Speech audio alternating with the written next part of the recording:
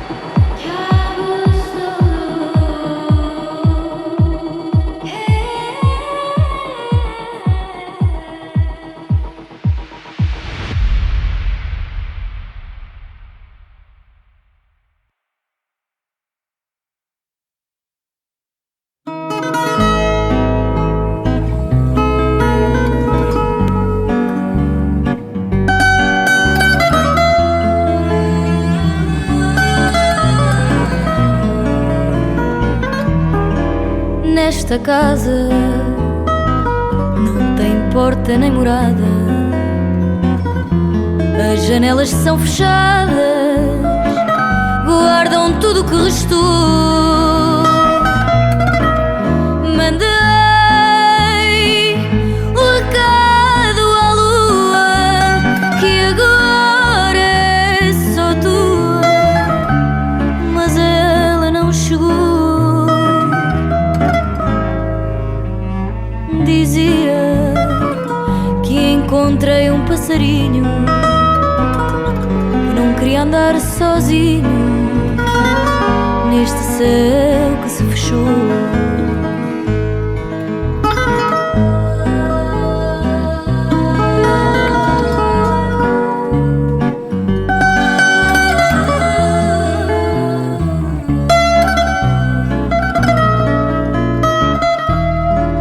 Nesta casa não tem porta nem morada, as janelas são fechadas, guardam tudo o que restou. Só quero encontrar o meu destino, sem saber bem o caminho de quem por aqui passou. Alvorada que chegou, alvorada que mudou, alvorada que chegou, alvorada que ficou.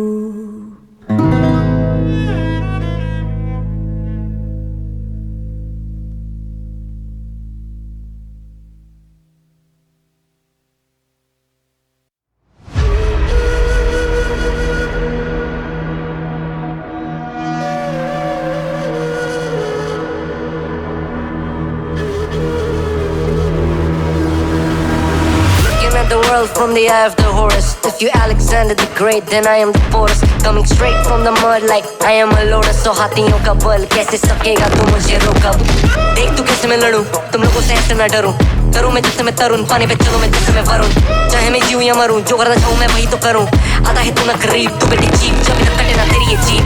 Better believe you gonna bleed, pick up a seat, get your team. I'm the king of kings, brother in arms in a battle. You all gonna die if you act like a vandal. Bring the realms to reality from every angle.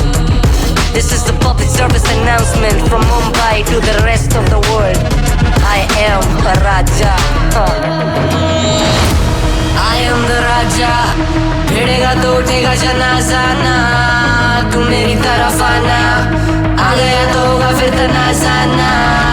ये भारतीय भाषा फिर दुनिया सुनेगी ये तराना ना। 'Cause I am the Raja, 'cause I am the Raja.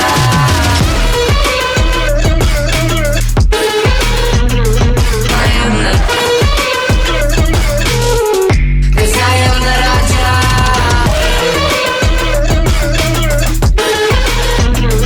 I am the, 'cause I am the Raja.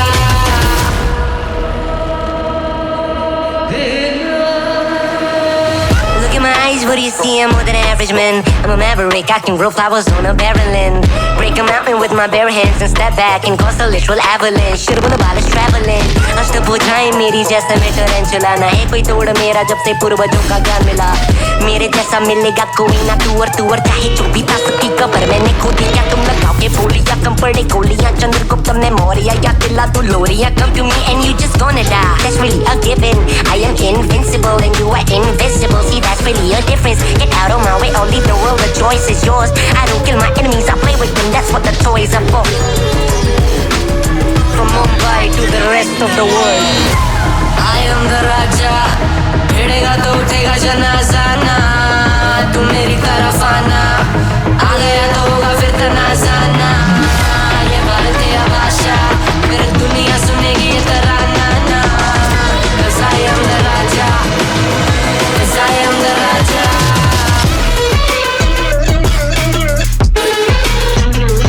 I am the,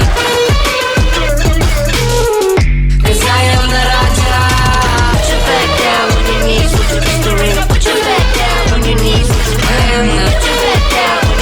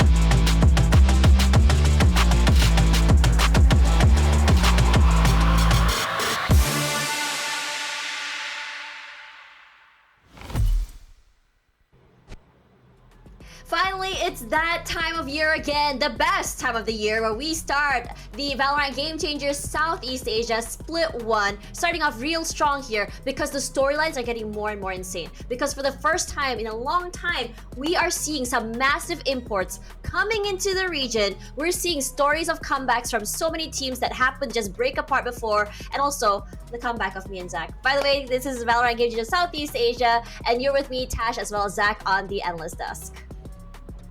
Yes, hello. Thank you, Tash, for that amazing intro. You're absolutely right. We've got some banger games coming ahead, and it is the best time of the year because, when that first split of Game Changers starts, when you see all the teams coming back, all these familiar faces, as well as a bunch of new ones, as you were talking about, it gets really exciting to see, who is going to be that new champion, who is going to be able to take that crowd and, come out on top, especially with 3 teams from SCA, who are going to be qualifying at the end of the year for Pacific. So a lot of opportunity, a lot of things to be won up ahead, and we're just starting out here. Yeah, speaking of starting out, I think it's really exciting. We have 4 teams that's really exciting to watch today. We have Lilacs versus Falcons starting off today strong. And then after it's going to see Precision Power Quick versus Play Ascend. Now, I think it's really exciting to talk about these teams because, as we know, for Falcons, they've been such a big staple name in EMEA for so long already. Coming here to APAC is definitely a big decision. I think for a while now, especially last year, I think the rumors were we're going to be seeing imports to EMEA. Specifically, we're talking about Exipto roster, especially Ineri as well as Alexi, and finally Camille. But it turned out it was the other way around. They actually ended up coming into our region. What do you think, Zach, about this big change? I think for Falcons, it does make sense because they, being in the position they are, they could as easily play on either server. And after 2 years over there, I think that for them, maybe it made more sense to come to SCA. Personally, I'm really happy about it because, this is like the stuff of fan fiction, You have like your favorite players in SCA, and you have some of your favorite players in EMEA, and you never think you're going to see them on the same team playing in whatever region, whether it's EMEA or SCA. But it's like somebody decided, all right, let me put this together, and came up with this absolutely big roster. So yeah, just like you, Tash, I am really, really, really excited to see Falcons debut here. And I mean, looking at the stats so far, during that group stage, they've been having a pretty flawless record. So I'm excited to see how they're going to be continuing their run in the playoffs, so as to speak. Yeah, speaking of run on the playoffs, guys, if you guys don't know what's going on here in the formats for the Valorant Game Changers Southeast Asia, here is what's going down. Welcome to Valorant Game Changers 2025, where Southeast Asia and Oceania's best female teams compete to secure a spot in the Valorant Game Changers Pacific. This year, there will be 2 splits each for Southeast Asia and Oceania. Split 1 of Game Changers Southeast Asia will take place in March, followed by Split 2 in May. The top teams will face off in the playoffs in July. Game Changers Oceania will start off with Split 1 in March, followed by Split 2 and the playoffs in June. Let's explore this year's tournament format for Game Changers Southeast Asia. Split 1 begins with an open stage where teams will compete in a Swiss format with best of 3 matches. The top 8 teams from the open stage advance to Split 1 playoffs with a double elimination format. The finals will be played in a best of 5 series. The top 4 teams from Split 1 playoffs will then be seeded to the Split 2 group stages. Split 2 starts with another Swiss Open stage.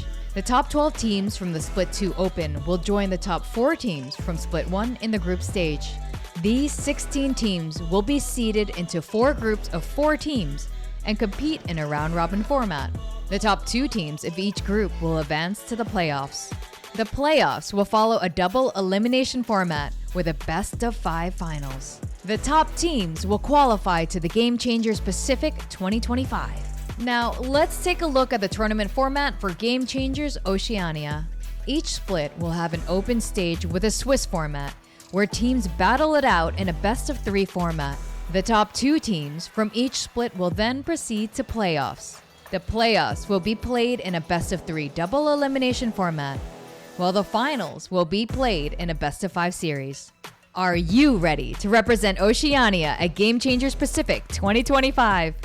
Mark your calendars and ready your squads. The battle is about to begin, and we want to see you rise to the challenge.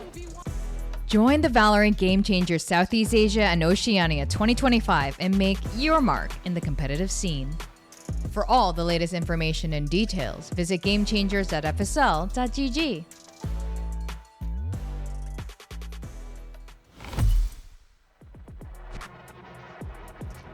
And there you have it. If you guys are not sure of how exactly the roadmap of Game Changers Southeast Asia looks like today, so we're going to start off with Stage 1, which is happening now, where the top 8 will be going to playoffs and the top 4 will be going to Stage 2. And then from Stage 2, we also have a Swiss stage for qualifiers where the top 12 will be joining the top 4 in the Stage 2 groups, where top 8 will go finally to the Stage 2 playoffs, and that is the story. Story indeed. And well, we got the playoffs coming up right now. Like you said, Sash, top 4, they get a direct invite in. So even if you're not able to win the whole thing, there is a lot of incentive for you to get that direct qualifier, that extra prep time if you really want it. And in general, just cement yourself at that top of the legacy, because I think this is a year, Tash, where there's been like a lot of shakeup in terms of the players and the teams participating, because last few years, in fact, there was always like one consistently very strong team with the roster repeating even if the team name changed, Yeah. But we no longer kind of have that. So with that kind of transition coming into play, I'm very excited to see how this new top 3 is going to look, for example. It is exciting. I mean, beyond today as well, I talk about returning players. I'm talking about players coming back from China, rejoining the APAC scene. You'll know more about that tomorrow, I'm pretty sure. We're seeing old teammates that haven't been playing for a long time, who had been playing for a long time, disbanded, coming back together as well. I'm super stoked for this year because we're coming back full circle, and that's what's really important here, that full circle moment that we saw from the glory days of the 2022 Game Changer stage, So this is very, very fun to see as well. Now, coming into today, the first match, we're going to be looking at Lilacs versus Falcons. We talked a lot about Falcons here, and I think for good reason, because Falcons is not only one of the best teams in EMEA. Falcons is not only one of the biggest orgs, but they also have brought in a player that's been taking a hiatus for so long, and that is Mary. And I think everyone was questioning how Mary was going to to play against her teammates back then in EMEA against G2, and it felt like there was a bit of a struggle.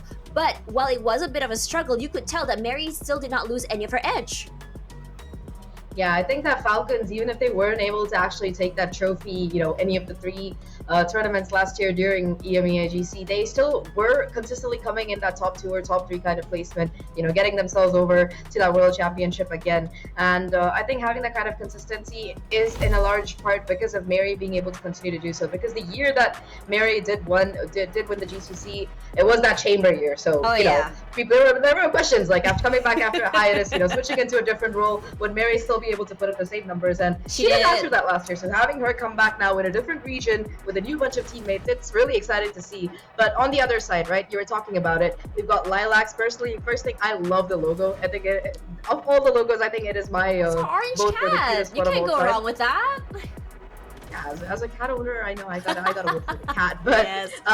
I really do. I love their logo. And apart from that, this team also does have a lot of familiar names. Like if you've been following GCSEA for the last couple of years, you might recognize them. So the first thing you need to know about this team is that they are a fully Thai team. So for those who watched Masters Bangkok recently or might have visited Thailand, you know the energy. You can kind of imagine it. It is looking great right now. And of this team, right, a lot of them are very familiar names. You got Senderi, you got Nuki.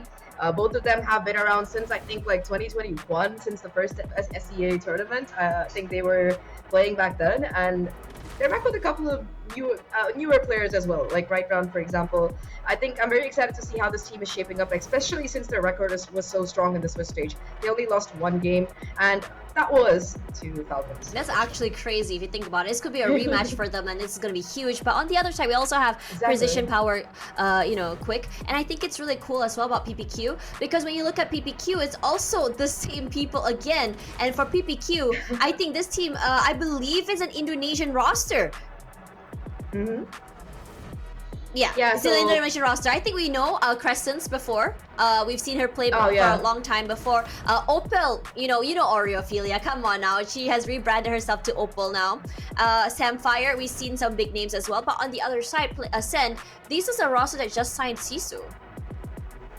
Yeah, so to recap those who may have missed last year's Pacific qualifier, which I think was a tragedy for it, but Sisu was a team that narrowly missed out on qualifying for that global championship. I think that they came just one slot away, lost in that lower bracket final, so it was a very, very close call. But yeah, unfortunately that was the case there. That said, though, they've been signed by Ascend. They have Filipinos on the team, a fully Filipino roster here, and like you said, Tash, a lot of veterans here. I think everyone would remember Capricious. They've got Grahams. Grahams, I think, was a player that took everybody by storm in that LCQ during 2023. Yeah, completely out of the new, and spent 2024 kind of like proving herself. So excited to have her. And of course, you got Japeeps. I think Japeeps made a bit of a stretch into South Asia to play for a while along with Casper, but now she's back in SEA along with Fady, Khan, and Sheena. So I think Sheena is their substitute player. But aside from that, right, all of these players, we've seen them so many times over the last 3 years in SEA,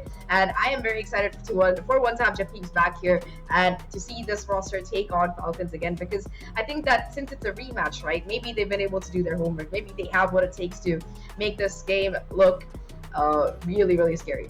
When you talk about Falcons, bringing it back to our first game, talking about Falcons, I think it's very interesting when you bring in this major sort of like roster change from other regions into this region, because I think one of the biggest, I would say, conversations, especially in VCT, was how different each regions play. And then you're bringing in the Southeast Asian style play, right? Very W gaming, very aggressive. We see it so much from Aneri and Alexi, and then you put it together with like, Mad V as well as Mary. What's your thoughts, Zach? I think that it's going to be great because Mary is one of the most aggressive players, as you know, with the kind of roles that she's been playing, whether it's that Chamber or that Raze or that Jet.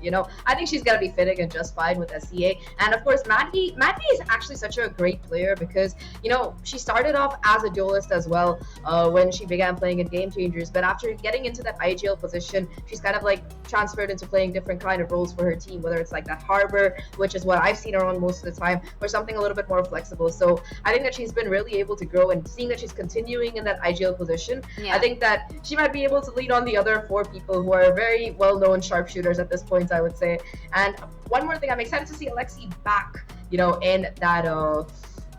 back in that full fragging position. But here you go, the lineup for both of these teams, and I like this kind of face-off that we have here already. Yeah, you usually do it by one, but also it kind of helps us as well in terms of storytelling, and I think it's really exciting as well. I mean, while we look at the, when you talked about the IGL as well, Matt V being a really good IGL, I think we saw her prowess, especially last year in MEA, how she's managed to lead the team forward. I think Falcons had a very slow start in the beginning of last year, but it slowly kind of gained speed, right? As soon as Mary joined in, as soon as Matt V found her footing, it looked really good. Now, on the other side of the coin, my question for Falcons is that when you have Alexi, who's always so actively doing calls whenever she was doing duelist, do you think that anything's going to change? We're going to see it in the game, but we're gonna go to it Lilacs now. Now, we talked about Lilacs just a little bit just now, and I think it's really cool as well. Again, we just had Masters Bangkok. We know what Thai AIM has to offer. They are cracked for a reason.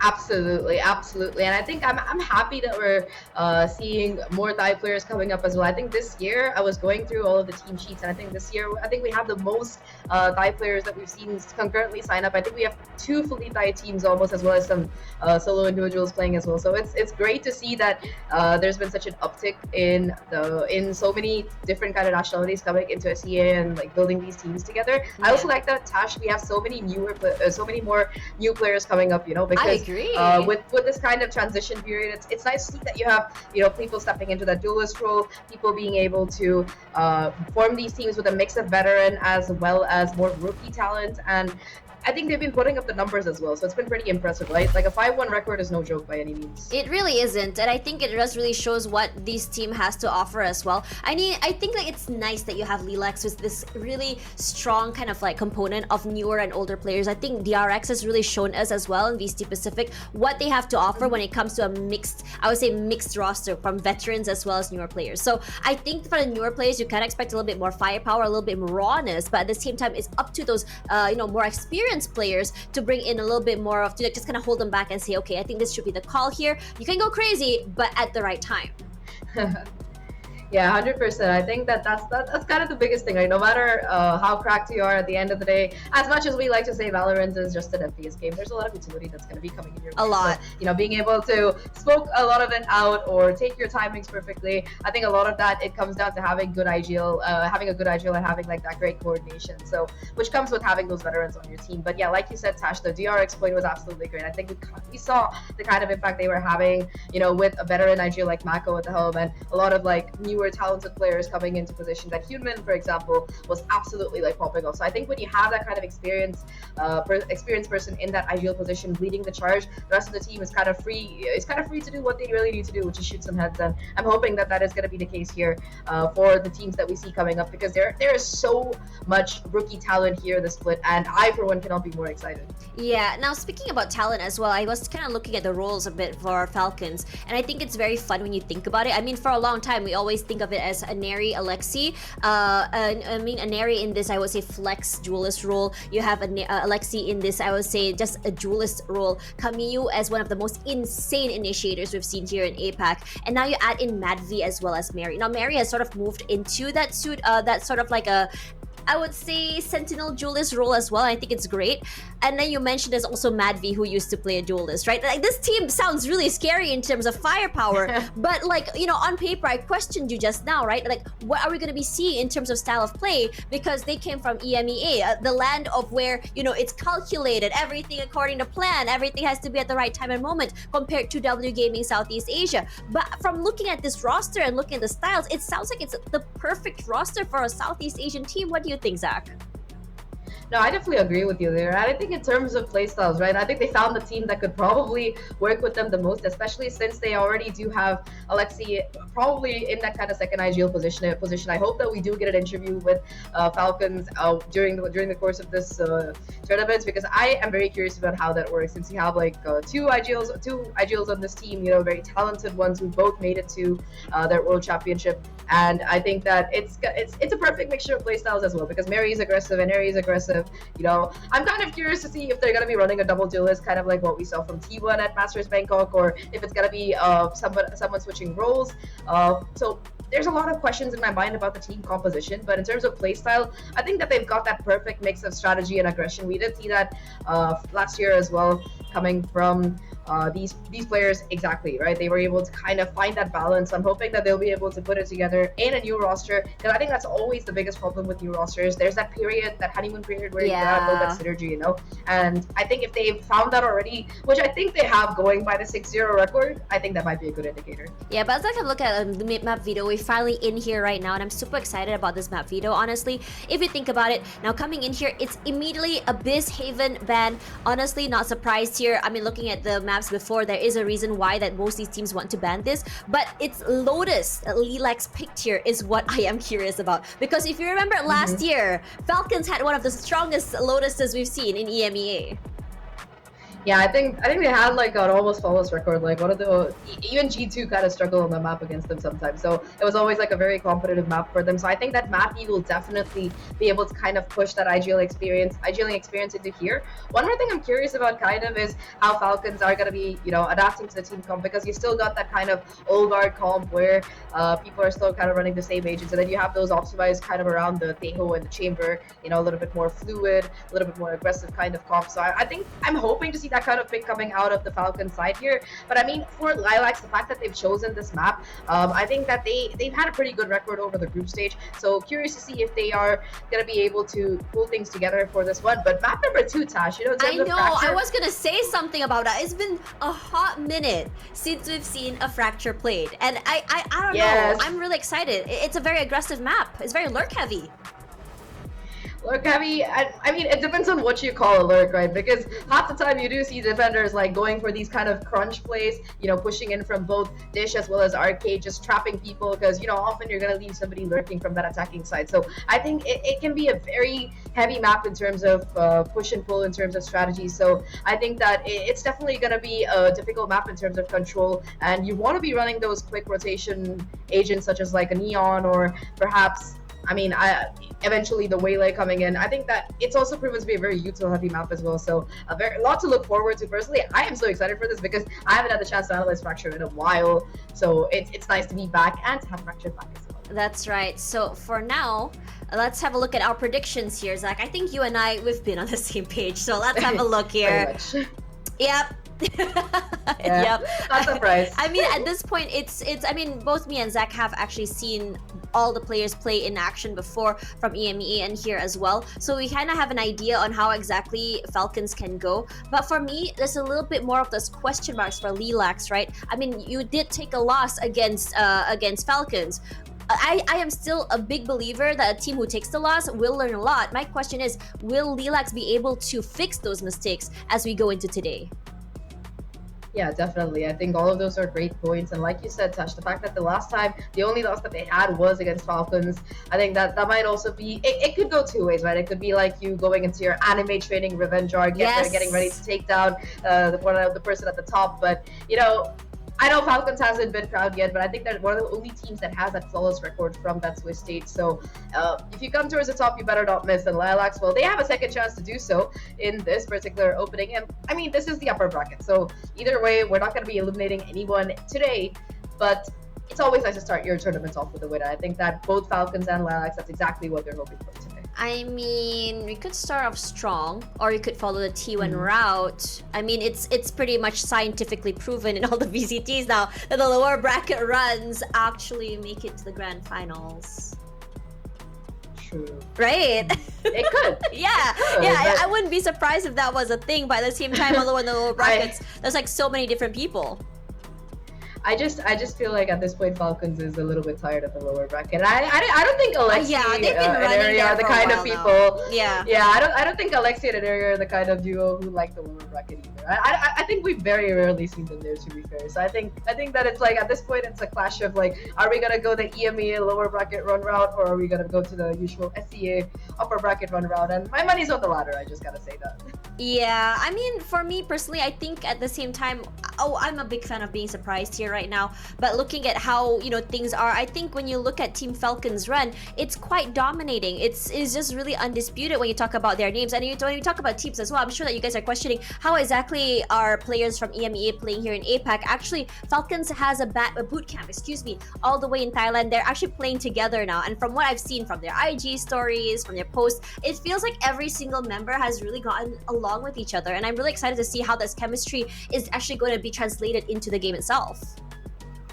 Yeah, definitely. I've also seen those pictures, and I like it looks so like there's such aura to them, you know, like, you know, the picture of the five of them walking down the streets of Bangkok at night, or like Alexi holding her Lola. Yeah, there's just like so much happening there. It's not just them, you know, going for these scrims, working on the game together. There is a lot of that, don't get me wrong, but it's also like the kind of opportunity that you have for team bonding when you have that kind of boot camp available, and when you have all of your teammates in the same place, you get to feel both the highs and the lows together. And I think that this new Falcons roster, they've definitely been working hard on building that kind of synergy.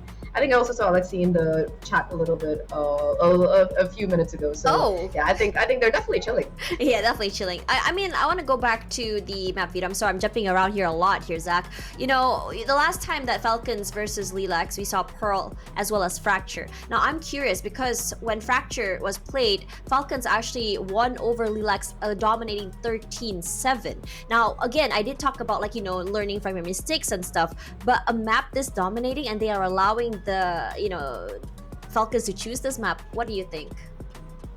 I think it's that, maybe that, like you said, they've gone and worked on their mistakes, but also I think it's just a question of how deep your map pool really is, because, you know, Falcons, every single player on this team is a veteran, several years of being able to play and stuff. So I think all of them, even if they haven't been playing together as a team, it might be easier for them to formulate like a deeper map pool in terms of strategies and stuff. So they're not afraid letting as many maps through. But I'm just speculating here. Maybe I'm completely wrong. It's more about Lilacs, right? Lilacs. Yeah, they don't have as deep a map pool. Yeah, exactly. That's what I'm so maybe there's about. Something they don't want to let through more, you know, they felt comfortable Maybe. letting in Pearl. They know how Falcons plays. Maybe they have like some anti-strats available, and there's something that they don't want to let through more. Yeah, I mean, if you look at the, you know, I mean, I'm talking a lot about Fracture because I can see here right now. I think what's really exciting is the fact that, you know, I was expecting to see a chamber at least from Mary, but we didn't see a chamber from Mary. We're actually seeing a raise.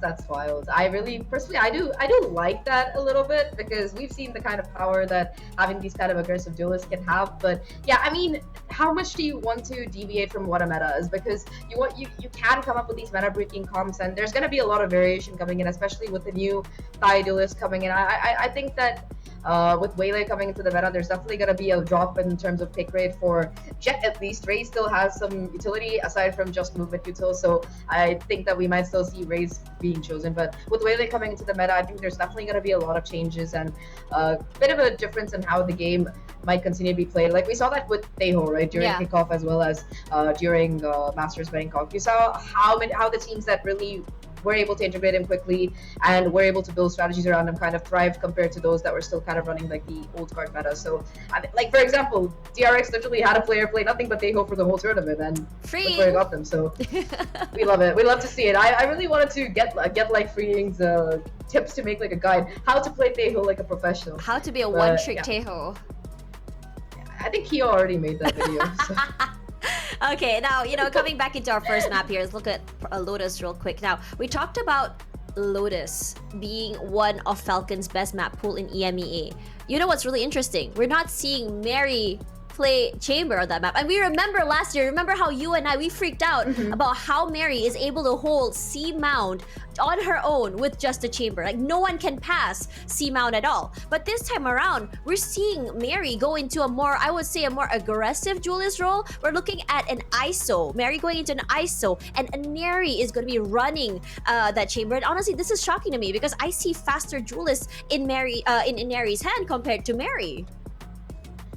To me, maybe it's not that much of a shocker. Maybe they're just trying things around. And I mean, we've seen Aneri before on the Cypher, sure. One of the games where we saw her on the Cypher was a little bit of a troll game, but aside from troll pick. But aside from that, I mean, they won it, so they did win it, yeah. And what was it again? 13-3? Yeah, I just like flexing this every now and then. But jokes apart, I mean, I think that it's okay for this team to kind of flex around a little bit. Like you said, they've got 4 players who have played duelist at some point or the other of their career. I think Camille is the only one who I haven't seen to play duelist as much. I still remember one time seeing her on the arena, but aside from that, it's been more of her playing like the support kind of role, especially Camille's KO. I think one of her strongest agents. But just the pop flashes that she puts together, my god, like it's so good to see that this core has stuck together. And like I was saying, with 4 people who have that history of playing duelists before, I think that we might see a little bit of variation, especially with Waylay coming in.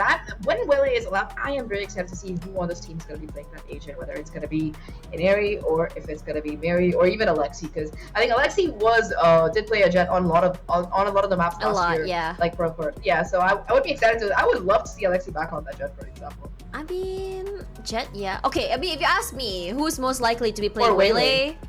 I think it might be Alexi.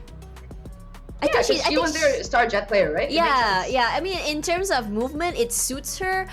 In terms of aggression, also it suits her. I don't think we saw Neon though. Wait, I think Neri played Neon. Neri played Neon. Played Neon. Look, when you think about this, how flexible these players are, I feel like the coach is gonna have a field day about what kind of comps he wants. He has so much freedom right now.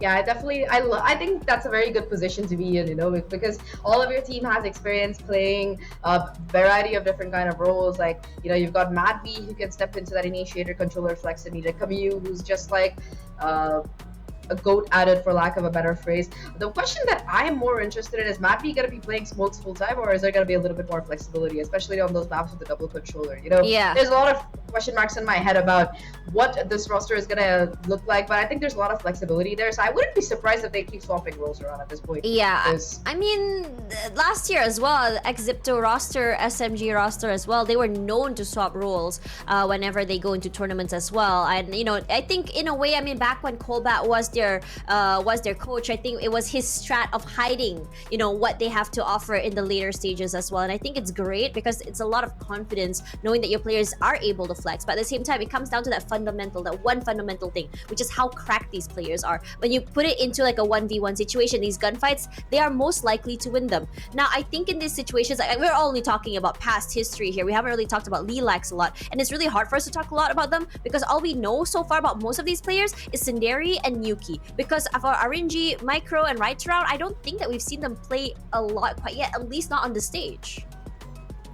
Definitely. I think those are some really important points, and I think that stage experience in particular, right? That might translate into a lot because these are players who have, like we are talking about, that capacity to stay calm, even when you are like under a losing streak or you're being outstretched. You got to be able to kind of calm down under pressure and get yourself with that mentality to be able to maybe make that comeback. But yeah, I think that mental strength is definitely going to play a huge role here in this game. You brought it up, for example, last time the scores weren't too bad. I mean, you said, for example, on Pearl it was 13-7. Yeah. Either way though, for map number 1 for Lotus, we have our agent picks here, Tash, and look at this Falcons. They're actually, we were talking about it, right? Like the previous meta versus adapting, and this is exactly that case, right? Falcons, they've got the most violent comp I can imagine. Breach flashes, Teho missiles, raise nades, being caught by the Vice wall and stuck without your teammates. The Steel There's so much Garden, util here. yeah, there's just a lot of util to play here, and it's terrifying because right now, while Vice seems very quiet, I feel like it's very deadly to have a Vice on your team. You have a lot of info with that wall. You have the the shears, which just hurts so much. You cannot move if it's out. So a Neri will definitely. I feel like the way that we're gonna be seeing a Neri play this Vice is gonna be more of like pop the shear, swing out, get that headshot, and I wouldn't be surprised if this is something that we can see her really take advantage of. Yeah, I think I definitely agree with you about that. Also, like, Vice is kind of that character where even on that attacking side, you can kind of do your own thing. So I'm excited to see how she's going to be navigating it. But either way, Tash, for now, I think we're going to have to say goodbye. Yep, we're gonna say goodbye because now it's on to the casters. Let's see what this new Falcons roster has to offer against our full Thai team, Lilacs.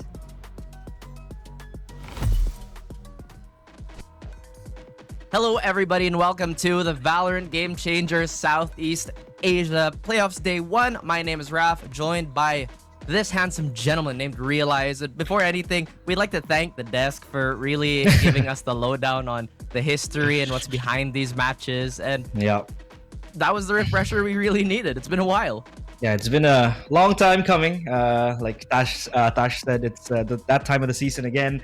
VCT Game Changers rolling in, especially for Southeast Asia. And I do believe, the arrival of Falcons into this scene will just bloom even greater because now we get to see, players like Mary, for example, back then playing in the MEA, now coming up roses into Southeast Asia, and then still retaining that Sipto core alongside Alexi and as well as Henry and the other players as well. So it's going to be very interesting, especially in this new and adjusting meta, right? With the Teho coming in, so there's going to be a lot of things I think that we have to keep our eyes on. That's true. I mean, I really like how it's been pretty open for everybody. It did look like we were still getting into the swing of things of a potential like Vice pick for a lot of these teams, but we are going to be jumping into the game as of the moment. And looking at the rosters again, Lilacs, they did have a previous encounter with Falcons, I believe, just didn't go their way. Hopefully they can come back from this. There was a lot of talk about mental strength and just accessing that deep playbook for both these teams. Me personally, I think FLC just have way too much experience and time played as a core, even on different regions, that, like you said, it's just making them look a lot scarier these days. Yeah, they're like the the team to beat, right? The immortal giant just moving around and running rampant, especially in the qualifiers as well. It's still yet to drop a map, so it's going to be interesting to see what Lilacs could bring to the table today against Falcon Esports. As we take a look at the pistol round rolling in, they will try to enter towards rubble. This is a pivotal part of the map that you have to win. Loading especially as the stuns come in. The flash as well is perfect. 3 against 1. Henry trades again. 2 kills for the Vice. As RNG able to pull one back. The flash is way too good for Alexi. Still RNG dancing in the open. Mary does get another, so it's a 1v3 situation with the drone crawling behind her. A very, very hard place to be in for RNG, and she will get tapped away by Madby. Going home with nothing. It did look doable. Everybody was quite low, and like you said, this is the team to beat. If the Falcons can go for another dominant year, and just to remind everybody, this is the core that did go unbeaten for what was it, 2 years in a row, 2 seasons in a row for at least like Southeast Asia. even with a new roster right now, they're already going on with a pretty strong start. There is still a few questions on how they can adjust with potentially a different calling style and how the roles are going to be shifted. But like you said, Lilacs still looking to retaliate here. Yep.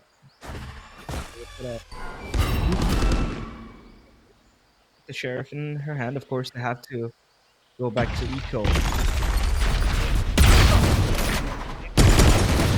It's a kill towards Enery again, being the prime victim of Lilax's small but deadly weapons.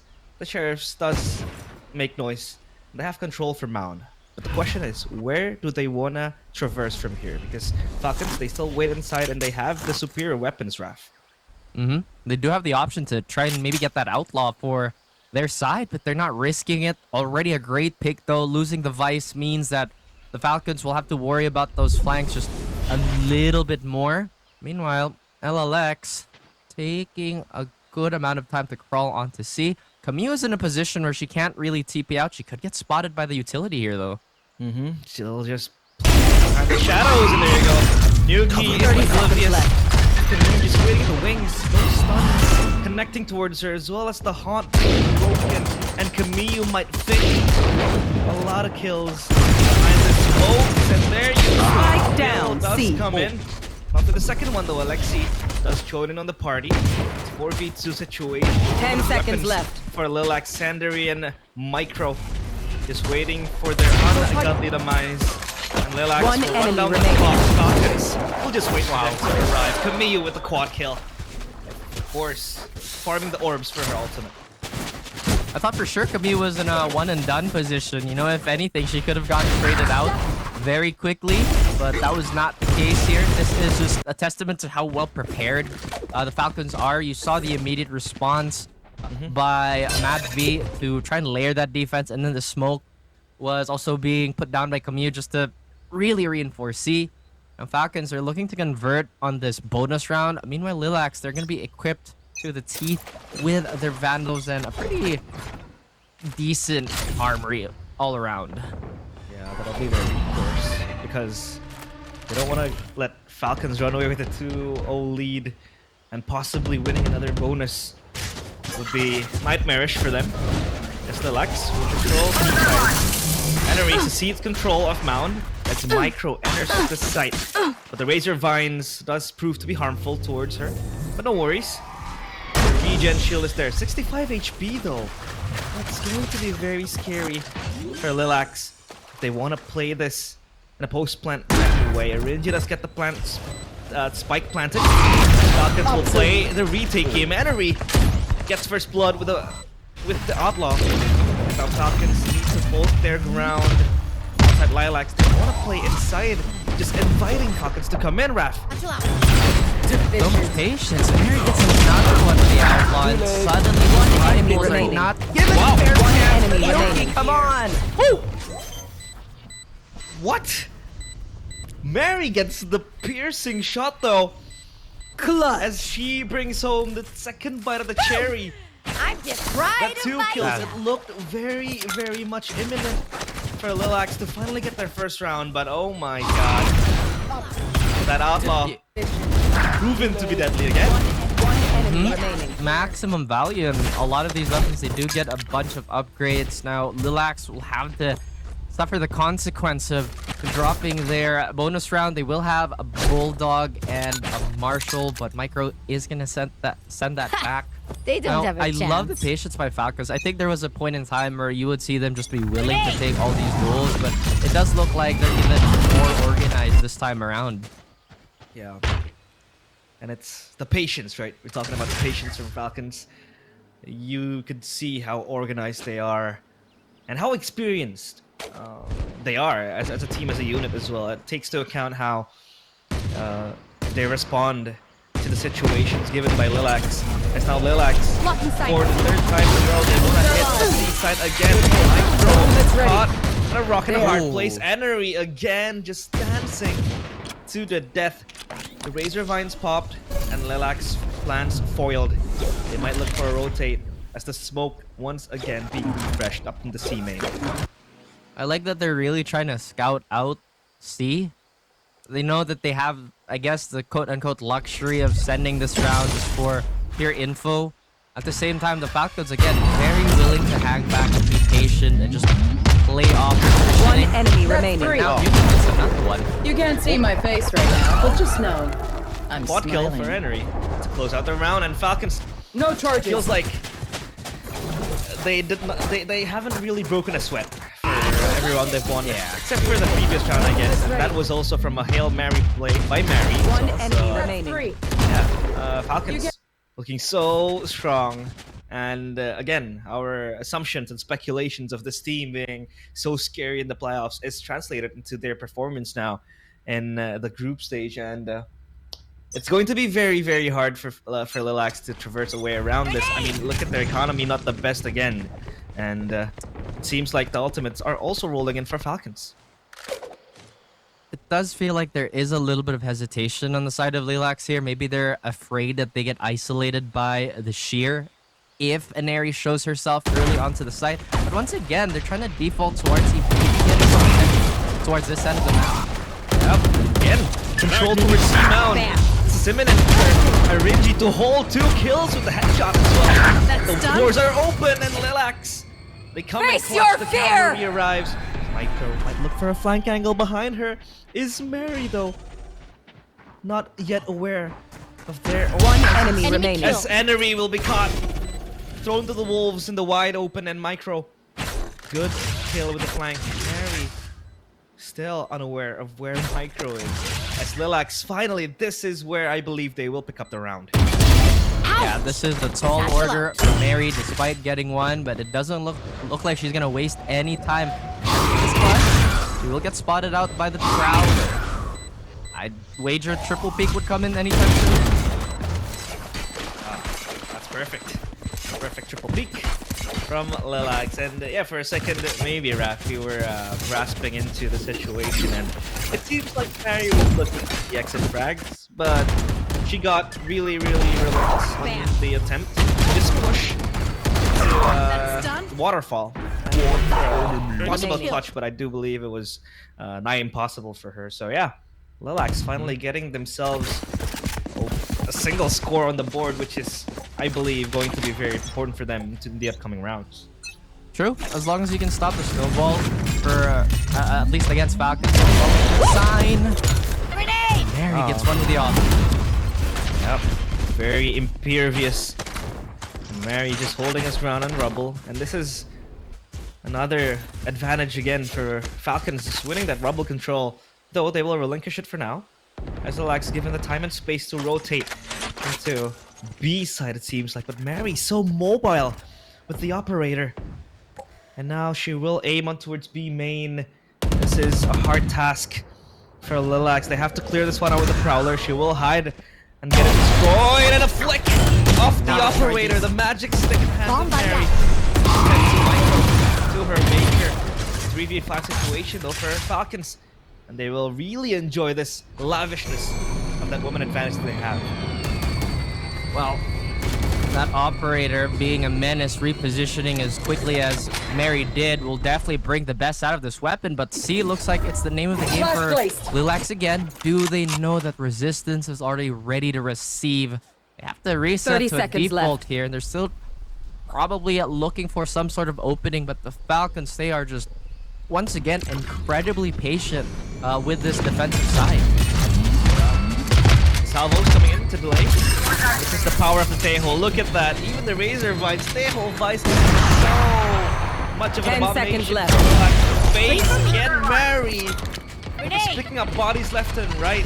As Lilacs, again, running down the clock. They have no chance but to save this. And Falcons, again. You can talk about the nature of this composition, Raph. I mean, the Tejo, the Raze, and then you have the Vice as well with the Razor Vines. It's just way too much of a pesky task to deal with. I mean, there's so much delay that you have to face with. And on top of that, Mary, who is basically on fire at this 10 point. seconds left. I mean, it's business as usual for the Falcons. Like you said, individually, they're incredible. As a team, they're even greater sum of their individual parts. You know, I was about to call back on how they used to play this map. They'd really go for aggressive 2-on-2 skirmish on both ends. Right now, they're really just playing super solid. And Mary goes for another shot, but Max is just game. What? Micro gets that B though, and there goes the showstopper. Connecting towards the Micro. It's a 1-for-1 trade, but Mary still sticking out like a sore thumb. Lilacs are yet to deal with her. The elephant in the room, and now here comes the Rolling Thunder. Execute towards A side. There goes the Earthquake. Rinji enters the site. A medal to vulnerabilize the players of Falcons, but no. They will take their sweet time, and there goes the Steel Garden. Their primaries Spike down jammed, A. and Alexi gets the kill. Spike is wide open. Definitely though gets the right click. Sliding for so long. One enemy remaining. Grim Reaper looking for victims yet again. Falcons unstoppable. 6 rounds to 1. To be fair, we're used to Falcons kind of hitting 7 rounds, 8 rounds in a row before we see some sort of retaliation. But again, I'm really not trying to lean towards one side here, but with the history of Falcons plus how they're showing up for day one, it's been a lot to talk about. Lilacs, they've been having a lot of good ideas on how they would want to approach the map, but Falcons have just been so active, they haven't necessarily left any part of the map unchecked, and perhaps this is giving Lilacs too little room to operate. Even no room to operate. It seems like, and Mary again. Oh my god. Backup is good from Alexi and Nancy as well. As Lilacs hit the floor. 2 players remaining. It's Stephanie and Arin. Going on in the Bulldog. I don't know what they can do with this. Throwing down. Got a confirmation. The operator just banging hard on the doors of Lilacs. One enemy remaining. Locked Flawless. in place. Where to go? Flawless round from Falcons. And it seems like they want to end this quick because they've been so active on the offense. And as they say, Raph, offense is the best defense. Yes. You don't have to defend when everything is dead. Don't use that as like a piece to justify random bullshit, guys. Come on. That's true. But don't do it in the ranked games. No, do it in your ranked games. I'm joking. Honestly, like, sometimes I wonder if I even listen to my own advice because I'm a Reyna main. But again, going back to the game here, the Falcons, they've just been so solid. And number one, they haven't been able to punish Mary despite getting those early pieces of utility being thrown towards her face. I'd expect them to invest a little bit more towards Rubble. You know, Falcons, they've readjusted yet again. Yeah, they actually have the tools to punish Mary.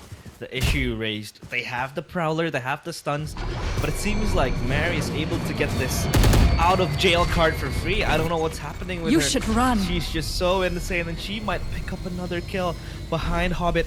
She lies standing underneath and waits as the lockdown does pop, waiting for it to completely control the side. The flash towards Camille, and Camille is blinded. Sentry get first blood. Syringy plants the spike. Micro hiding in the shadows behind the spike, still standing very strong. The salvo does come in. Oh my god, Headman exposed, and Madby does get the kill. And here comes the annihilation. Brace yourself if you're Lilacs. And there goes the thumping of the explosions. Stephanie takes him down. Victim of that ultimate. One enemy Nennery remaining. dancing again and again. It's up to Sandary having to clutch this. She jumps to her death, plummeting down, and Falcons pick up 8. My goodness. I mean, Falcons, they're just so good at repelling a composition that's built to win around contact, having a lot of like oppressive initiation tools alongside the breach and the fade. There's obviously the lockdown by Daphne, but we haven't seen that really come into play to the effect that we would want and Lilacs would want. But right now, they have to get something going. They really want to avoid Falcons hitting double digits before the half, and Mary has been one of those linchpins. That operator has just been finding its mark every single round, and if not, she's been getting away from these duels scot-free. Yeah. Almost certain to be skated. Relax. Do they want to chance it again to peek this deadly operator of Mary's? Mary will fall back and just take the orb for herself. as the spike My does goodness. fall down, and this is so close. A pixel angle definitely might want to tempt fate against the operator, but still, it's way too far to peek for her. And Mary grows confident by the second.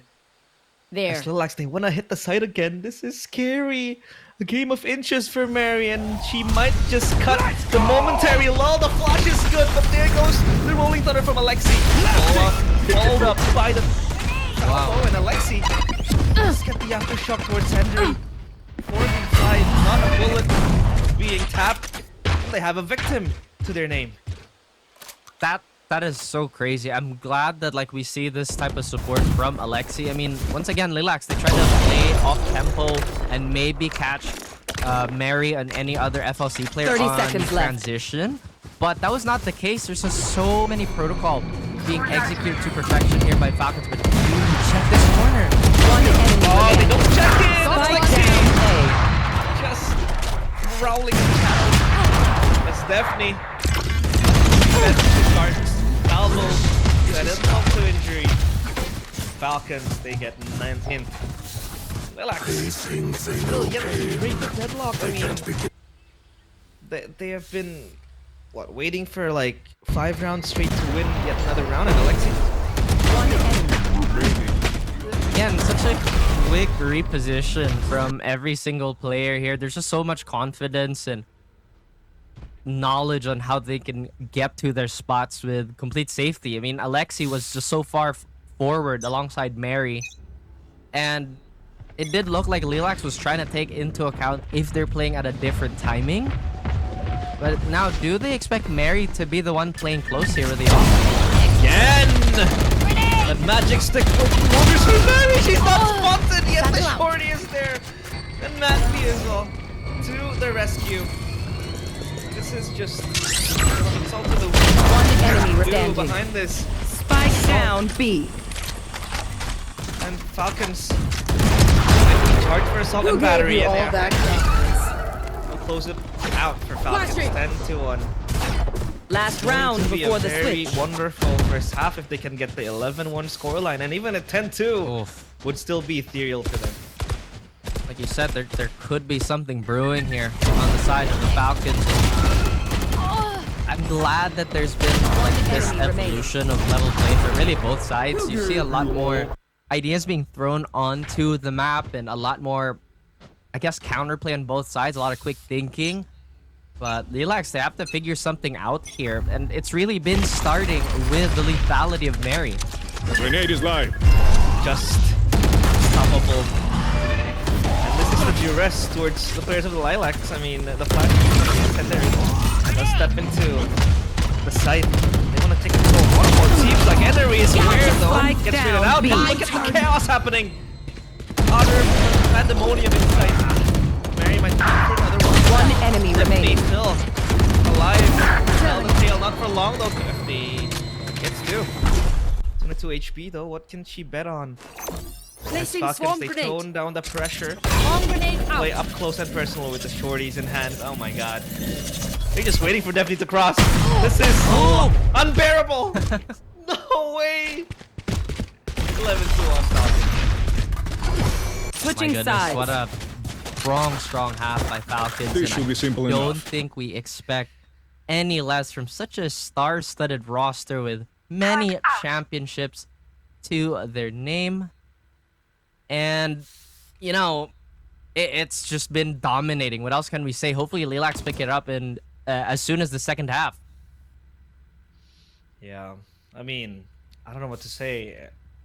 Again, I mean, we could talk about the bare bones foundation of both teams, right? You take a look at Lilacs, and they do want to bring it, I'd say, a much more direct approach of Valorant, right? You have the stuns, the flashes, and you can have micro dash into the site, but it just doesn't work because Falcons, they have this super complete control of the map when you have a Vice, when you have a Raze, when you have a Breach, a Tejo as well. It seems like you can play behind flexibility. You can anchor the site, wait for the rush to come in, you have control and delay. And if you want to play aggressively, you have the Raze Breach combo and the Tejo as well, with the salvo to just stop any possible advancements or engages coming in from Lilac. So it seems like Falcons, they're brewing a very strong and solid composition to top it off as well. Falcons, they're firing in all cylinders. I mean, like almost everyone except MadV maybe has a double-digit kill score in their names. So I don't know. It feels like, again, a foundational problem that could be addressed by Lilacs if this does go to map number 2 later on. That's true. I mean, again, if we just have to play like comparison's sake, Falcons have been running a very, very solid core for God knows how long now. I mean, where Lilacs, if I'm not mistaken, this core has not played as long, at least together. So, you know, maybe they are kind of cornered into playing these quote-unquote simpler executes, which is totally fine, right? But like you said, the Falcons have almost seen it all at this point in time. Some of the things that they do probably don't even need calling anymore. It's really just running on muscle memory and a lot of this chemistry. At the same time, since we have like, you know, we have Mary and MadV on the roster, there's a lot of influence from like maybe playing for EMEA to be that much more structured and that much more like organized with everything. But relax, it is imperative that they win this, and I say that, and Daphne gets caught out. That's a very nice insight you brought upon, you know, the whole EMEA style. But yeah, definitely does fall. And again, total control from Falcons. Even Mary with the paint shells is taking names. Camille as well, and graves her name in the scoreboard. Spike planted. Falcons, it seems like the 12 they're gonna get is imminent, coming right soon, as Micro and Arinji, last 2 players of Lilacs. I don't know what they will try here, but Falcons, they have set up a very strong formation for the post plant. Utility still full control of it. Micro, let's get Enery. The hunt connects towards MadV. Last enemy remaining. Fowler will look for information as Camille gets the triple kill. Bags at home for her. Falcons match point, 12-1. Match point. There was a lot of talk on the desk also with when it comes to like Camille occupying potentially the more support flex slot now that there is the addition of MadV. But Enemy remaining. no matter what comp or no matter what configuration Falcons have been doing, Camille has been so solid. I think she's probably been one of the most consistent like backline players we've seen on GC so far, and it's really translated well, regardless of the version of the Falcons or SMG or really any of their like old teams. Seems like they're evolving into even greater players, right?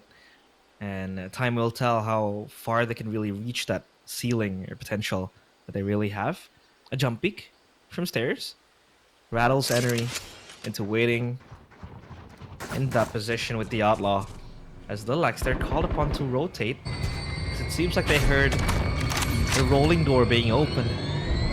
As Falcons, again, seems like they will re-aggress into the B side. The salvos coming in, satchel in is Mary. And again, they have subjugated B side completely for themselves. The spike will be planted, and the retake back. Spike planted. Yuki. This could be a really good spot for if she remains undiscovered for a little bit longer, but it does look like a reset. She tries to fend off the players here, but no, Falcons keeping this post plant strong. Very, very strong indeed. Flash coming in, they will swing it recklessly, and they don't even care. Attackers Falcons, win. you can do whatever you want if you're gonna win the map. 13-1, Lilacs. They have to reset in map number 2. They have to. Again, mental strength was a big key point from the desk, and it does look like the Falcons. Well, this is as usual. Really good play from them all around. Lilacs, like we mentioned, had some, you know, plays that they were trying to cook up, but no matter what timing, no matter what execute they were trying to run, it just seemed like there was a brick wall right in front of them. Yeah, a huge one at that. A tall brick wall.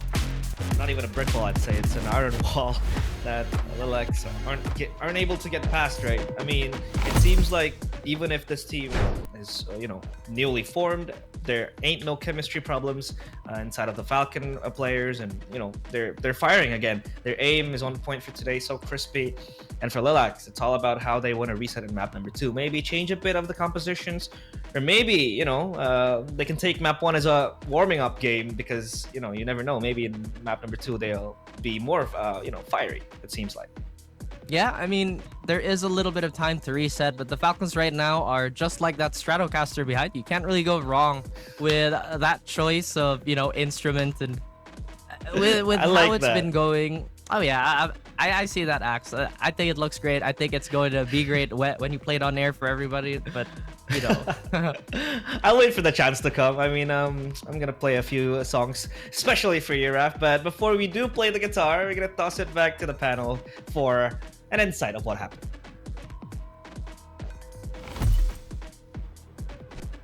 That was a hella dominating game. Let's be real here. Me and Zach were talking about it during the game, and we were just like, okay, what are we gonna analyze here? Because honestly, that was just pure dominance, pure aggression, pure confidence coming in from Falcons. I think in anything, we did see the fundamentals, and I would like to talk about that more, honestly, if you think about it. Because when it comes to fundamentals, it was just that one setup play from Camille, and then everyone in the team just completely waterfalls in.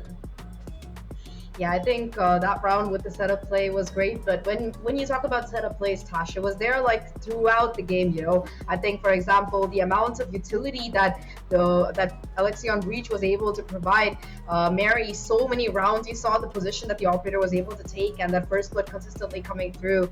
And of course, I mean, Mary was one thing on defense, being able to consistently find that first strike on that A and B side, start things off like that. But then you also got Inari on that opposite side on just being able to anchor down C, have so much damage coming through by yourself, and I think it was just such a well-played game. There was just no avenue that you really see Lilacs through.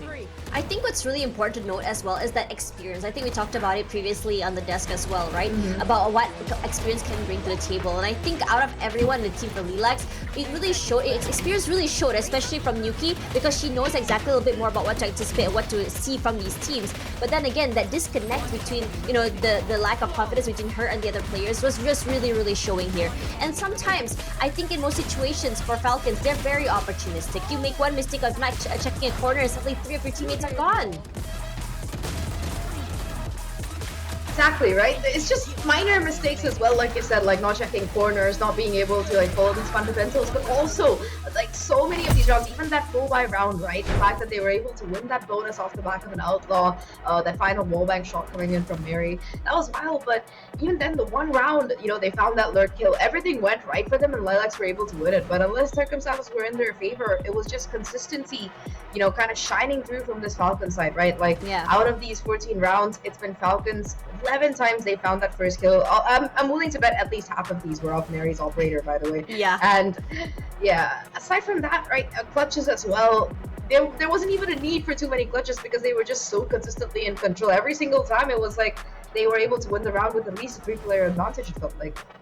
I think what's really interesting as well, I think we talked about roles in the beginning in the show, and then it was a very interesting moment when you said okay, Anari plays the Vice like a jet, and you know what, it does make sense, right? I mean that she just kind of makes use of her shears and it just swings out and then shoots. And then at the same time, you look at Mary, we're so used to seeing Mary play a chamber on this map, seeing her on the neon, yeah, she's great, the showstopper was great, she takes up space well, but putting an op in her hands as well, I think it just brings back to what she does on that chamber as well, especially on defense, just her being able to hold down that, I would say, the A long area or rubble, or even that mound. It just comes down to that simple things when you see about these teams as well. Alexi, all she does is just put in the pressure, but if anything, I think that when it comes to Falcons, it just, the confidence, the experience just shows a lot more, and they're just not afraid to take up that space and go aggressive. MVP going to Camille, what do you think?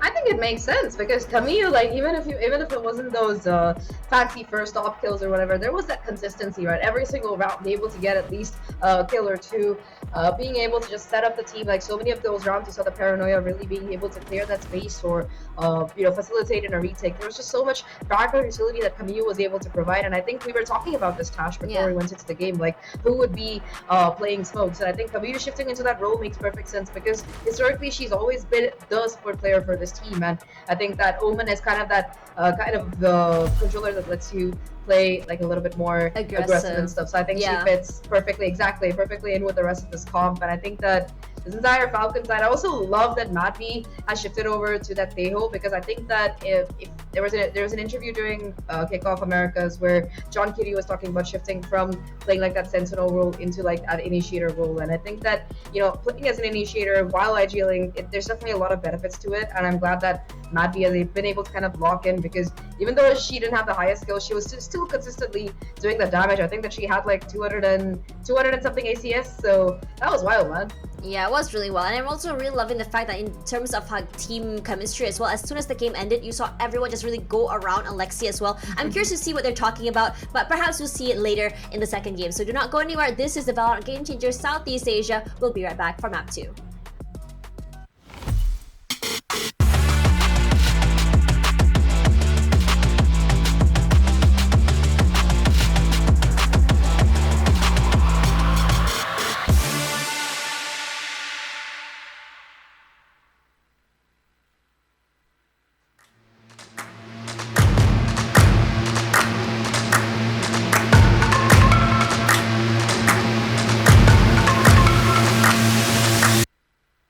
Y'all sit back and watch me speak. About to take over your screen. Talking bulls in 93. Talking mom, I'm on TV. Y'all know all I do is me. All I do is me. Y'all sit back and watch me speak. Y'all sit back and all I know, my money green. About to snap and make a scene. My cup off and make this free. My cup off and make them scream. Go back off for TMZ. Y'all sit back and watch me speak. Y'all sit back and watch me speak. Y'all sit back and watch. Watch me. Watch me. Watch me. Sit back and watch. Sit back. Sit back. Sit back. Sit back. Money long, nothing on credit. I got style, don't catch no feelings. All this bread ain't got no lettuce. I got style, don't catch no feelings.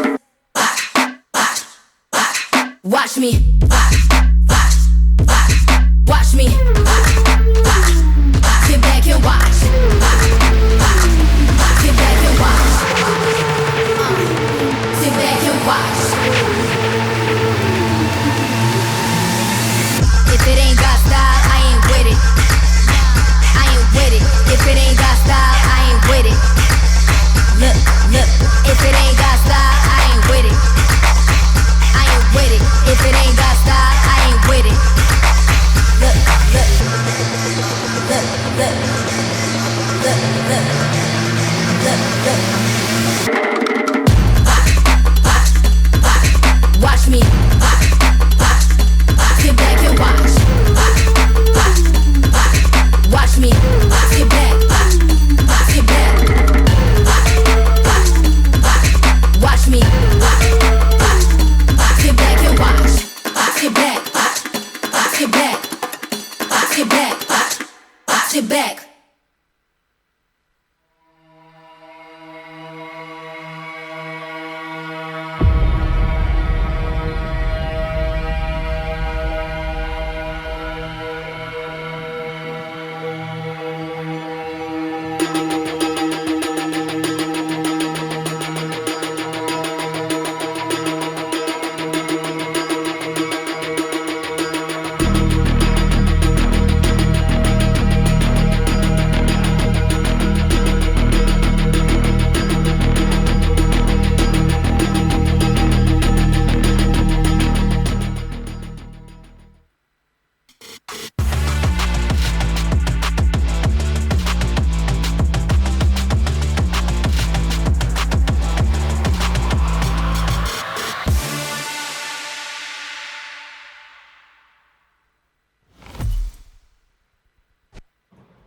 Hello everyone and welcome back. This is the Valorant Game Changers Southeast Asia. It's me, Tashmani, alongside Zach, your desk for today. Now, we saw a very, very dominating map 1 just now by Team Falcons. It was what, 13-1, I believe, and that is one of the most dominating wins we've seen so far on that map. We were questioning just now about the role changes for Falcons, about what we can expect, and also about Lilacs being able to just allow this map to go to get picked as well, knowing the fact that this is one of Falcons' maps, and this is exactly the outcome that we could all have anticipated. But as Realize mentioned just now during his cast, hoping that map 2 would be the map they bounce back, which is going to be Fracture.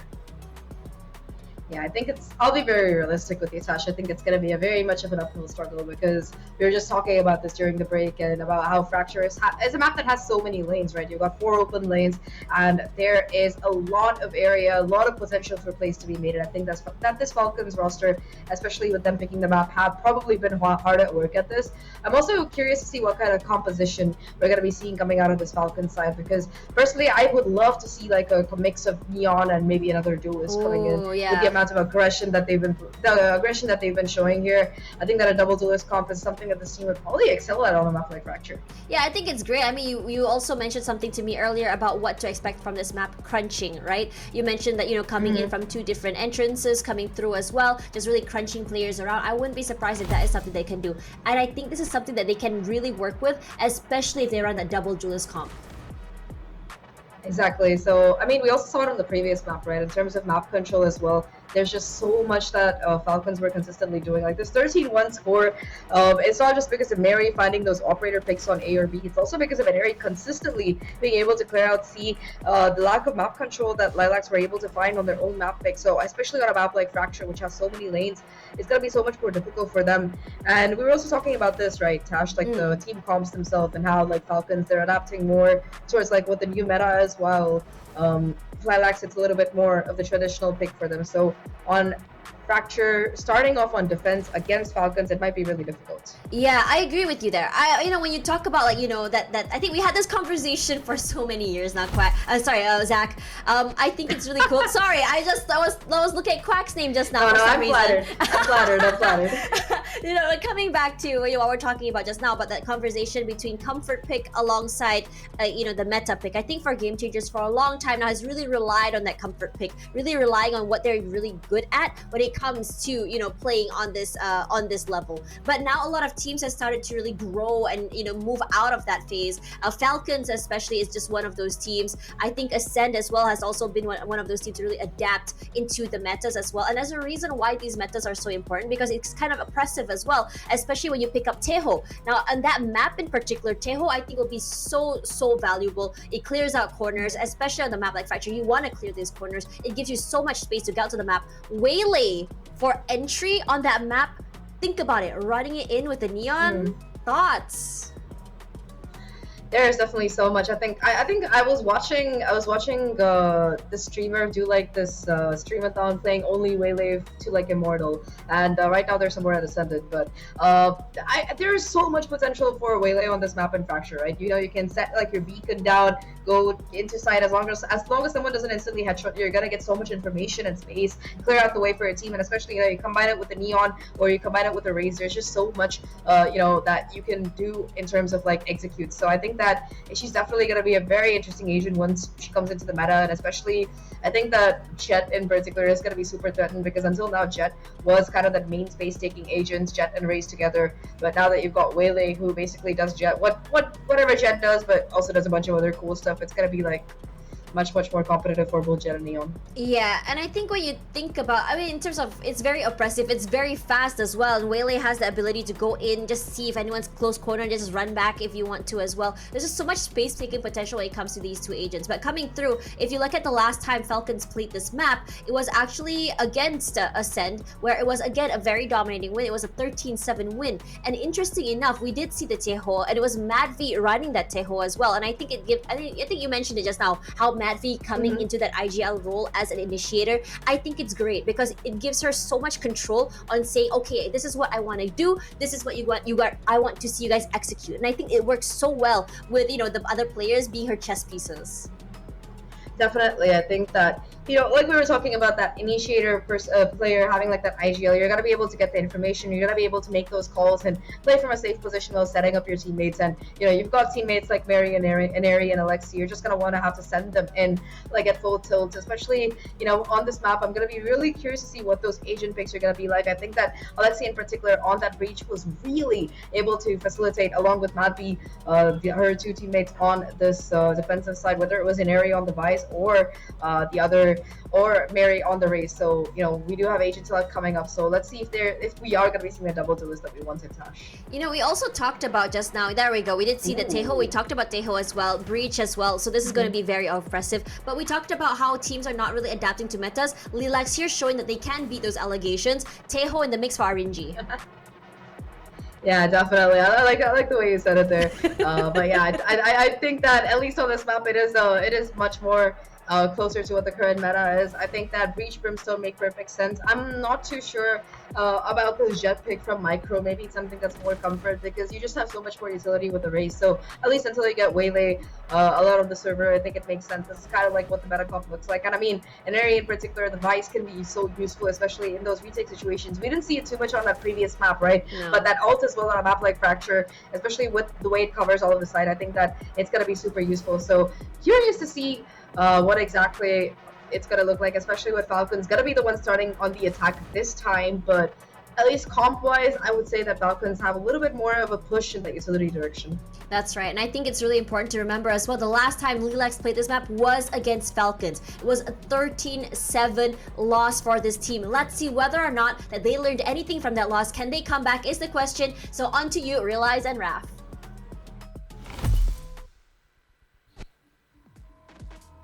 Oh, that's perfect. That is great. I like how we didn't say anything. My mic was muted on Discord, but we were on point with the thumbs up. At the same time, we've learned a lot.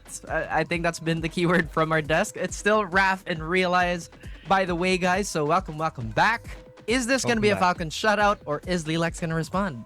I like the Teho pick. I mean, like Tash said, it's kind of hilarious. They're beating the allegations of not playing to the meta, and sure they did. I mean, with the Teho, it seems like they're gonna have that, they have that versatility in that conversation. I hope they might pack a punch against Falcons, and let's see if they can reset and push us to a map number 3. Because if they do bring us to a map number 3, it's gonna set the tone for the upcoming matches as well. It has been a fire sale of rounds for the Falcons. It's been streak after streak and adjustment after adjustment. Like you said, there's still a lot of improvement that we're really looking for on the side of Lilacs, and I feel like Fracture is the map to do it on. It is the type of map that will make or break a team. It does reward the very well practiced heavily. And if this is how Lilacs want to come back into the series, this is going to be such an impressive feat. Yeah, more than impressive it feels like. Because again, like we've characterized Falcon. Well, they're the team to beat. They're the colossal giants that everyone has to take down. So if Lilacs can do just that, it's going to be very, very nice. But hey, it seems like we have a sub in. It's a Fanny's with the deadlock.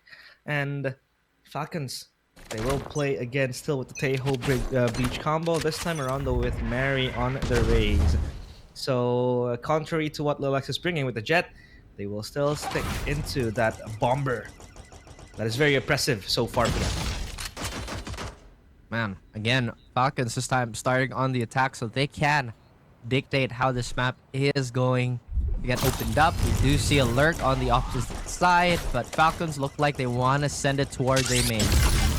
Yep, A main control against Teho. Oh, that's a very good combo, and Mary gets eaten alive, and that is what you want to see from Lilacs. These little mini games that they can bring, that combo with the Grafnet and the salvo finally connects Falcon down to one player, or rather down one player. Still have 4 beating. Because now they might change their course on towards the B side still. Just trying to lull down their footsteps. This will be their go-to signal to enter the site. Enery still just playing behind, lurking in the shadows. Syringy steps forward and a retake situation for Lilacs, but continue. This is her bullets, not for the second one though. The Falcons do come in, clutch for them. Alexi gets kill for herself.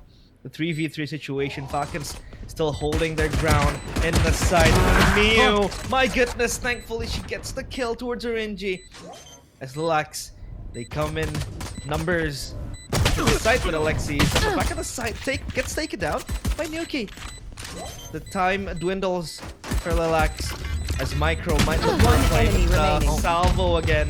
Just One disrupting enemy all the remaining. efforts. Lilacs to defuse the spike and Mad V goes mad with 2 kills. Falcons, perfect pistol round. Such a great recovery from, and honestly, great opener from Lilacs as well. Like you said, there's a lot of these like mini games that they would want to enforce, especially with such like a setup heavy comp with the deadlock alongside the Tejo. And One enemy remaining. you know, if it was a different team, if it was like a less practiced team, that is a really tilting play. Because now what do? Do you really want to force the issue and kind of run into like minimum 2 players, in that case 3? And if they keep repeating that play, that just actually forces Falcons to either play passive or take that space even quicker. That's actually what they want to really focus on, right? I mean, Lilacs, they had a very good start with the combos that they were able to fly in. And now Mary seems very relentless on pushing towards A site, or rather A main. She has full control of this proximity. There. And this is her neck of the woods, but look at that ping. She smells something fishy. Oh my god, Fanis! No way! She's unpunished though, she doesn't die! Escapes death by the skin of her teeth. And now Mad V, out of the side with Mary as well. A couple of kills. Fanis does come with the buck here, but doesn't connect towards Falcons. And Mary with the triple kill pays a very expensive price of dying in the first round.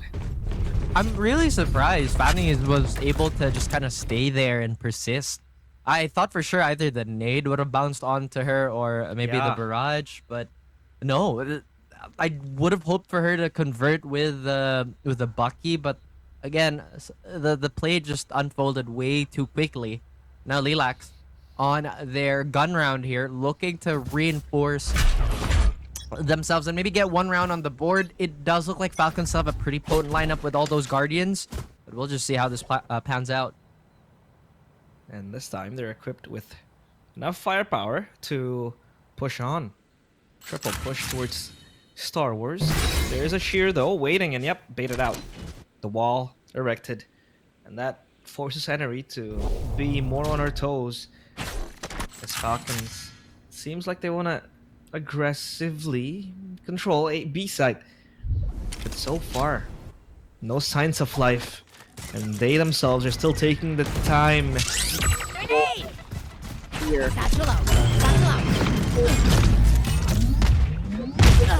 Salvo as well, just stepping her foot aggressively into the site. Fanis has to hold her ground on the backside, doesn't really get the kill. Her fingers tremble on the trigger. And Falcons, they mop up B side, planting the spike as well. This is their turn. Lilacs has to win it back. Spike They're already planted. taking so much chip damage too from beyond the smokes. RNG does get 1 on Alexi, but that's still 4 players remaining. It does look like this could be an exit call. They're too low and their economy is not too strong. So they'll fade out into the safety of the round. And once again, Falcons, they're just commanding the rhythm of the game here.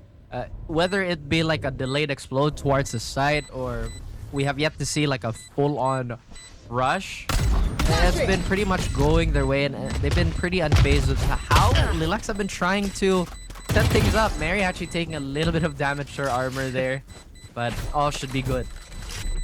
Mary was walking on eggshells, but she did not give a damn. She just was able to step foot on heaven, forces her way onto the salvo as well, and every other possible obstacles. But Lilacs, like you said, it seems like Falcons, they are not moved by what Lilacs are doing. I mean, the pistol round was a good example of that.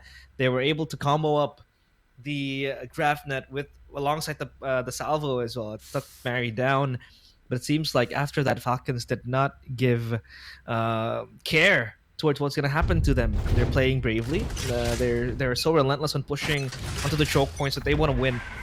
And Lilacs, now though, what do they do? And Neri gets Micro. Still with the Outlaw. This Vice is so vexatious. She takes the long way back with the Flying Fox, with the ropes. And now they rendezvous together.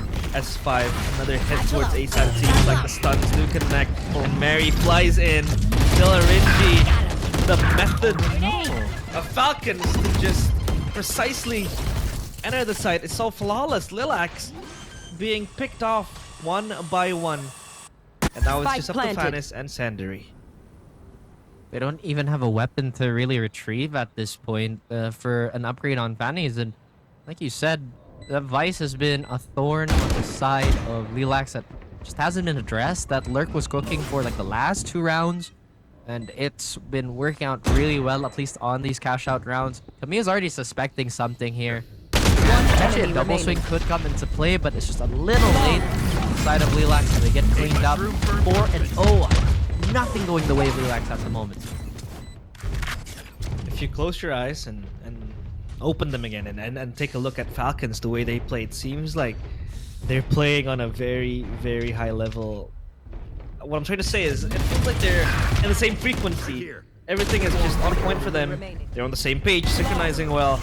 It seems like they're communicating through telepathy, and everything they do is so well targeted that Lilacs doesn't have to counterplay towards it. I mean, the stuns, the flashes, the missiles, just on point every time. Almost spotless for them to play with. And Lilacs, now they have to hold again with the same formation, 3-2, with 3 pushing on towards Arcade.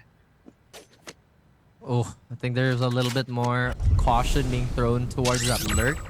They are sending out 2 players, but little do Lilacs know there's more than just a solo player here. Mary has revealed her weapon, but can't find one. Annihilation onto the side. Mary bounces her way in, and Fanny's still holding her ground. This might be where she shines the most. Spike 2 down kills. A.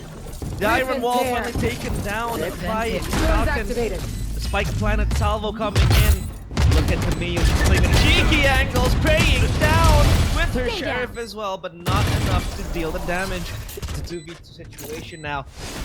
Falcons they hold. Yuki and Micro has to clutch this together in unison, but Henry is just dancing around. And Falcons, just know the Falcons take flight. Lilac still left in the open. Oh boy. It does look like this is becoming a bit of a problem for Lilacs. There was a lot of info being gathered for those first 3 rounds, but it's been played to perfection on the side of Falcons here. Like you said, it's been pretty spotless. They've been using this to deceive Lilacs for the most part on how they would want to approach the site. And it does look like they are 2 steps ahead for at least this map. Like we mentioned, this is a map that requires way more practice in comparison to like the more common maps. And Micro, reliable to land maybe 1 more shot here. Luckily though, she doesn't, and Matt just takes her away. Falcons, they're punching the clocks and taking names. Enemy remaining. It's just up to Fanny's now. She will make her way from the back from Arcade, and she does get caught by Alexi. And Falcons, they run away with 6 rounds to 0. Lilacs yet with a reply. And Falcons, if you give them an inch, they'll take a mile. They'll take a kilometer. And hell yeah. Seems like Falcons, they haven't even been breaking so much sweat. I mean, they still have their orbital strike. They still have the showstopper ready. And the Rolling Thunder, I think, 2 orbs away. By the way, I'm liking the new look of the UI. What do you think of the new UI, Raf? Actually, I was talking about this like a few weeks ago. I like how Barracks has been a lot more readable this time around. It's only been getting better. Yep. I think we went for like the radial one a few seasons ago. Yeah. But it wasn't so clear to see how many orbs we were missing. But this version is definitely one of my favorites. Yeah. So minimalistic as well. And it seems like back to the game we go. Nuki does have a stun in place to wait for Micro to maybe get a contact play. And Lilacs, they have 5 ultimates ready to be popped. As Mary will pop her own showstopper, and Vanis will be sent to her demise. Madvi as well following up quickly. As Falcon again, so much control. The threat unraveling though is Camille. Gets Nuki. And she might reaggress, but the drone is there to just incline her to push even One further. enemy remaining. Oh my god, what was that, Camille? No way! It's just up to her. She can't do much. But Camille, what was that? I have no words to say. Neither do I. I mean, we expect everybody to be sharp on the server. Lilacs trying to put up a fight towards Sand and maybe get a little bit of control towards Rope. But Camille just being One ridiculous. enemy remaining. What? Precision. That is a precision kill. The crosshair wasn't even near her head, but hey, you know, sometimes your opponent is just having a good game and Falcons are having hell of a series here. Flashing. I like that. Yeah, they're having more than a good day. They're having more than a good game. They're having a good day. And Mary, she's just running rampant into the site. This is her neighborhood. And Lilac, they have no idea. They're oblivious of Mary. Arinji isn't even expecting the second push. And Camille does take her down. Morgul strike at the ready. Zenary will enter towards a side.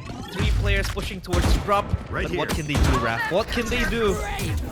That's a very good question here, but now they're checking in on those ultimates that they've had stored for a good minute. Spike is gonna go down. Lilacs will have difficult time, especially with this popping. I'm surprised it only got 1.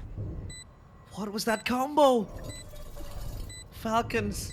So many tricks up their sleeve. One enemy A remaining. very, very long one at that. Camille gets Nuki. It's just Vanis. Having to take time and take a look at the dead bodies of her teammates. As Falcons, they evacuate the site and they will run back. Lilacs left behind with an 8-score line deficit.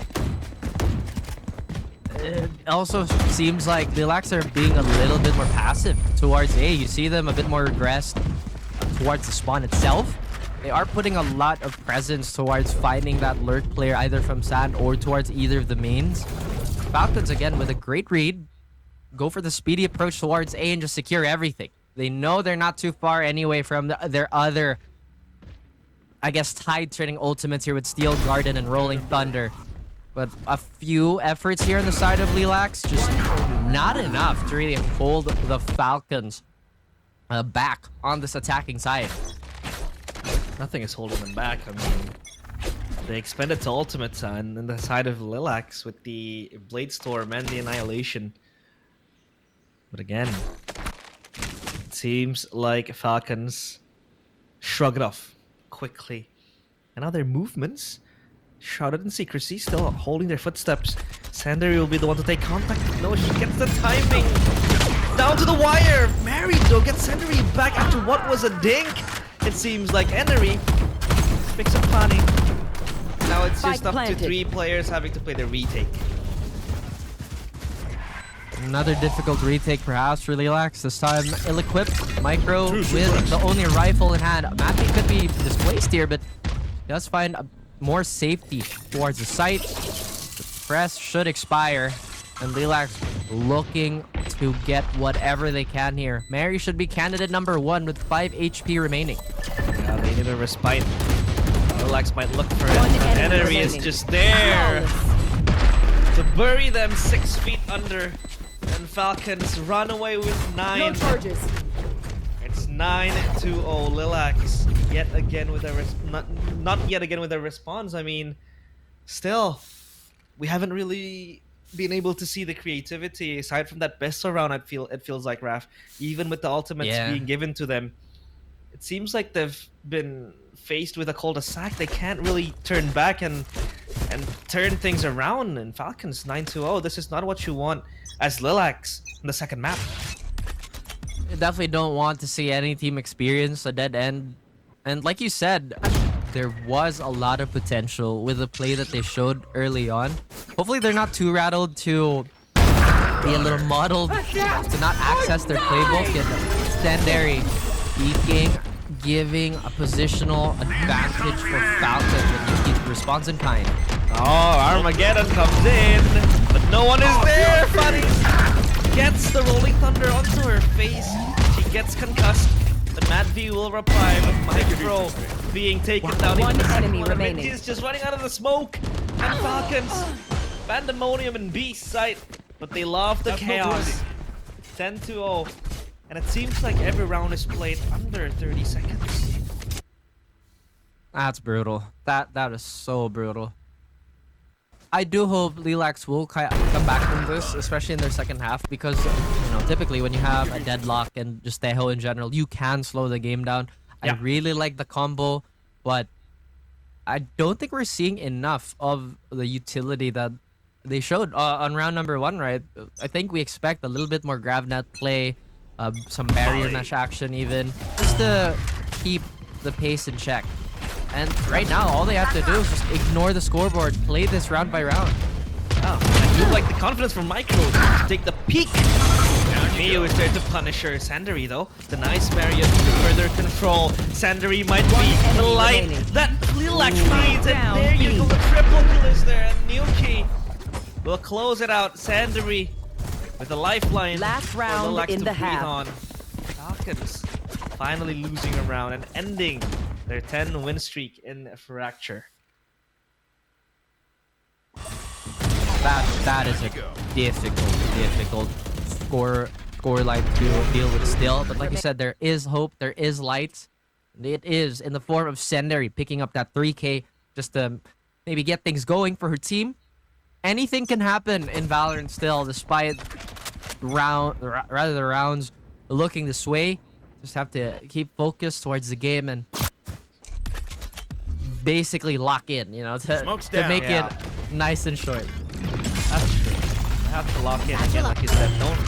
Don't care about the scoreboard. Just play your hearts out. Maybe you'll find a way.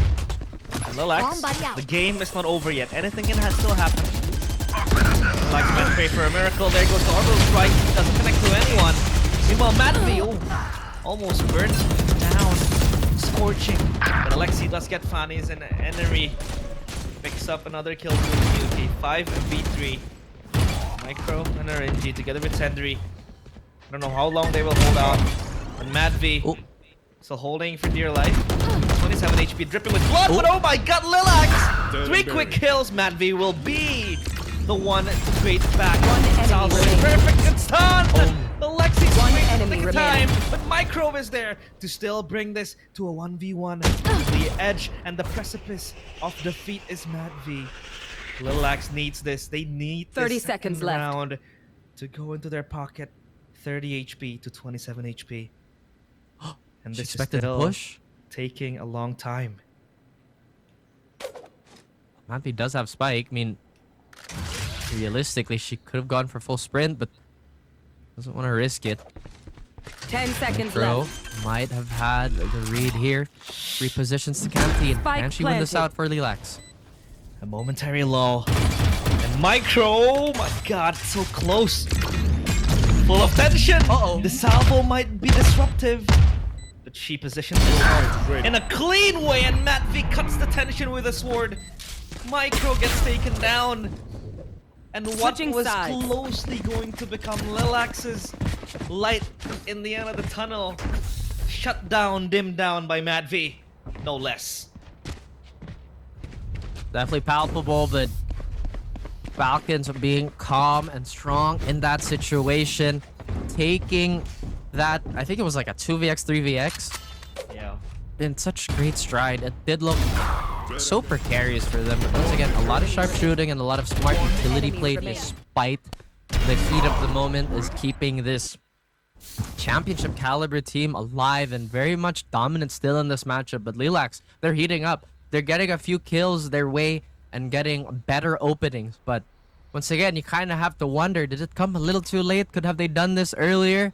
Either way, it's not an elimination game, so they do have a few more chances at life for their run. But Falcons are looking to get their first W out of the way already.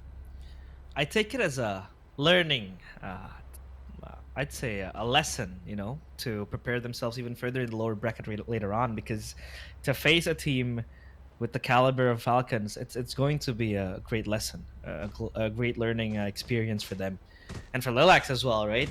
It seems like yes, they have been struggling to pick up rounds against Falcon, but hey, it's not the end of the day. It's not the end of it's not the end of your run in Game Changers yet, because you still have another life to go with in the lower brackets later on for Lilac. So yeah, take it as a learning time for them, a learning experience to maybe fix their mistakes, maximize what would be their last 2 rounds in this series, and maybe translate it into even greater insights. But for now, Lilacs, with the deadlock in the attacking side, I don't really see this as the oppressive composition you want to have. But when you can get into those post-plant positions with your barrier mesh, with your wall, that is where the deadlock becomes so effective in stopping the retakes happening. There's just so many roadblocks. Like you said, Falcons are so good at setting up all these obstacles for Lilacs, and it's not like they're even playing sloppy despite a lead that they've built for themselves. It's all been disciplined, it's all been tempered, and they've been really, really good at just playing their game no matter what. Typically, teams do overheat. Falcons, they are just way too experienced. Oh my god. Spike down B. This is One just enemy standing. a massacre in B site. It's just Vanis left alone. She was looking for the lurk, but where does she lurk when all 4 of her teammates are down? Flawless pistol round for Falcons. It's going to be a 12-1 scoreline. Lilacs, they have to pull out everything they have in their repertoire. Has to be more too. I mean, like you said it earlier, they were hinging on a lot of these tried and tested strategies that virtually everyone has seen at this point. And now they're maybe forced to be a little more creative. I definitely think they could do more with their utility. It does feel like a lot of these fights are happening without them expending everything they have. But that's so much easier said than done, especially against a team like Falcons, who've pretty much traveled the world and seen it all at this point. Yuki does land a good start, could follow up. They will, but Madvi push on towards Micro. As the stun is there to catch Nuki. Doesn't get stunned though, but still not able to escape death. As Falcons up 5 members, 2 down for Lilacs. The drone will reveal Vanis in Arcade. But what can Lilacs do? Or Lilacs rather. Henry will come to the base. Henry still there. Not ready. Pulling One enemy strong. The remaining. flash pop. It's just up to one player left. That is Senderi. That is fed to the Sharks, and Falcons take the series 2-0. Very ready for the camera. I feel like the Falcons are probably one of those like camera-ready teams. If Alexi's not first, it's usually like an area reacting. But wow, what a great showing by everybody here. It's just so hard to deny how much Falcons have grown too. We talked about how they've tempered themselves in comparison to previous iterations of the squad, and how they're still so good at not revealing their hand way too early. If anything, if you were looking at it, they were shuffling their strats very well. Either they'd play like a standard 2-1-2, and then on the next round they'd send a lurk just to play off rhythm. But wow, what a great start. Yeah, but it seems like as well, Falcons are still hiding their strategies, right? It's very hard to squeeze those out when you're hardly getting any rounds against them. So yeah, I think Falcons, one of the best things that can happen in this game as well is the fact that they don't really have to reveal their hands as of now. So still a lot of things hidden behind that cape, that green cape of theirs. But yeah, congratulations for Falcons. They advance into the next round with that 2-0 scoreline. But of course, we're gonna toss it back to the analyst desk to break down what happened.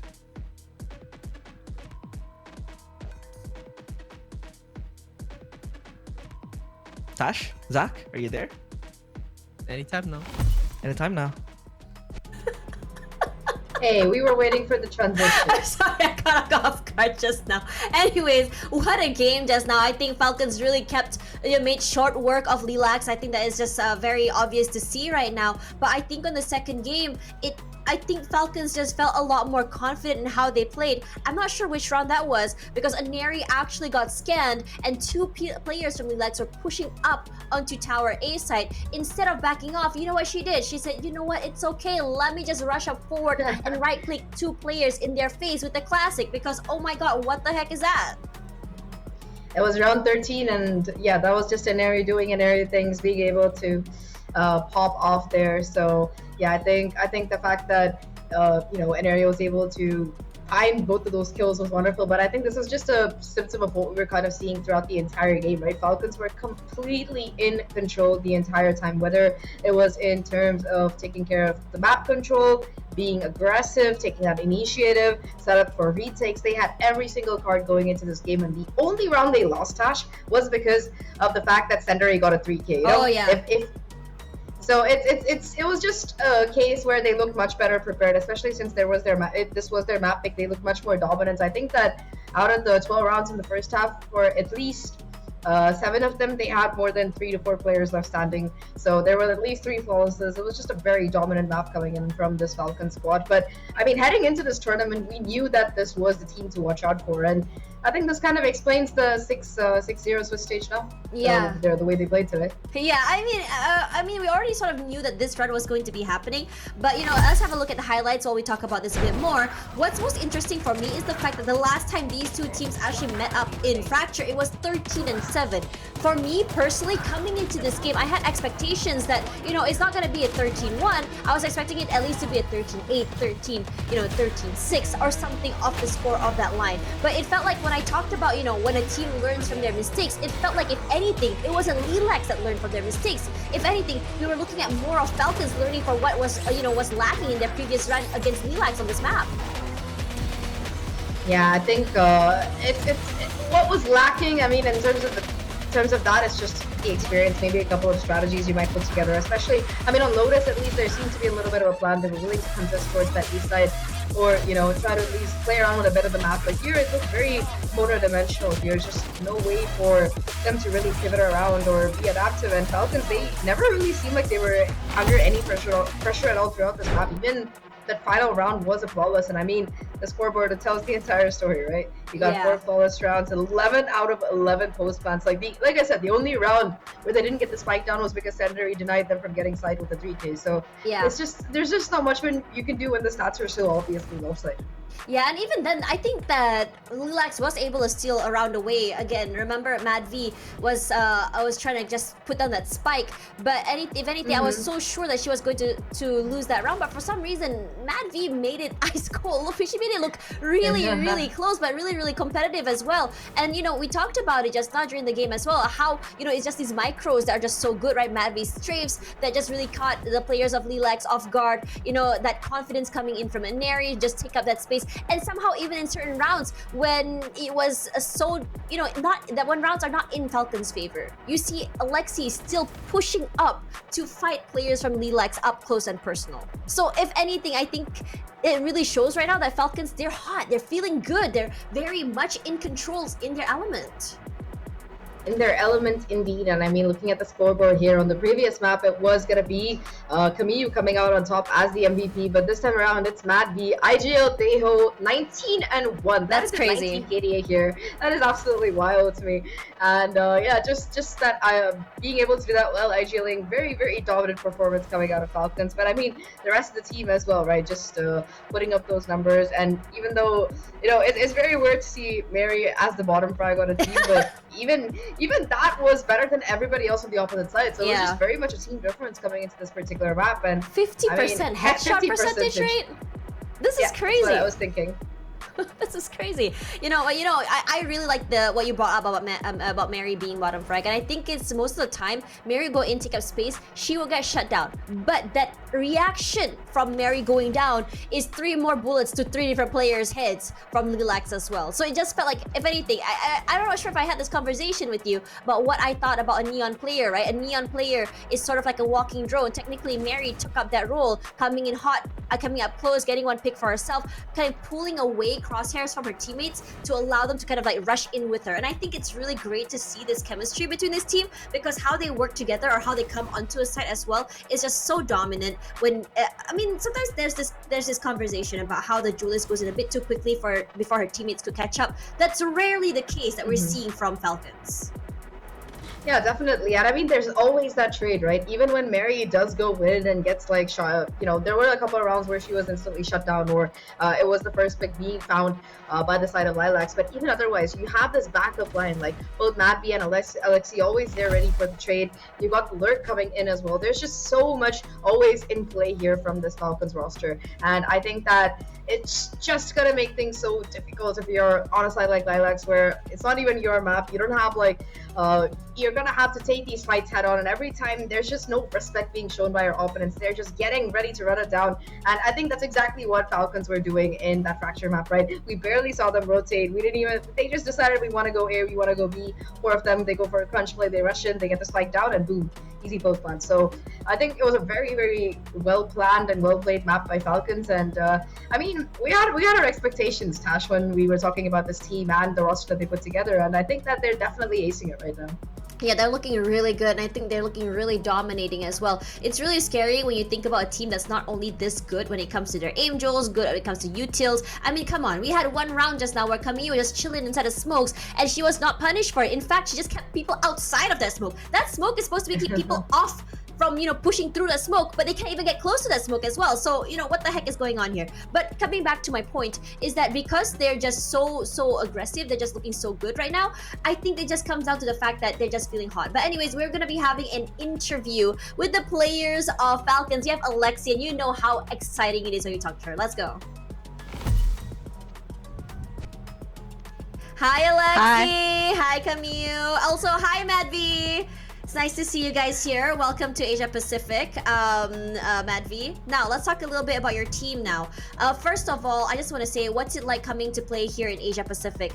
Is it hard for, 2 regions to play together? Was it hard to find that chemistry? Oh wait, is the question for Madvi? Anyone. Alexi, you know how this works. they asking how was the feeling playing in APAC server? She said it's very good and it's very fun here. Okay, so what about the chemistry? Was it so different playing in a different server outside of EMEA? Like, I mean, for you, Alexi, I mean, you're from W Gaming Land, and then, from EMEA is more of like strats, set plays. What's it like? For me, I promised myself after the champs last year that I want to try something new, because for the past 2 years we've been playing for like just aim duels, I want to see, like, I want people to see that APAC can do strategic plays also. So it's a good addition for us, and also like the coach way of teaching is very, very good. All right, Zach, do you have a question? Yes, hello Alexi, it's nice to see you again. Firstly, congrats on the win today, guys. Really dominant show here. I was just curious, so Madvi is currently IGLing for this team, and you used to be in that IGL position as well. So how does it work right now with all the different experience that you guys have together? How does it kind of work?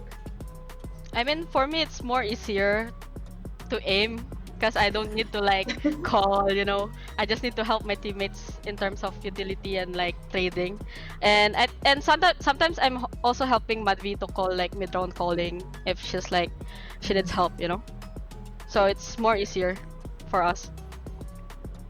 Okay, I love that. Okay, thank you so much, guys, for the interview, and congratulations on your win here in playoffs. Hoping to see more from you guys. So see you later. Bye. What do you think there? Mid-round calling from Alexi? Honestly, I'm not surprised by this news. No, I think it makes a lot of sense because when you do have that additional bit of experience right there, having someone as a second IGL ready to step up and provide that additional bit of insight, take a little bit of the load off of Matt B's shoulders. I mean, you heard it from Alexi. She's happy to just chill in point and shoot, but it's always nice to have that additional resource available if necessary. I think that this Falcons roster has that perfect blend, like Alexi was saying, right? You've got that, you have that aim already. I think that at this point, Alexi and Aneri have proven themselves year after year in terms of them having that raw fragging potential. But you also want to be sure that you've got the strategy into play, and it seems like that merge of regions, getting these two EMEA players in here, is exactly what we needed. And I'm very, very excited to see how this tournament plays out. Yeah, I'm super excited for that as well. Well, that will be the end. A 2-0, very dominant here. Both 13-1, 13-1 by Falcons against Lilacs. Now, coming into the next one is going to be another interesting game, and we're going to be looking at precision, power, quickness versus Ascent. So do not go anywhere. This is Valorant Game Changer Southeast Asia.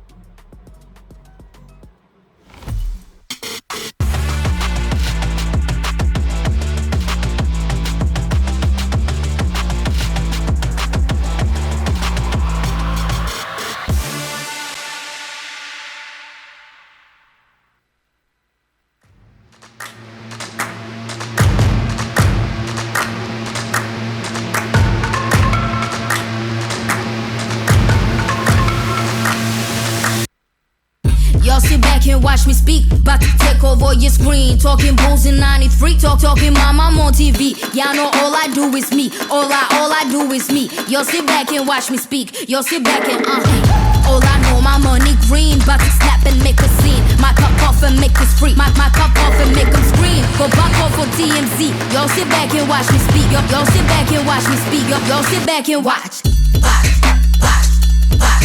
Watch me. Watch me. Watch me.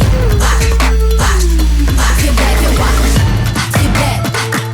Sit back. Sit back. Sit back. Money long, nothing on credit. I got style, don't catch no feelings. All this bread ain't got no lettuce. I got style, don't catch no feelings. Watch me. Watch me. Sit back and watch. Sit back and watch. Sit back and watch. If it ain't got style, I ain't with it. I ain't with it. If it ain't got style, I ain't with it. Look. If it ain't got style, I ain't with it.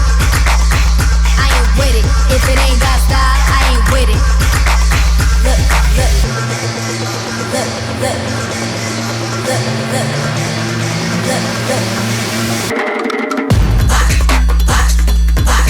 Watch me. Sit back and watch. Watch me. Sit back. Sit back. Watch me. Sit back and watch.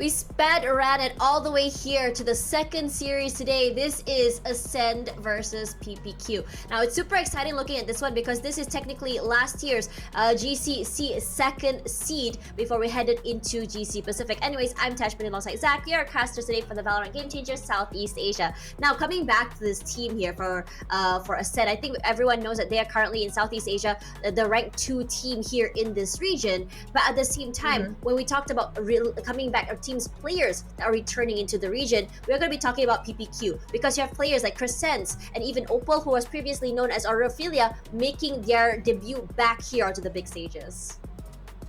Yeah, definitely. I think let's talk about Crescents and Co here first, right? PPQ, a team that has some familiar names. I think Samfire was playing as well over the last couple of years, a very popular Singaporean player, along with Aureophilia under the name Opal and Crescents. But then you also got Sleepy Keiki and Bear, who are those rookie players that we were talking about. So this team, it has that mix of experienced talent and newer players coming up here. And it's on the opposite side, you do similarly have this very veteran squad here. We were talking about it in that first opening pre-show there, Tash, about how Sisu, they narrowly missed off on qualifying for the Game Changers Championship, and it was a very, very close game as well. So a little bit of a heartbreaking case for them. But the good news is that now they have an org. Yeah, because I think that this org was a long time coming as well. I think they were looking for an org for quite a long time. And if you look at Ascend, I think I'm going to just put a little bit more emphasis on Ascend here for a bit. I think for Ascend, one thing that I really noticed about this team in particular, since I would say they're showing here on the big stages, was it what Aurora? It was Aurora something previously, right?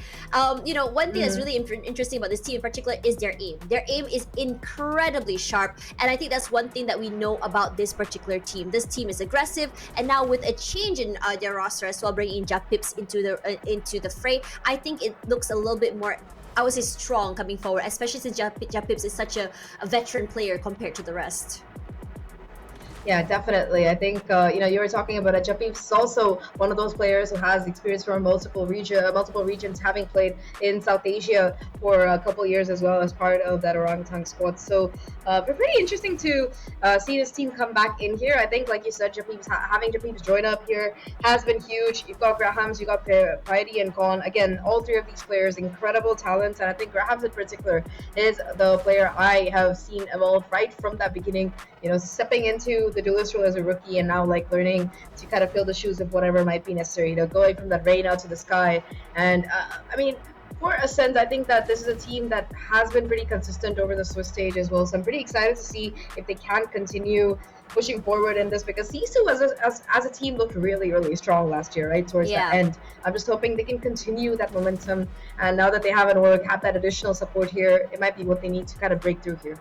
I know, coming into a PPQ now, this is a full Indonesian team, and you know what, it's really interesting coming forward. I think we talked a lot about how Aureophilia was, and Crescents were the more, I would say, veteran players, but the IGL is cast. So personally for me, I haven't really heard a lot about this player as an IGL, but there has to be a reason why they chose her as the IGL itself. So I'm looking forward to see what they have to offer. But anyways, fun facts about this team in particular. I love that we have a fun fact sheet about this team. Apparently, Sleepy Keiki is playing with the broken mouse.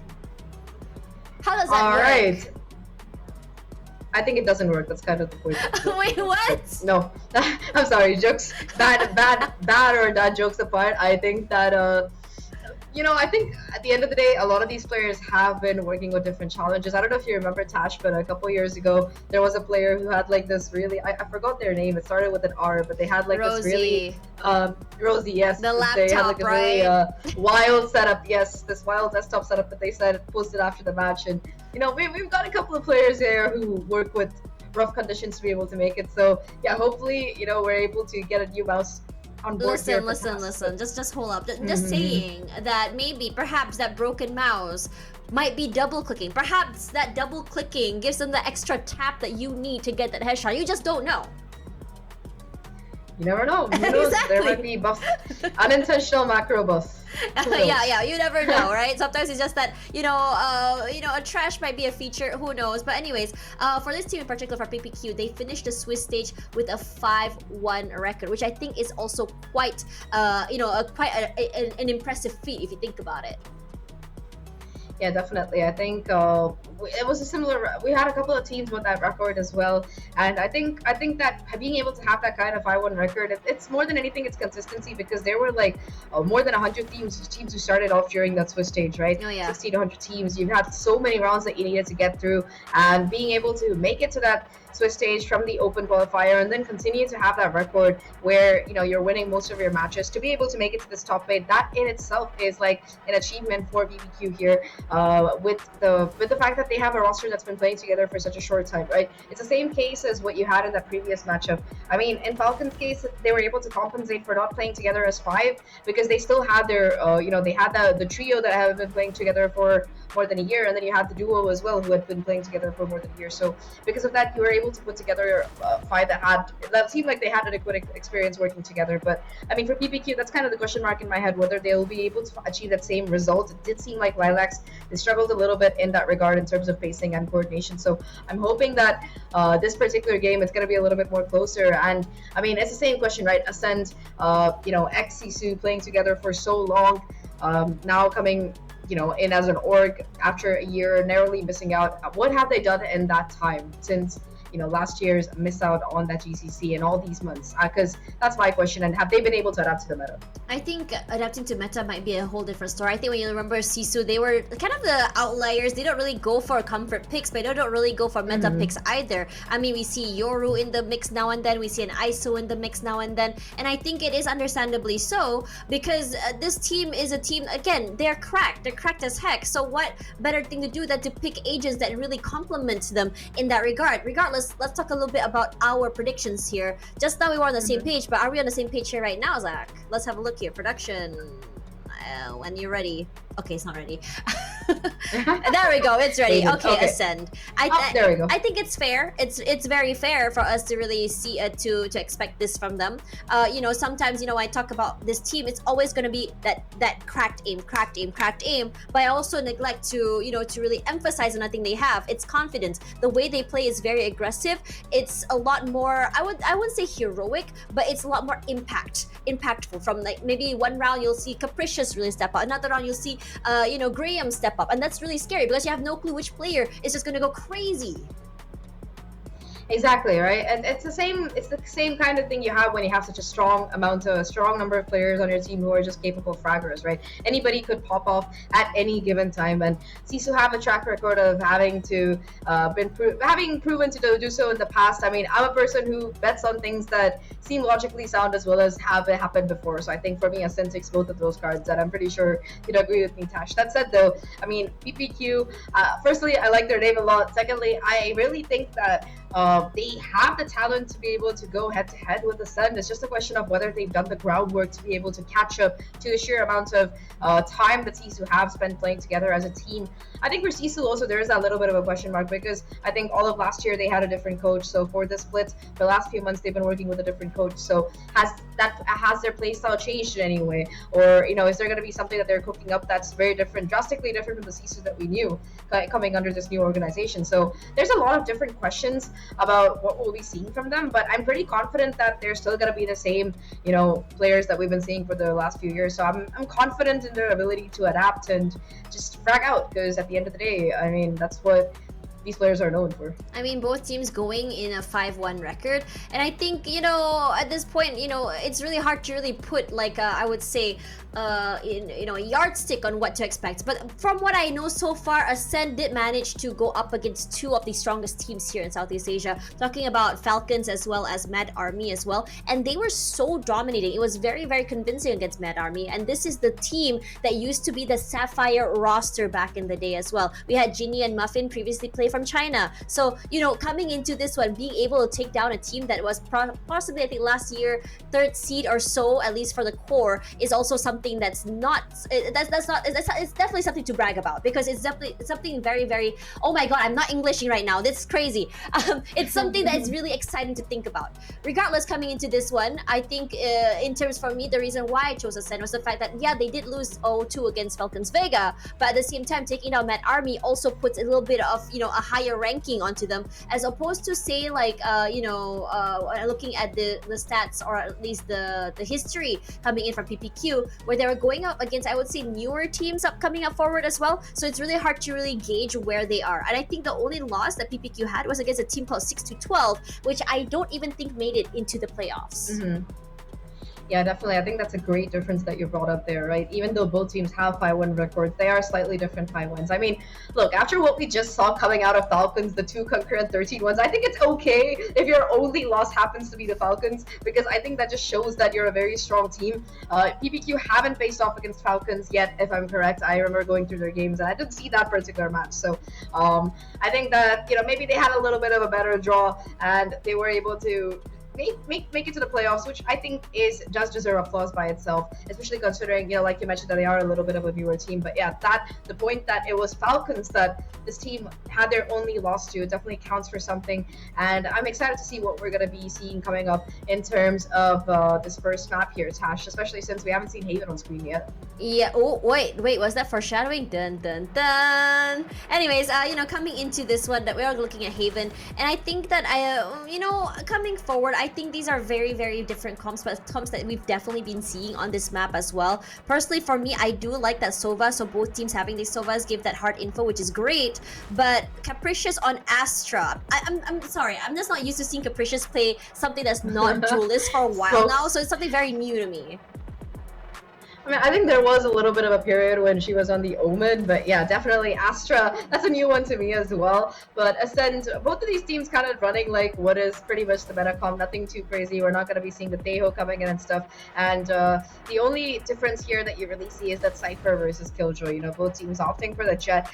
Grahams versus Sleepy Cakey, that should be a fun one to watch. But for me, at least, the real question is which breach is going to be coming out with more assists. Is it going to be Japeeps or Sapphire? Because both of them have a lot of experience playing in that support role, and I think Japeeps in particular, I've seen some nasty close over breach, and I would not want to be on the other side.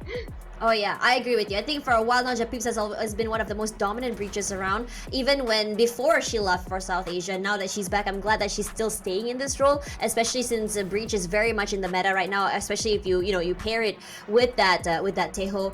But coming into this one in particular, for me personally, while a Killjoy is very, very dominant when it comes to those retakes, the lockdown is really, really good. But for me, the Cypher will be the game changer here, especially when it comes to just taking up space. You can have one single Cypher holding on a site and play off the util, suddenly 3 players gone. So let's see whether or not that's going to be the case here, because as we go into this game. Now, I think that's also really, while these players, again, when you look at both teams here, both teams have a lot of players with a lot of history, but at the same time, it's still very, very much new lineups coming up forward as well. So, we talked about a lot of team chemistry. I think Falcons really, really was able to show us what they're able to do in such a short amount of time together. But at the same time, I think for Ascend, I think they announced Japeeps quite some time back. So while the teams, not everyone is playing at the same place, I think for sure they have been practicing a lot. Yeah, and I think especially with Haven being a map that you are already historically going to be super familiar with, I think that hopefully they have had a lot of strats cooking, because I, for one, am very excited to see where this matchup takes us. I expect it to be, I don't expect the 13-1 results coming through, but I am excited to see who is going to be coming out on top. Either way, though, I do hear a call from Production Tash. It's time for us to say goodbye for now and throw it over to our wonderful casters for today, Raf and Realize. Welcome back, ladies and gents. We are now at the second series of the day. In my mind, it is looking as exciting as ever. Thank you for the wonderful toss, by the way. It is, yes, Raph, and that handsome stud over there. Realize. It's there, okay. Realize, yes. I'm here. Double R's. I think that's going to be this duo name. We do need a name because I think we're going to debut our album very, very soon with that Stratocaster behind us. Like Raph said, no. There you go. The guitar is always very ready. We're both musicians, so that's very nice. But yeah, we're gonna go and enter the second series of the day. It is going to be Team PPQ coming up against Ascend. And this team, by the way, for Team PPQ, this is a team that is going to make me a little bit excited, perhaps, because it's been quite a while since I've seen a full Indonesian lineup. And of course, I'm Indonesian.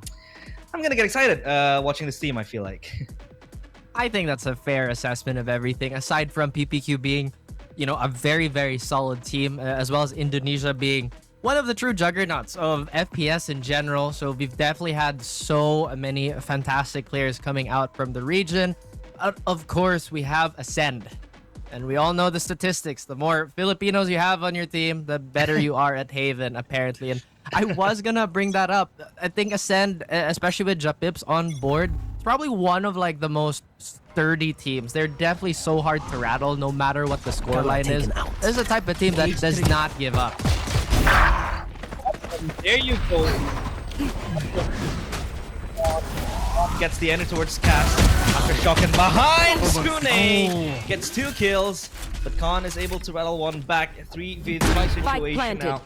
The retake for Team PPQ. There's Oreophilia. Samfire also close in the distance. Sleepy Cake as well with the broken mouse. What can she do with those double clicks and maybe broken optical sensors? As Khan is down to low HP. One Sleepy enemy Cake enters the remaining. site, but Japips and Piety able to pull 2 together as Khan picks up the triple kill. PPQ lose their pistol round. Really aggressive start too. You saw that swing out towards C long there, but unfortunately Ascend was just a little too committed trying to take that route. Shune did attempt to go for a pretty solid hold at that. But like you said, there's just too many players on the site, and there were just too many duels going the way of Ascend. And I think this is telling of how the game is gonna go. Sure, it's going to still have the strategy, but it's going to be pretty brawly. It's going to be a lot of scrappy fights just for the pistols. But PPQ, despite everything, go for a really, really reserved buy here. Yeah, very reserved. And taking it to account as well, how Ascend approached this in a much more reserved way as well. Very pacifist, because they know they don't need to rush into the classics and the ecos that PPQ is playing and dealing with in this round. Oreophilia almost getting a kill, but Sleepy Keiki is able to pull one back with the classic. That's a very nice skill to have in such a dire situation. Now dashing into the site as Grahams. The spike is going to be planted. Ascend might be able to hold their ground to the side with the superior weapons. They come raining in with the bullets towards PPQ. Samfire pulls one back, but still, Ascend 2-0. Really fast rounds here, despite trying to scout out info early on. PPQ and Ascend, obviously they have an agreement on how they want the match to unfold. A lot of just standoffish approaches. PPQ on their buy round, I believe. So Ascend does have the responsibility, at least to try and convert this. They did get quite hurt in those few exchanges. If anything, these Guardians could pose a bit of a threat, but at the moment, we're waiting for PPQ to throw out a little bit more utility this time around. And Ascend, a quick change in tempo. They were going C previously now, and then previously again it's A site. Now they want to go towards the B site. This fortress of Samfire, who has to collapse, and from the stun that was brought upon by Grahams as well. Now Ascend, as easy as flipping the palm of their hands, they have control of B site, but from behind is Sleepy Keiki lingering around. Are they aware of this flank? 2 quick kills from PPQ, but Piety able to spot Sleepy Keiki. Falls to her death, but XYune is able to pop the neural theft. 1v2. enemy Reveal. remaining. And a tap from Piety is so sweet. XYune is ready, and Piety Focus for a second. the triple kill. And a public beheading of the 2 members of PPQ is in display. Ascend 3-0. So clean on those final exchanges as Piety, and really letting her team just use her as a solid rock to be reliable. One And enemy remaining. now One enemy PPQ, despite a pretty roaring start to that round, get cut down yet again off a massive 3K. They do have Hunter's Fury available on console. If there's going to be a fast take, they could use that to supplement it or maybe save it for the retake. But does look like it's going to be a pretty decent default round on everybody here. Or as I say that, PPQ walk up. Yeah, they do. Not even walking anymore. They're rushing and strutting into the base of Ascend, but they are more than prepared. Japips able to behead and decimate Sleepy Keiki again. The duelist gone. And now Cass, formerly Crescents, playing in the Omen, wanted to go for the rotation up towards A site. Exune, Sheriff in hand. Hand cannon. Spike planted. Still too many to deal with. Con flying around with the guillotine in her hand. The stun to discourage Cass from pushing up front. The shoulders there. Cass is aware of the flank. Capricious gone. Vandal collected. 4v3 still very hard for the retake. I was a little scared there for Oreo. It did look like she could have gotten caught out by the E, but once again, this post plan is going to hold strong. Cass has something to say, but it is unheard as Piety will once again close it out for Ascend. That's 4-0 now.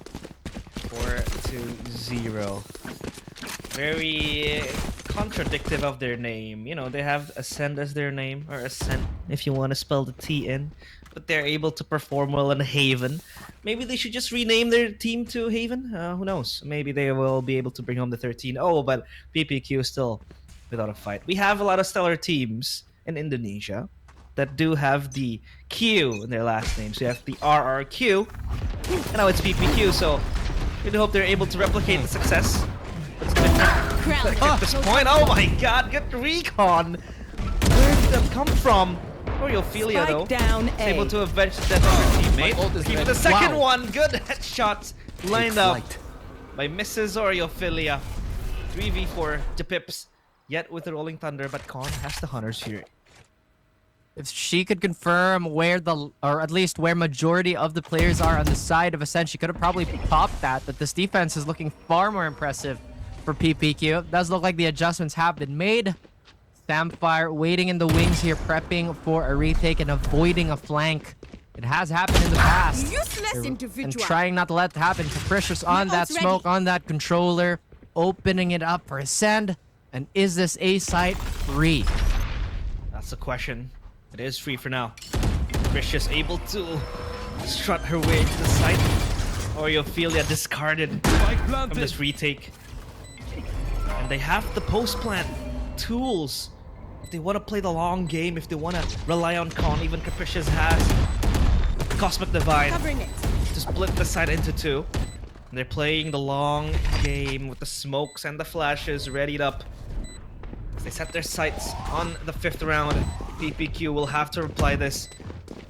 Marching into the site, slowly but surely, Cass exposed on Graffiti. Is Capricious with the triple kill, and Japips will be the last player in line to close the round, not even needing the Hunter's Fury to get the Cosmic Divide and Ascend at 5-0.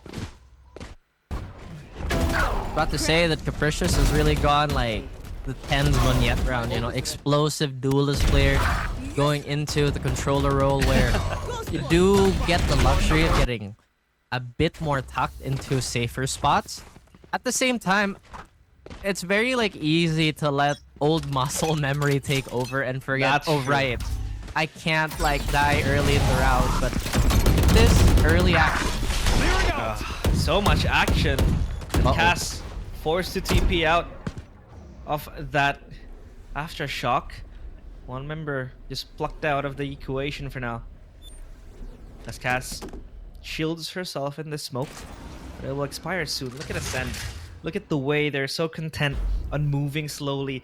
Giving up control early on in this round is okay. As long as they can explode into sight, this will just aggravate things for PPQ. And Con will regroup with her teammates. Seems like C-sites, or rather C-site is in their sights. As of now, as PPQ will wrap around from behind. The trap will catch Grahams, but it's not going to be a problem as no one is going to follow up that trap. Lucky for Ascend here, they have a lot of control towards C. And PPQ, despite the disadvantage rather in the numbers, they still have a few ults. I doubt that they're going to use it though. They're probably going to try and hurt the economy as much as they can. But Piety has been on fire. This could be unfortunate timing for her. Dink as well connecting towards Con. Hunter's Fury might be used for now, but no. They will still hold it.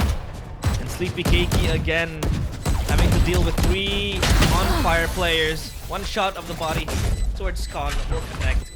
No more than Ascend 6-0. Come on! And it Get me feels in the like a line of replay fire. of series number 1. With this advantage that they have, PPQ struggling to, cement themselves into the game, and now they might have that, momentum with them with 4 ultimates. But how do you come back from a 6-round deficit? And by the way, a timeout being called, which we didn't see at all in series number 1.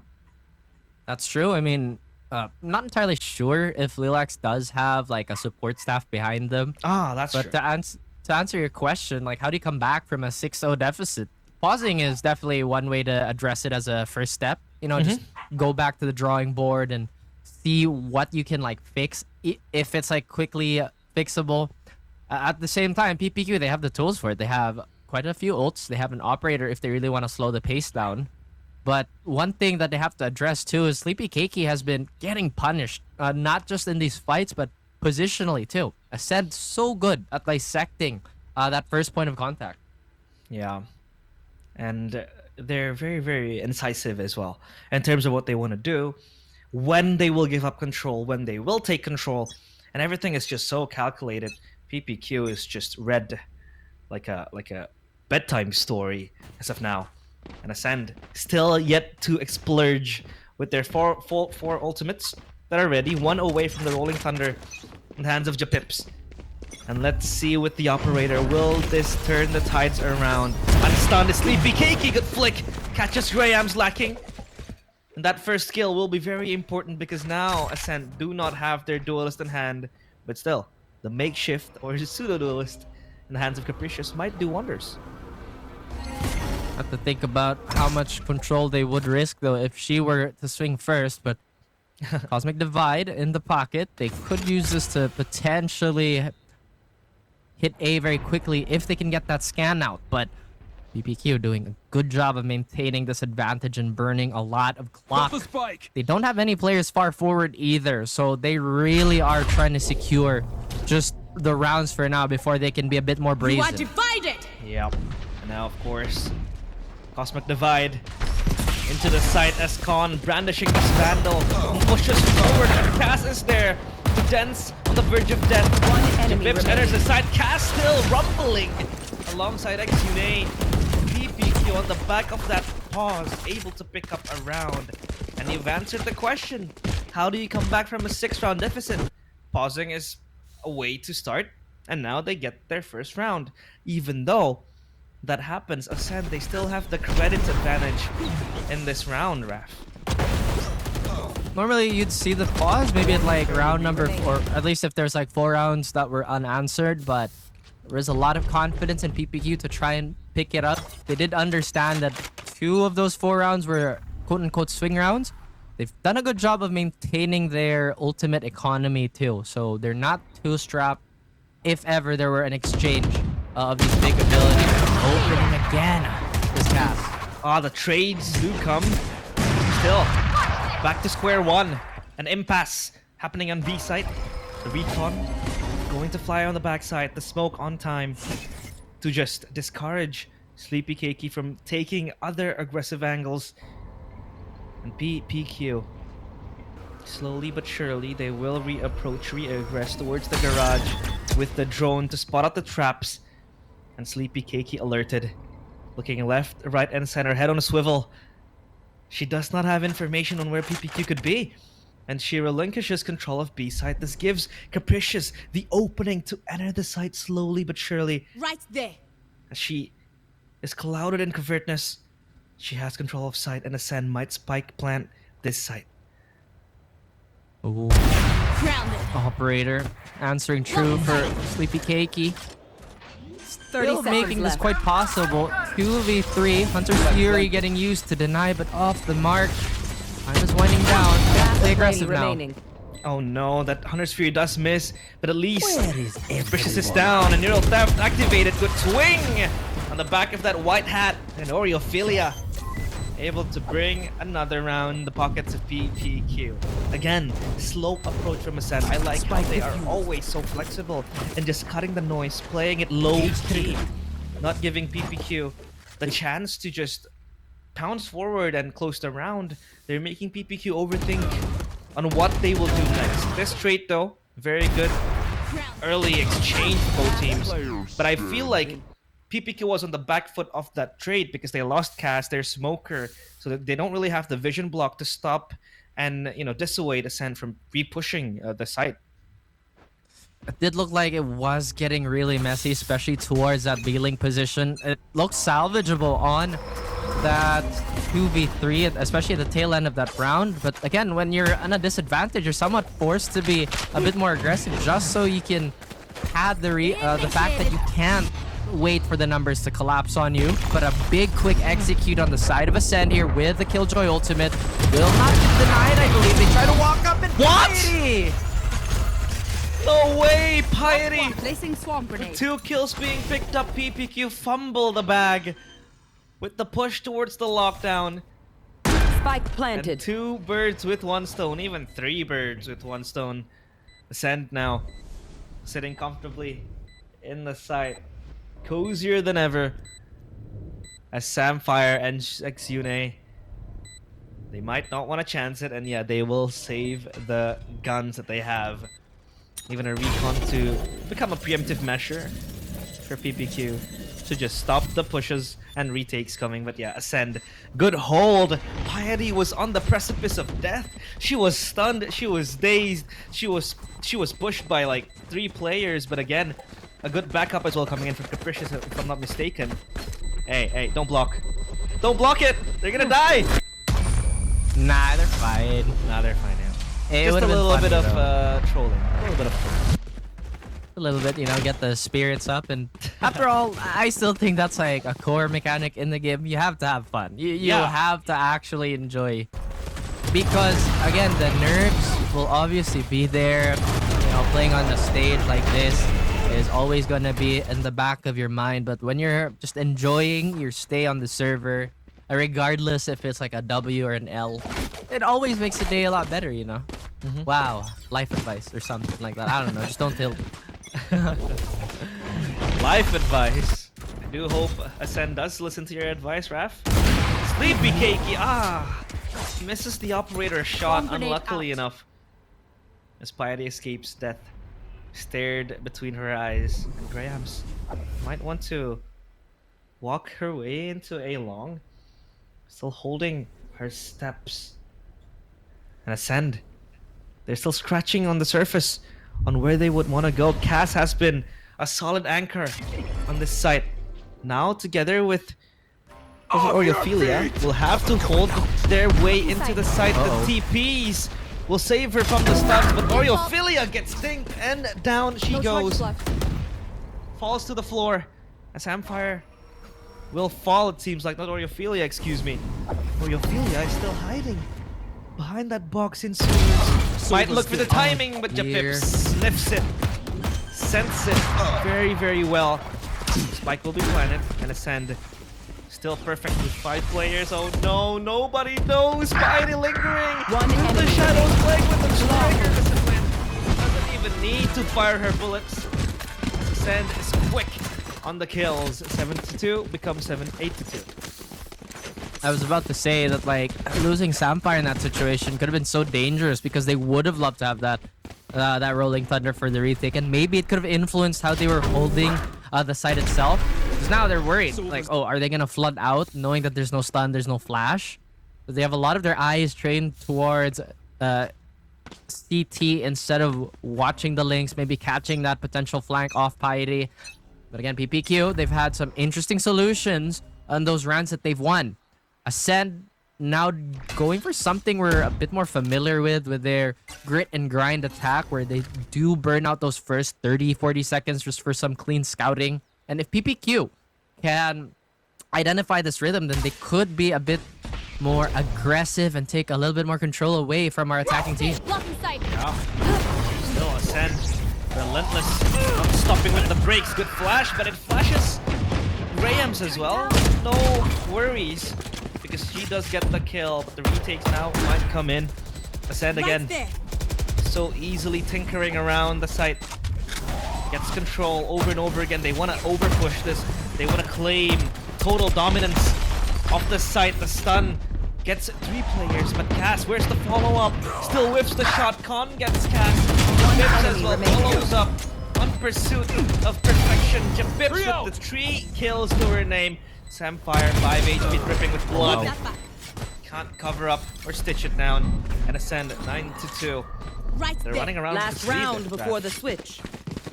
That they are, and you know, it's thanks to, aside from these very, very confident hits towards the site, regardless of the rhythm, they've been catching PPQ on transitional like movements. So it does become very awkward if you're the retaker here. They don't have an opportunity to use the Rolling Thunder alongside proper support. They are still going to have a few more buys, I believe maybe 2, including this one, moving forward, but they can't let this lead build up too much for Ascend. Yes, it's been, what, 7-round difference, but it's been feeling more competitive than the scoreboard would tell you, or at least for some of these rounds. They found my way. Still competitive, regardless of the scoreboard. Honest there. So just usher Grams into the site. The swarms come in. The spike will be planted. Smokes left and right. Sune will get the kill for Capricious. Sprays down for the second one, but Con able to run and bring one to her enemy grave. remaining. As Ophelia will Spike spray down, down the C. players of PPQ. Or rather, if and Con has to clutch this. Impossible. Cass gets the last round in the first half. 9-3. Switching sides. Again, the question becomes, will this be the classic 9-3 curse? Actually, my math was wrong. I thought that was the like 2 rounds before halftime. So now that makes me ask, why didn't they go for the up? I mean, sure, they had a few missteps with it in the early rounds, but it was almost enough to dissuade like Ascend from just kind of charging in. But now PPQ on the responsibility of working this stronger side. We talked about it time and time again. Haven, a notoriously attacker-sided, but Ascend, have they built enough of a cushion to comfortably cruise to the finish line, or at least for map 1? I mean, 7-round margin is more than a cushion, I feel like. But again, you know, things could slip off. Haven, a lot of debates going on whether or not is this attacker-sided map or a defender-sided map. But with this composition, I do see from PPQ, it feels like on attack, this can be very, very strong as well. You know, with the breach, with the Omen flashes as well coming in. And then the Sova might do a lot of, you know, technical work on the recons and that. So, yeah, we are yet to see how PPQ will function on the attacker side. And I believe, if we're talking about Ascend, at least with the Killjoy, they have much more retake potential, right? You have the Lockdown, you have the Hunter's Fury later on, the Rolling Thunder as well, compared to Exune, who on attacker side did not have the privileges or the lavishness of that Lockdown as a Cypher.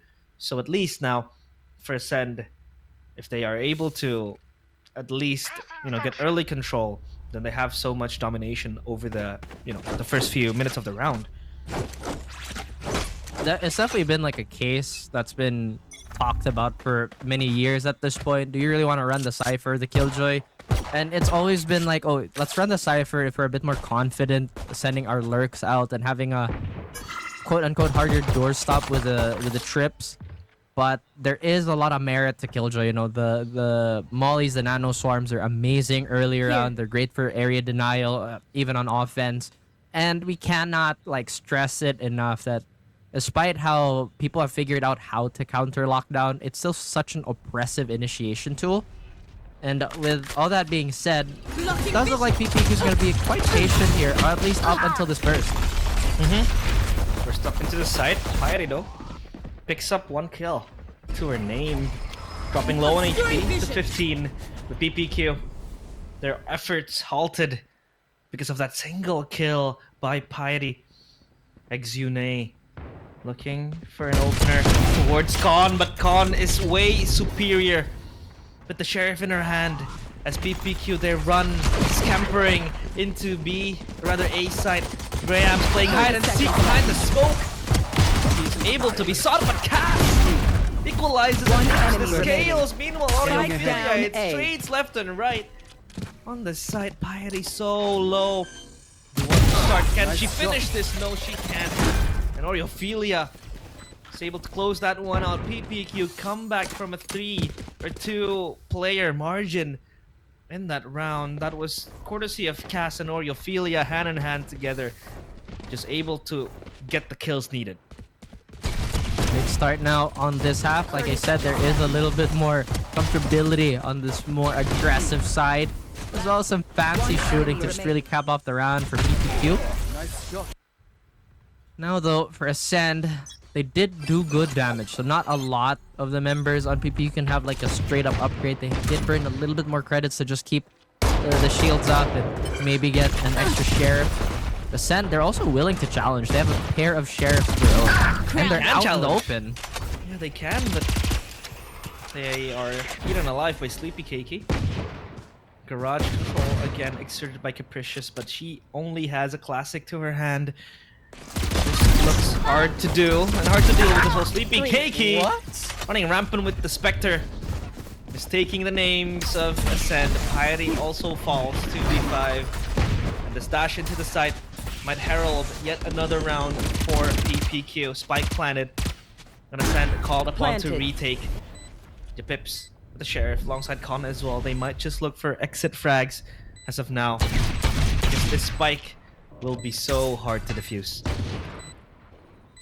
That drone actually saved, I believe, it was Sleepy Kiki's life there on that swing. But now Con trying to be shooter. Just too much firepower in front of the set. But like I said, this was an eco round. Now PPQ looking to do the same. They want to go for a potential 6-0 opener. And what do they have in the bag here? They're not looking too great on the economy, I believe. At most, they're gonna have half armor and some vandals if the math does add up. They're gonna be missing some pieces of utility that could hurt their mid round, or unless they go for like a full contact play here. Yeah. A full contact play does sound very, very nice, but I feel like Ascend will try to control this. Yeah, you can see Rams running and rushing over towards sewers. Oh, an exchange of bullets without any victors whatsoever. It's PPQ. They will re-aggress towards long.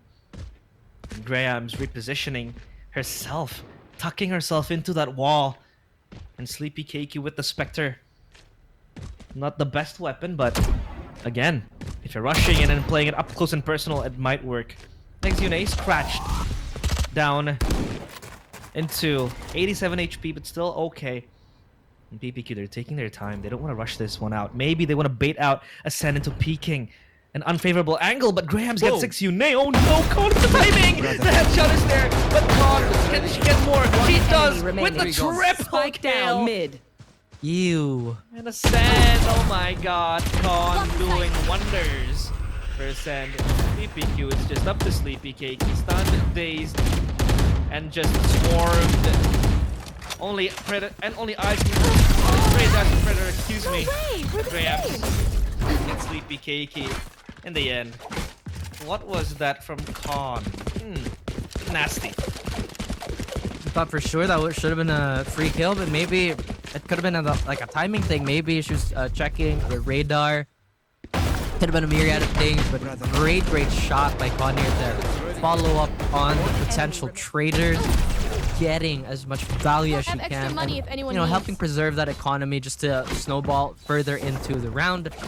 Ascend, I think statistically they're better on defense if I remember the numbers correctly. So PPQ, they'll have to put in a little bit more elbow grease just to get this side going. But Hunter's Fury already tags one. Will it find one on the third ball? No, it's just a tag. Only a tag. And the injury apprehended towards Sleepy Keiki, and Cass prepares herself for a smoke towards heaven. It seems like PPQ, they want to come barging into the 8 side. Con is more than ready, but oh! She gets taken down. But Piety is good enough with the swarm to get the kill. Piety, oh my god, what a recon that was! They sense her out! And they take her down. 3v4, PPQ. This plant will go down, Ophelia. With the drone to scout out information. And Grahams will re-peek onto the base, or rather spawn. Capricious trying to smoke, juggles around. Positions, Graham stashes in, good stun! But where's the follow-up? Exune! But but it enemy won't matter for her. Wait a moment. Sapphire saves the that's- lives of PPQ. Capricious was saving Grace, not for long. And Sapphire with the classic, the good old classic, gives PPQ their 6th round. I'm not sure if Jipip still had an extra flash there. I think they burnt one on the entry, but I thought for sure with that spray, it could have been the round for Ascend. And right now, it does look like this is really, really challenging for them to hold. PPQ is doing a good job of maybe spreading out all of the pressure, so Ascend can't go for like a confident stack. They are gonna go on a pretty shaky buy here. Con will have to be the sacrificial lamb in terms of eco, sheriff, and full armor, while Graham, operator, and no armor, but will already find a pick to her name. Send strong start. Last cannon from Grams. What a showing. Full confidence with this operator when her other teammates are only settling in with the rifles and even a single sheriff in the Right hands here. of Con. The PPQ. They're still trying to grab information. So slow from the approach. Piety ready to strengthen Garage alongside Capricious as well in the windows. Cass will flash in. The stun as well connects. The Piety swings to no avail. Because PPQ, they're aware of the set plays happening. Recon expended and splurge into Garage. PPQ, they still want control of that Garage area. Meanwhile, shifting their sights onto B. And this B site looks very enticing for them. It is enticing, but it could be a trap set 30 by seconds Set. left. They do have the utility to shoo them away. It is 3v5 now as Capricious takes one, but Samfire trying her best to reply. Capricious still undiscovered. Utility will slow her down just a little bit, but a dink is gonna knock player standing. Ophelia a few notches and will get finished off. But remember, Grahams has no armor here. A few shots could be the end. 10 All they have to do is seconds delay. left. They don't have the spike. She runs over and able to plant the spike. Rolling Thunder. And now Samfire has the Rolling Thunder as well, waving a huge flag saying, "Come and get me." And Ascend will be on the chase. Rolling Thunder forces Ascend to evacuate. No stun connects. And Samfire will play this cheeky angle in graffiti. 1, 2, 3, 4. Samfire collects all 4 for herself. And PPQ saved by Samfire. Their guardian angel. As Lady Luck gives her a thumbs up. Ascend lose a round. What a great clutch by Sapphire here. It did look like it could have been potentially unsalvageable, but a few quick kills and great decision making all around keeps this really competitive for PPQ. I thought for sure she was gonna pop the Rolling Thunder just to get an early swing on towards A link or towards CT. But again, Patience has won out that round for her. And Ascend, they look to respond in kind. They pop blades. That's about all the firepower they have here. Here. Patience is a virtue, and PPQ again with full enough patience to hold the push. Coming in from Ascend, Grahams. Hiding in this Here. pocket. In pocket rather, with the Blade Storm ready. And look at PPQ, they're not pushed up yet. They know that Ascend might just overstay their welcome in C-Long. And they want to change and shift their perspective. A side, it seems like that will be attacked by PPQ. Capricious, look at that bravery to go for the peak and get the head of Exune. And now backup arrives, but it's just one player to help Capricious clean up the site. PPK shifting left and right. Cass gets Piety, but where's Capricious? Still hiding in the shadows. Just trying to blanket herself behind the smoke. And Sleepy Cakey misses all the blades! What? But thankfully Cass is there to cover up for her mistakes. 4v3. Stun is good, but Vampire has one aftershock. Grahams with the Blade Storm. Too many things happening. Utter chaos and upheaval inside. Grahams gets the 3 kills and Ascend. 11th heaven for them. But what was that round? PPQ, they falter in the last stretch.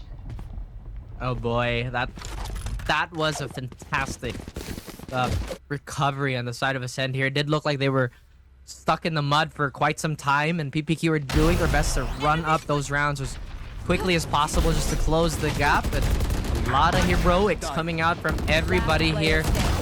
Grabs to finish it off with a quick reaction on already a low, I believe it's Oriophila on that last few seconds. But still, what they have to worry about is that PPQ, aside from the pause, they do have a decent armory to work with here. Sure, Sleepy Kiki won't have an extra Vandal in hand, but we just saw a win off the back of a weaker buy. PPQ could have the same exact idea here. Yeah.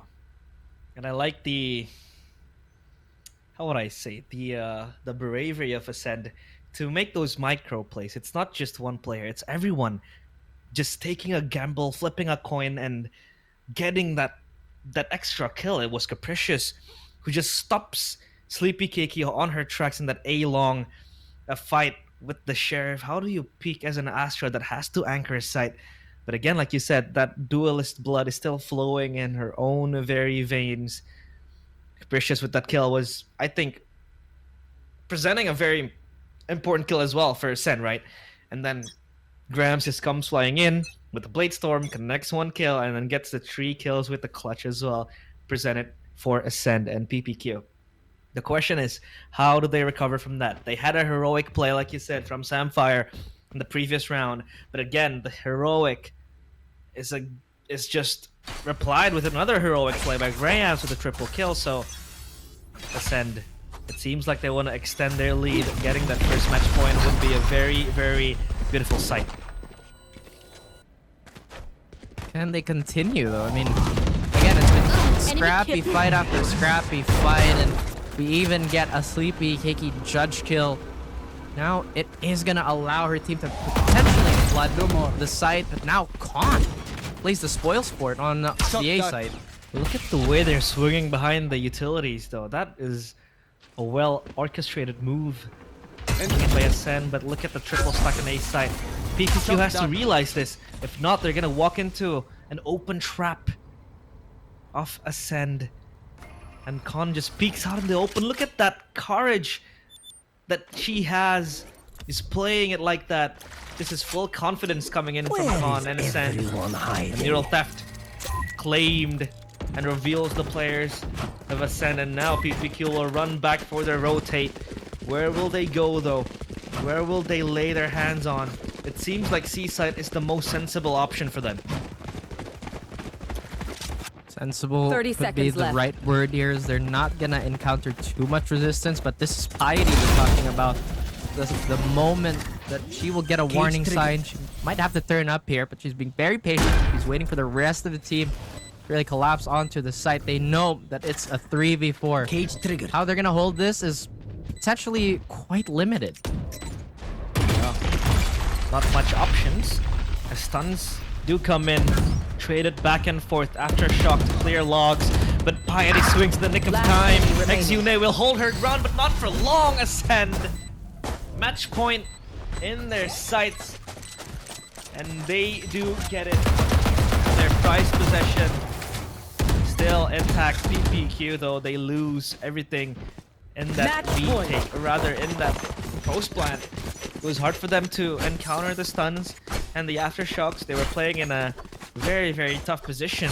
I mean, one had to hold the backside alone, isolated basically in every potential fight that was happening in that previous round. Like I said, Piety knew exactly where everybody was going to get fanned out with the way her utility was set up. And PPQ, despite making a good decision to go for, I guess, the road less traveled, at least for the defenders. But once again, too many safeguards in the side of Ascend. Very patient team, very gritty team. You just can't really like tilt them or grind them down like most other teams. Yeah, stuns after stuns again, but look at the control from Sleepy Kiki. Exune gets Khan. They're Spike down planted. to one player, but Graham's still picking this over suspicions that Sleepy Kiki might just be here waiting for her in the wings, but Ascend 2 quick kills. The lockdown destroyed, and this is overcomplicating things now for PPQ. Cast, stock, unmovable in the backside. 3v2 Cosmic Divide popped and just pips will close out the round for Ascend. PPQ lose every little grasp of what they have in this game. Not your day, is it? It did look like it could have been a Defenders potential win. comeback for PPQ on that first map, but a comfortable 13-7 is what's waiting for Ascend. Like we said, right? It's just so hard to decipher if this team is going on a bit of a slump, but hey, Ascend, they grind it out, they get their closers. Even after such a dominating first half, they don't necessarily like overheat or anything like that. I'm excited to see how the second map is gonna go though. Yeah, because this is obviously Ascend's map pick. You could say you still have Fracture, right? Which actually is PPQ's map pick. So that is where they're gonna brew things down. That is where they're gonna reset and maybe look to maybe squeeze out game number 2, because now they have to reset. Game number 1, it was a very, very great showing from Ascend individually and in a macro scale as well. But of course, we want to hear from our panelist desk on what they have to say after that game. A strong start coming in from Ascend, but I think it did look a little bit more competitive toward the mid side of the game before finally Ascend able to close it off. Now, that was a very exciting one looking into that, Gwen, and I feel like in that particular game, it's all about heroics. What do you think, Zach? Oh yeah, definitely. I mean, even though the scoreline, it does show that Ascend, it does look like they kind of dominated. I think especially in that second half, right, when the scoreline was about 10-6. There was one round where Grahams was able to clutch out like a 1v3, and it was such a crucial round because not only here for the side of Ascend, there was also the round which would have narrowed the margin considerably in that kind of quick situation. And I mean, kudos to PPQ, right? Ascend started off with such a huge advantage. I think it was like a 6-0 start there, Tash, before PPQ were able to kind of catch up. So the fact that they made it look competitive on their opponent's map pick after such a delayed start by itself is a pretty good sign. But then also the fact that they let Ascend pull together so many of these hero plays like they're talking about, it can make things a bit difficult in terms of mental.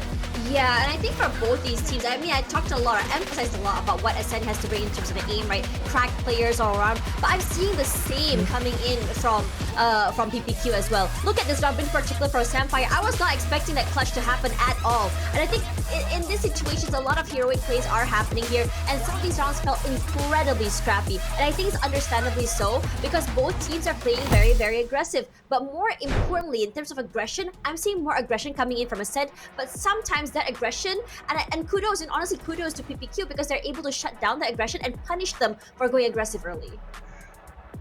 Yeah, I think PPQ also had like some pretty good strats in terms of like being able to retake towards Ascend or deny them that space as well. I think that they had some pretty good initiative heading into a lot of these rounds here. It just felt like Ascend, especially Con for that Ascend side, was definitely on fire here. I mean, looking at the statistics, you talked about the aggression that Ascend was showing here, Tash, and I mean, it shows in terms of those first kill statistics. Even though 13-7 was the scoreline, I think this could have very easily been like a 13-10 game or even like an OC game. PPQ did have a little bit more of a banger start. I think Ascend got off to the early advantage and they were able to kind of maintain it for most of the game. There was always like a buffer of at least 4 to 5 rounds between them and their opponents. And I mean, looking at the scoreboard, PPQ, they did try their best. You had every single player on every single team kind of like doing their best here. Nobody to really criticize or praise excessively except for Khan, who on the Sova did have like the highest KD there by far. Like everybody else is around the same range, you know, like 11 to 12, 11 to 15 kind of thing. And you just got Khan who's almost at like a 20 bomb.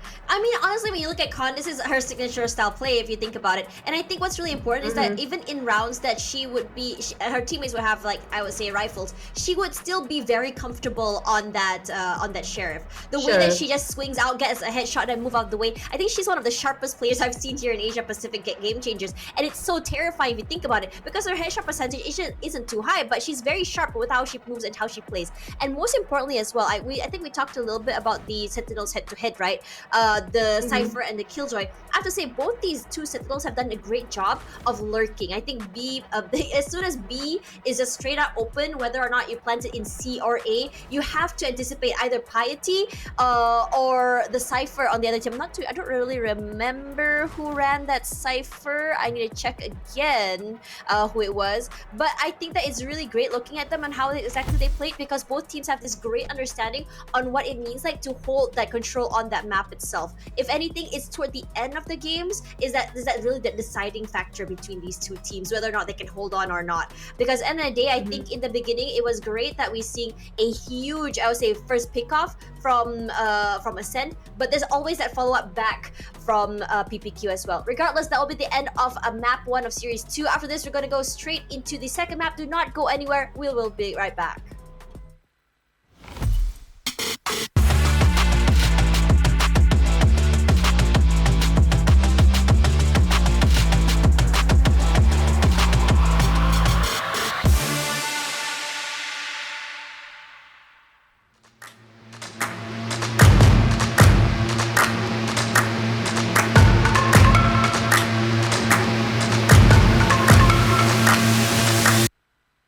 Y'all sit back and watch me speak. About to take over your screen. Talking bulls in 93. Talking mom, I'm on TV. Y'all know all I do is me. All I do is me. Y'all sit back and watch me speak. Y'all sit back and all I know, my money green. About to snap and make a scene. My cup off and make this free. My cup off and make them scream. Go back off for TMZ. Y'all sit back and watch me speak. Y'all sit back and watch me speak. Y'all sit back and watch.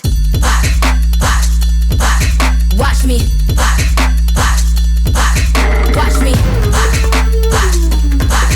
Watch me. Sit back and watch. Sit back. Sit back. Sit back. Sit back. Money long, nothing on credit. I got style, don't catch no feelings. All this bread, ain't got no lettuce. I got style, don't catch no feelings. Watch me. Watch me. Sit back and watch. Sit back and watch. Sit back and watch. If it ain't got style, I ain't with it. I ain't with it. If it ain't got style, I ain't with it. Look, look. If it ain't got style, I ain't with it. I ain't with it. If it ain't got style, I ain't with it. Look, look, look, look, look, look, look, look. Watch me. Sit back and watch. Watch me. Sit back. Sit back. Watch me. Sit back and watch. Sit back. Sit back. Sit back. Sit back.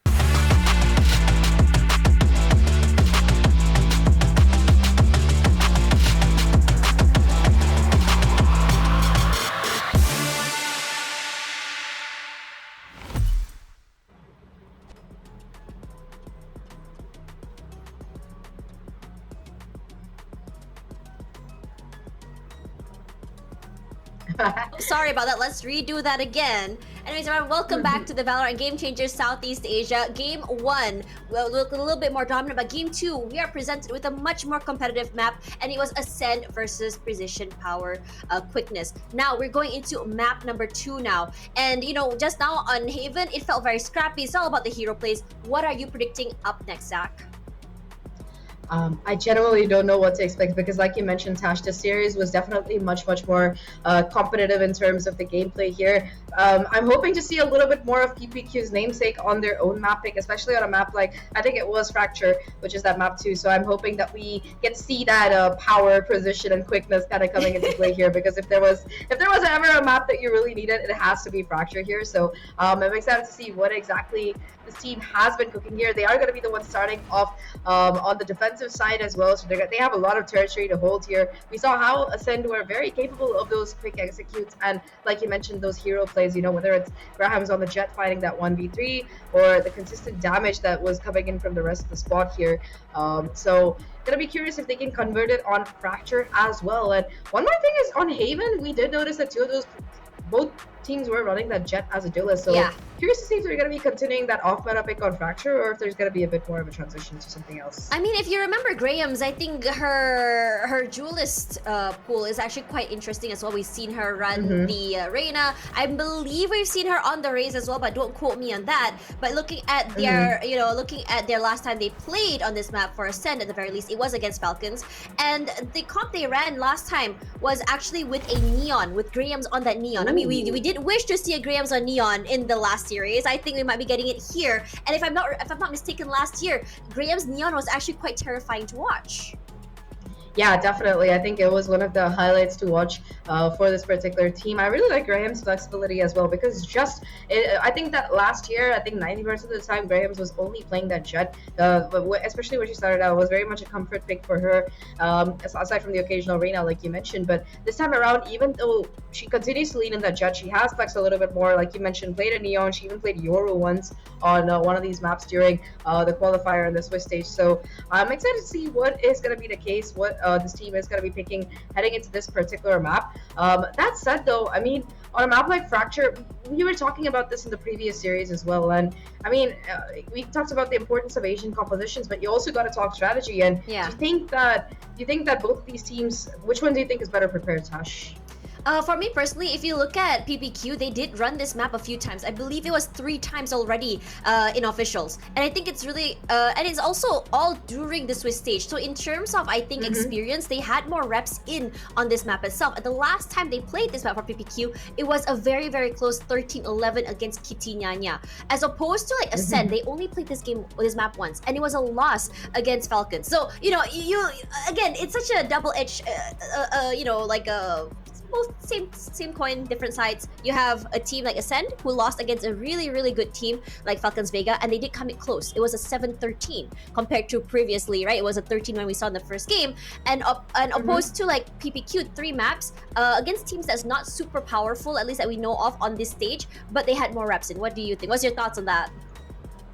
Yeah, I think the point you made about reps and the quality of teams faced makes sense because, you're talking about the records here. And for PPQ, it is a 2-1 record on Fracture. The first time that they played it, they did lose to 6-12. I think that was their sole loss in this stage as well. So maybe you can put it down to beginner's luck. It was the first game. They weren't prepared. They kind of need to ease into it because this is a little bit of a newer team. So there is a little bit of the benefit of the doubt here to be given. But that said, I think that this team comp as well, PPQ have been keeping it fairly consistent. It's the most meta comp you could probably imagine for this map with the Teho. You got the Raze, you got the Cypher, Breach, and Brimstone coming in. And for Ascend, they run something that's a little bit more wacky. You mentioned the Neon there, but instead of running, a traditional Teho or Sova at this point, they prefer to run the Gecko instead. So a little bit more in terms of stun and flash utility available. And I think that Wingman could be a huge factor in that attacking side for sure. Yeah, I agree with you about that Wingman as well, but we're not going to be seeing, that's going to happen because I think there's a change here right now. And, Sleepy Keiki will be taking the helm here on that Raze. I think it's great that, Sleepy Keiki will be running that, especially on this map. It's so important. But now, for me personally, my eyes is not only on Teho and Con, because for me personally, Con is one of the most insane initiators we've seen in this region. But I'm looking at Graham's here because a lot of the times last year when Graham's ran this Neon, it takes up space. It's terrifying. It allowed her teammates to just really go crazy based on her pace. I'm curious to see whether or not this would change now with the new roster. Yeah, I think that's the biggest plus and minus of a Neon, right? You were talking about the space-taking thing, but so many times, both in GC as well as VCT, we've seen these Neon players go ahead of their team, get cut off, and often turn into like a free pick. Especially, if you have a agent composition consisting of like a Cypher or Vice, which is the case here. So the spacing is gonna have to be very particular here for the side of us, and they're gonna have to be careful about how they want to play this. But I mean, I do like the adaptation. I'm glad that they took that loss from Falcons. They came back and they decided to pop a Tejo in instead, and I think that could be really valuable. Yeah, but for now, let's go into game. Let's see whether or not it's gonna be 2-0 or it's gonna be a longer night. Into the casters, Realize and Raf. I wonder if that's Tosh actually cursing the series to go into 8 million overtimes and maybe like 10 maps or something. Yeah. But I hear like whispers in the background here with my frog bell. Let's prop him back up as, Ascend is looking to close out the series as mentioned earlier, or are we going to see a 3-map banger? I mean, we know the power of Tasha's jinx. It's intercontinental. I remember her jinxing a few T back in the days, and it's now a regional thing. So a 3-map banger.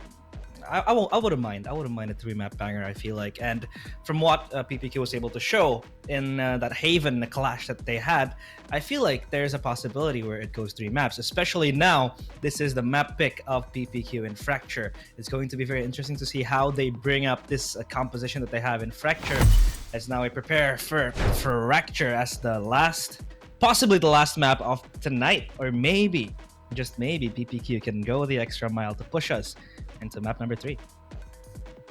I'm thinking how stylistically they're gonna fit into this map, because normally again Fracture very execute heavy. Yes, you can default on this, but this is a map where you can severely knowledge check another team, and with Ascend letting it go, it's also like maybe a sign of confidence, like okay, we're ready. They have a very adaptable playstyle anyway.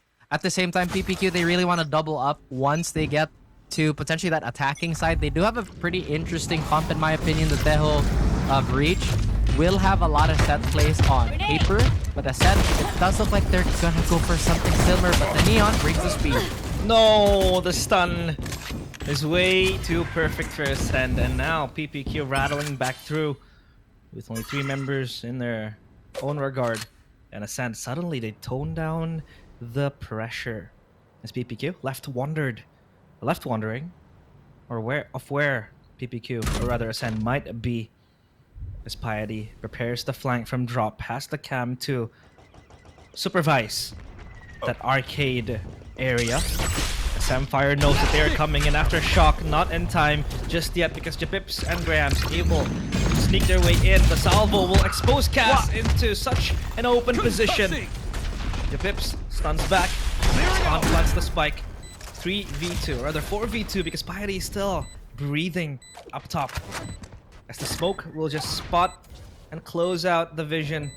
This is going to be a hard one enemy remaining. It seems like the dink is good from Grahams, dancing around as the Neon will give Khan space to get the last kill. 1-0, Ascend win yet another pistol round. I definitely think Cass could have been a bit more passive there, but she did see potentially like a window of opportunity to maybe find the player that was stuck onto the site. So merits to really both decisions there. At the same time, a lot of the Tejo utility has become such a pain to deal with for a lot of our players here. And I'm glad that the rest of the community and everybody really is getting better at it. Because for a time, a lot of the teams were still like figuring out how can you really play Tejo, what the inherent timing to this agent, and with the salvos and everything he has, just being so flexible, I don't think there's really a wrong way to play him, unless you're just gonna wide swing and not use your utility. That's probably the objectively wrong way to play him.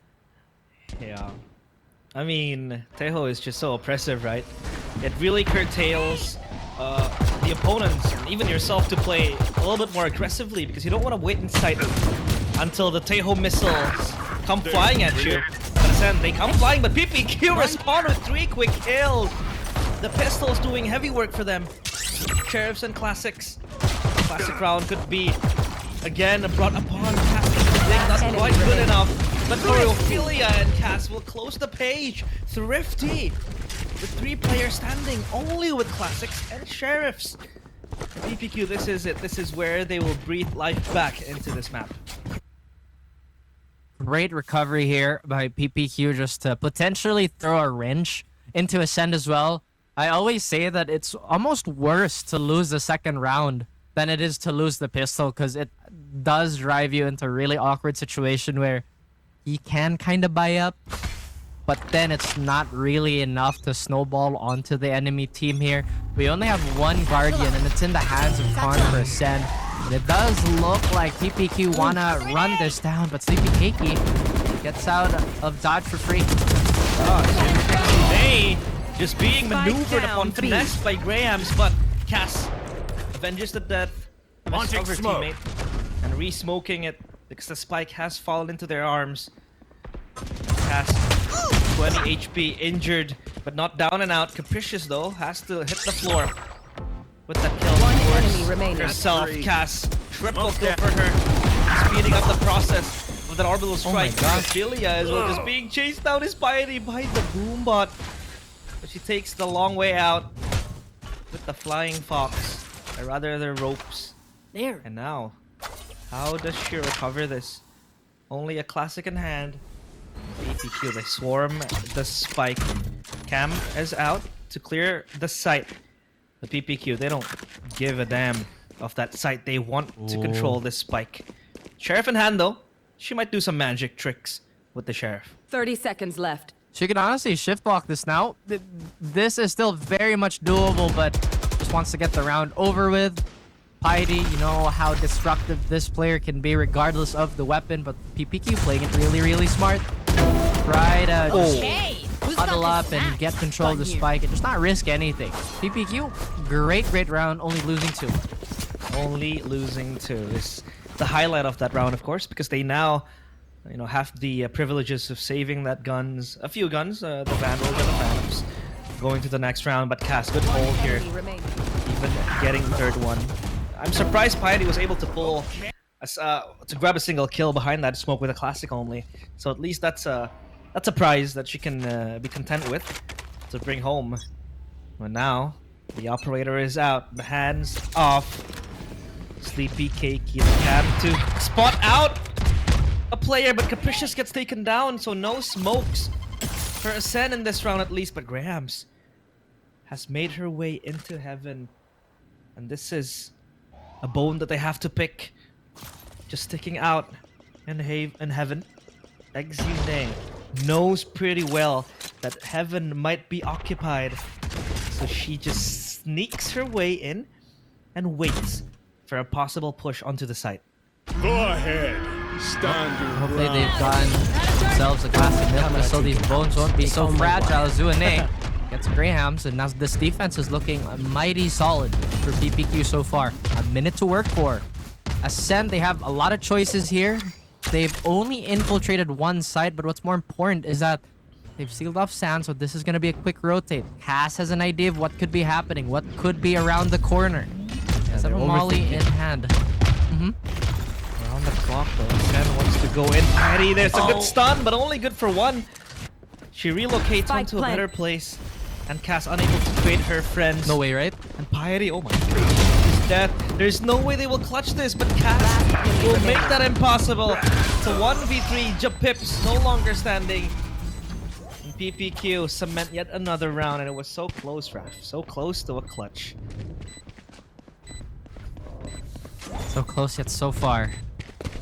Only player here with low HP was Cass, and I thought positionally speaking, they're really in a great spot to maybe pinch.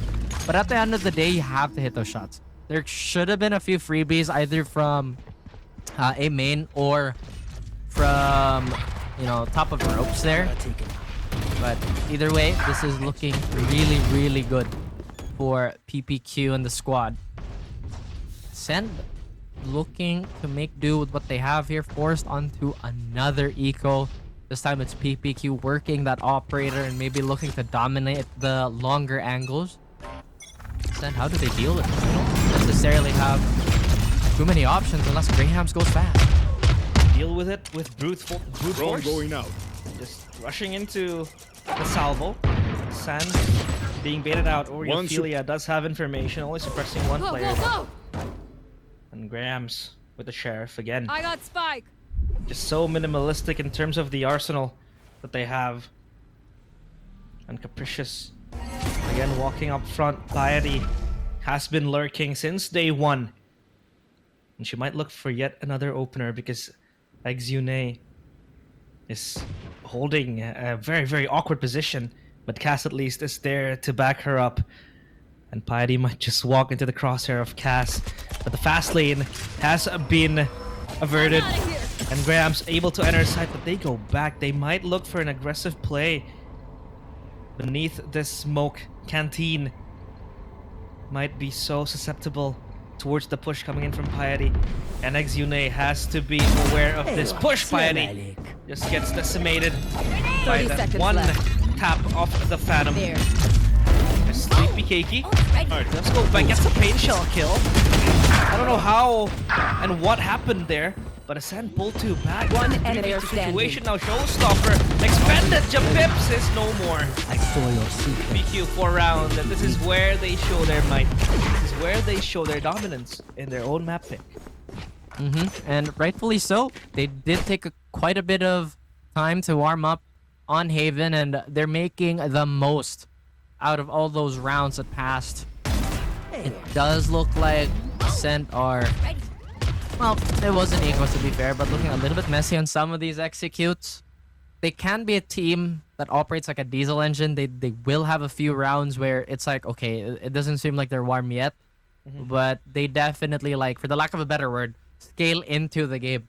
Will burn the first time out of the series, I believe, at least on their end. So now they have something cooking. They are one away from Overdrive and Rolling Thunder, as well as Cosmic Divide. So big set play ults in the bag. Cass also has Orbital Strike to maybe put like a stop to that if that potentially comes into play. But again, PPQ with 4 unanswered rounds. A timeout being called, and we have seen a timeout change games. Raf, I think it was PPQ previously, right? They called the timeout in Haven, and they got a few rounds and squeezed a few. So this might be the medication that Ascent really needs. They have Piety with the Neural Theft. I think 1 away from the Rolling Thunder, and yeah, 1 away as well from the Overdrive in the hands of Grahams. But look at PPQ, they're so brave on taking this fight, but the salvo will catch Sleepy Keiki. No, she won't be falling down. She won't fall down. Oh my Ascent 2 quick kills. I don't know what happened right there. Able to fight back, special delivery towards your generator. Sleepy Keiki yet to even fall. Ophelia has to go huge behind the smoke. She's fully blocked. And Grahams will play with time. And with patience as well. Retake for PPQ. And a hard setting as well. Lot of things to decipher if they try to come out from Jenny. The can is going to come out. 5-3, very clean. Although Graham might be forced to swing here. PPK does answer in kind. Operator has been pretty online for PPQ. They could find another one, but the timing just won't allow it. They're waiting for the players to try and swing them, but the time is running out, and it's definitely in favor of Ascend. They'll have to go for a savior. This was a big investment that they just don't want to give up. Yeah, they're saving this. PPQ. They will falter after that timeout being called by Ascend. A very good take onto Arcade, which I do think they haven't really did, right? Because all they, exerted onto Arcade was slow plays, basically. Either a walk up to heaven or just playing contact, but now they expend a lot of utilities to shoo away the players in Arcade, and that was also hitting the jackpot because Sleepy Keiki was playing there with the Operator, but thankfully Sleepy Keiki still lives to see another day with that Operator. So, now then, Sleepy Keiki. She will be bestowed another burden up on her shoulders as well with the Operator. Again, a quick take onto Arcade. It seems like they have cracked the code on what could give them the winning formula to get that first lane, to get that first choke point control. And so far, it's just expanding utilities onto Arcade. Have to be a bit more careful though. If PPQ does catch wind of how they wanna like lay down their utility and their extra stuff, then they could very much play around it. At the same time, this is also true for Ascend. If they know counterplay is being executed, then they can adjust. I'm a big fan of Graham's Neon. I like the ease of use this character generally brings, especially in high-stakes situation. The stun is very powerful. Relay bolt, but enough of Neon. Oh my god! Time for breach. My goodness, Grahams! This way. An orchestra of stuns being projected onto base. And Grahams gets two. The pips as well with the Rolling Thunder, but Sleepy Cakey still has something to say. Samfire as well. In unison, they strike. Sam might not be in the safe haven yet. Grahams might regress onto base. Samfire coming close. Rolling Thunder catches them. Grahams pops. Worthless. One ult, but Samfire's quick on the trigger. To the situation now. They're not out of the woods yet. Samfire re-aggressing, but the Pips is quick enough to hold and con. From Dice, she swings. PPQ lose another round. Ascend after what was really strong. Almost it fell out disastrous. It could have been so much worse, but like you said, Thunder and Lightning to really flood into CT there. Graham's getting one, could have gone more, to be honest with you. Rather getting two. But they'll take that. That was easily the advantage that they were hoping for. A bit expensive. But now this also forces PPQ to access their playbook and maybe exercise a little bit more depth. This is going to be their last gun round before they hit an eco wall if they lose. But they have been doing great so far in their map pick. Ascend, gathering as much data as possible and seeing how this defense is going to set. Capricious is going to get spotted out, but luckily for Capricious, there was no follow-up on the defensive end. And look at this layout now. They're a little more leaning towards A. And B could be yet another retake if they choose to do so. Still do have Teho ult on both sides, so that could play a major factor later on. That Teho ult. Either you want to use it for a retake or a post plant. And also Oreophilia has that, but Sleepy Keiki will scratch off that possibility off the list. Con is gone. Sand attack. But Piety will get one. Oreophilia though pockets Grahams onto the grave. 3v4. Cosmic Divide being popped. Piety might just push again. And does anyone know? Exune expects that. Capricious in the smoke, just dancing in the open. But the headshot triangle kill for Capricious, but not for long. She stands. The Pips will plant the spike. The captain has to clutch this. She has to lead by example. The smoke dissipates, and there goes the headshots. Japips 1v1 situation. Japips. The queen stands strong. This is her kingdom and Ascend. Again, saved Captain Japips in the nick of time. Lead by example. Japips putting yet another highlight moment into her reel. Great showing there. It did look like she was unaware of the close angle, but recovered nonetheless. 30 seconds left. Oh my goodness. PPQ, hopefully this doesn't knock the wind out of their sails, because it did kind of start with that Capricious double kill there. Could have looked like it should have been a pincer play on their end, but we have to go back. It really does come down to if you land those shots or not. Yeah, and Japips definitely landed the shots. Not for PPQ though. They're on the receiving end of that clutch. Must hurt a lot for them. And this will just push Ascend and bolster their momentum into even greater heights. But look at this. Exune just sitting down on that arcade block. The cam might look for information. And Ascend just holding their... Oh no, my god, Exune! One kill, looking for the second one. Con just jumps around. Even when stunned, where is the kill? And there goes Exune. Capricious finally takes her down. 4-4. With limited weapons, PPQ has to do something. Pass. Let's get the Bulldog kill. Armageddon. Pop. Showstopper connect. So many things happening. So many chaotic moments. But Capricious stands on top. One enemy remaining. Capips Sniffs off Grenade is live. 30 Oriofilia, seconds left. but she falls down. It's just up to Capricious. Can she replicate the same moment that her captain was able to bring? No. She won't be able to. Samfire has been able to close the round for PPQ. Ascend cannot follow up on the back of that Japip's clutch. Now it does look like Ascend's economy is in a pretty tough spot. At most, they're gonna have like maybe 2 rifles or a hero rifle. I'm surprised they let go of Arcade that way, considering they were hammering it down for a good amount of rounds. But then again, it could have been the raid. Oh, they're probably not gonna play here because we've been dumping utility on it.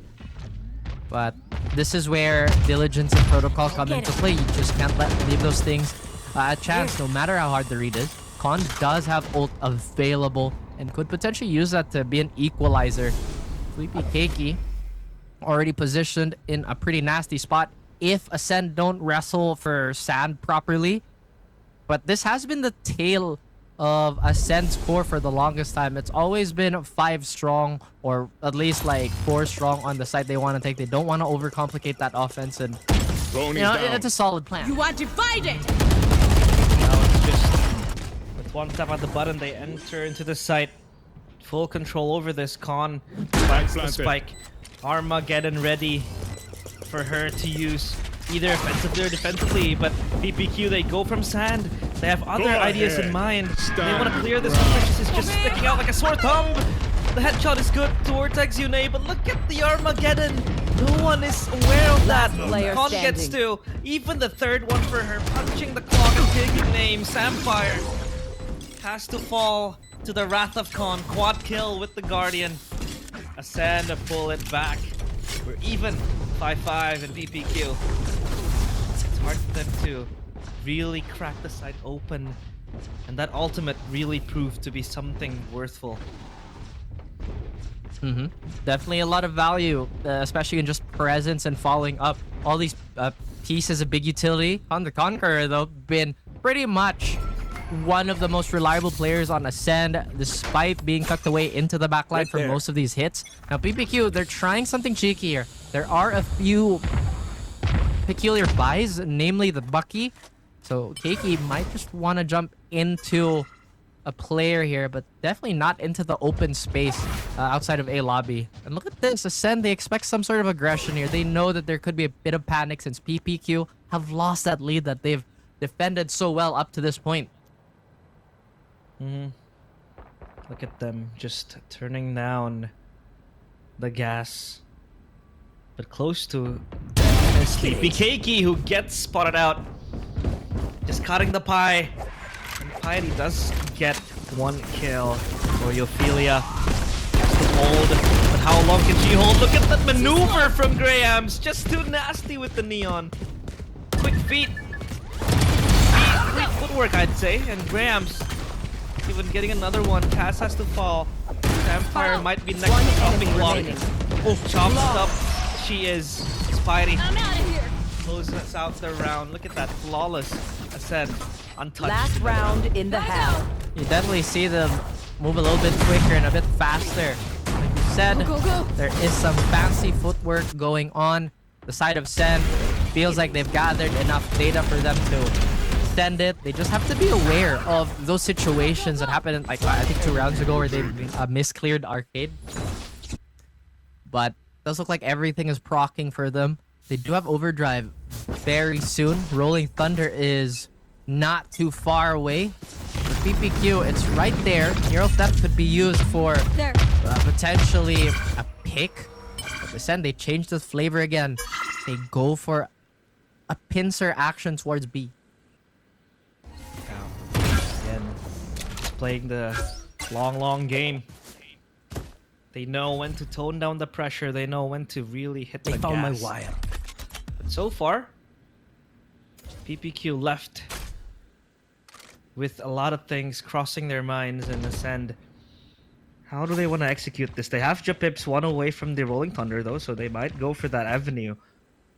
But the rotations are being made, and Sleepy Keiki has pushed far up onto Arcade alongside her teammate, Oriofilia to be exact. And Samfire calls this, conveys information. the rotation is happening, and Grahams and Sand will just avert and revert his position towards heaven. Exune is ready for the swing. Neural theft.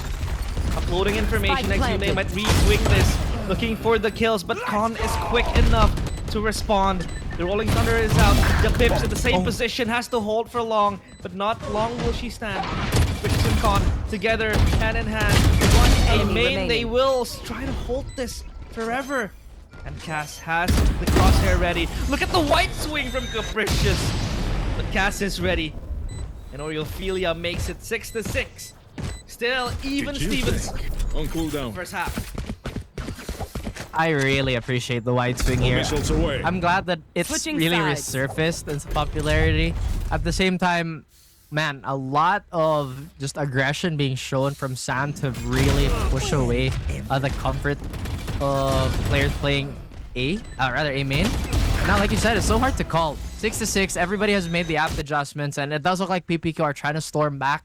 But now they have the luxury of playing the attacking side, which I still think is the stronger side on Fracture. I think it just does kind of get counterbalanced by Ascend being a very good defensive team. So we'll just have to see how that pans out. Khan looking to continue her sharp shooting with the Sheriff by here on the Tejo. And Tejo with the Sheriff, I don't think she will really go for that buy, because you're gonna have to buy the drones or the stuns even. But the salvo is already an inherent ability that you can use.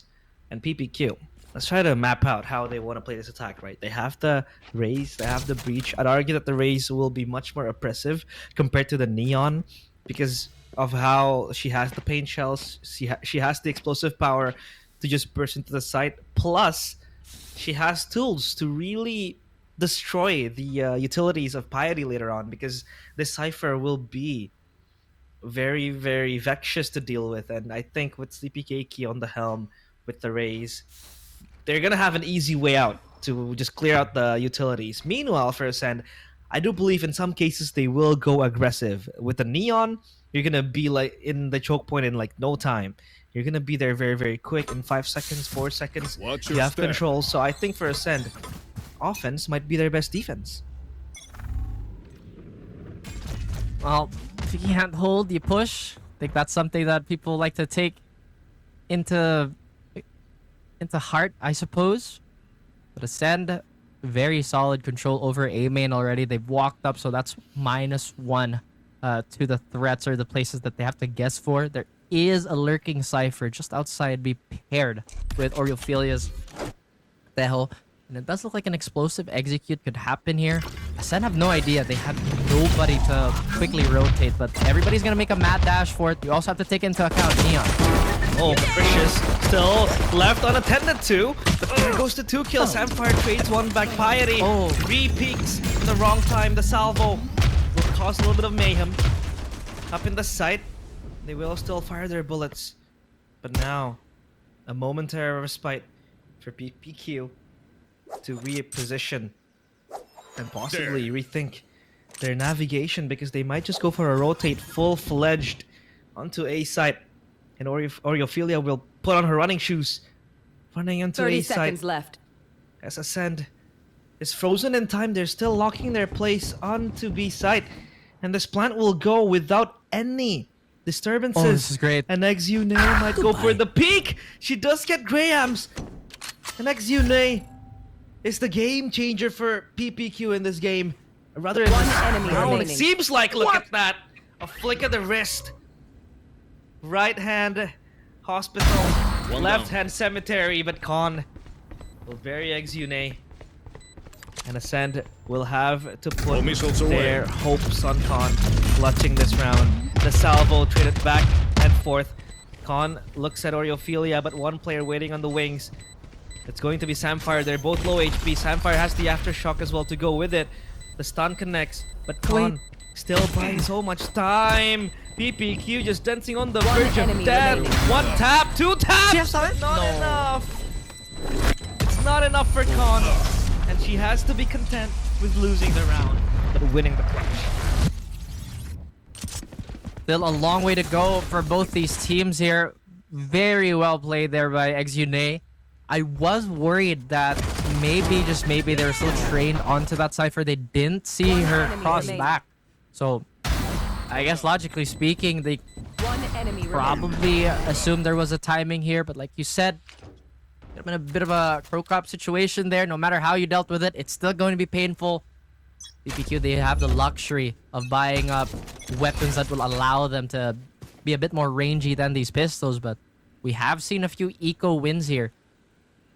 I'm assuming Ascend would definitely love to have that opportunity to do what PPQ did to them in the second round. PPQ. Again, taking it very, very slow. Ascend low on economy. There's no need for rushes and even explosive plays, because all you do is walk yourself right into a trap and Ascend. They have Piety so far in the A main box, just holding her camera, looking at Exune, who might just rush in, checking the right side, and gets the headshot towards Piety, but Capricious next on the line. She might look for a re-aggression, but Ophelia is just running down and gunning down Ascend. Cass as well to deal more damage towards Ascend. Grahams and Con. Spike planted. Last two players only with sheriffs in their hand. Go, go, go. PPQ, I feel like they're gonna get that 8th round. Ascend might have to turn their brain around. Con gets the headshot towards the PPK. Grahams, that movement is very, very fancy. That fanciness is not enough to win them the round. I like the attempt there. They do get one, but an extra body on the end of Ascent could have made this more acceptable. They will have a lot of rifles to deal against, or to deal with, moving forward. They're doing such a great job of defending their map pick here. They look a lot more confident despite some of those shaky rounds. But we have said, Ascend can take a while to really ramp up. But do they have that luxury? At least for Fracture. And of course, PPQ. They have the Armageddon ready for Oreophilia. But Ascend, they know that that might happen, and that might be exerted in this round. As the salvos come in, Piety has to hold this. Good tap and good trip as well to take down Sleepy Keiki. The Armageddon expended to no avail. And Oreophilia is going on the stun. Good swing from Exune on time. But Grahams comes from the back, stabs them in their own backyard. Grahams slides in, good stun as well, connecting Grahams. Kills to her name. Oreophilia and Exune have to hold. They can't hold for any longer. The Pip sticks to the fuse, and Exune will be lured out to the waiting arms of Con. Good last kill. And does go back to the board. Pretty good round for PPQ though. They did manage to shave off a lot of credits against Ascend. Now they have to worry about that Cosmic Divide coming online very soon. This could provide like a little bit more leeway for Ascend to play this up. At the same time, Capricious quietly fragging out. Again, we kind of expect her to be one of the more aggressive players, but we have to keep like rather focusing on the fact that she is the solo controller, so has to be a bit more reserved.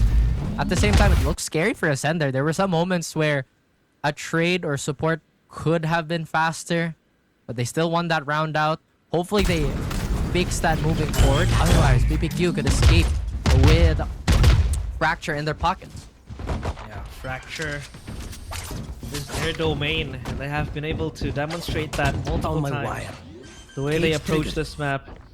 And Piety again just hiding in the shadows. Smoke's down. Cass smoking to just push out the players of the set, to discourage them from taking the site. All in her hand, pushes up to Jenny, but oh, Ascend gets 2 in reply. 4v3. Capricious has the Cosmic Divide. Good stun. Oh my god, the Bucky.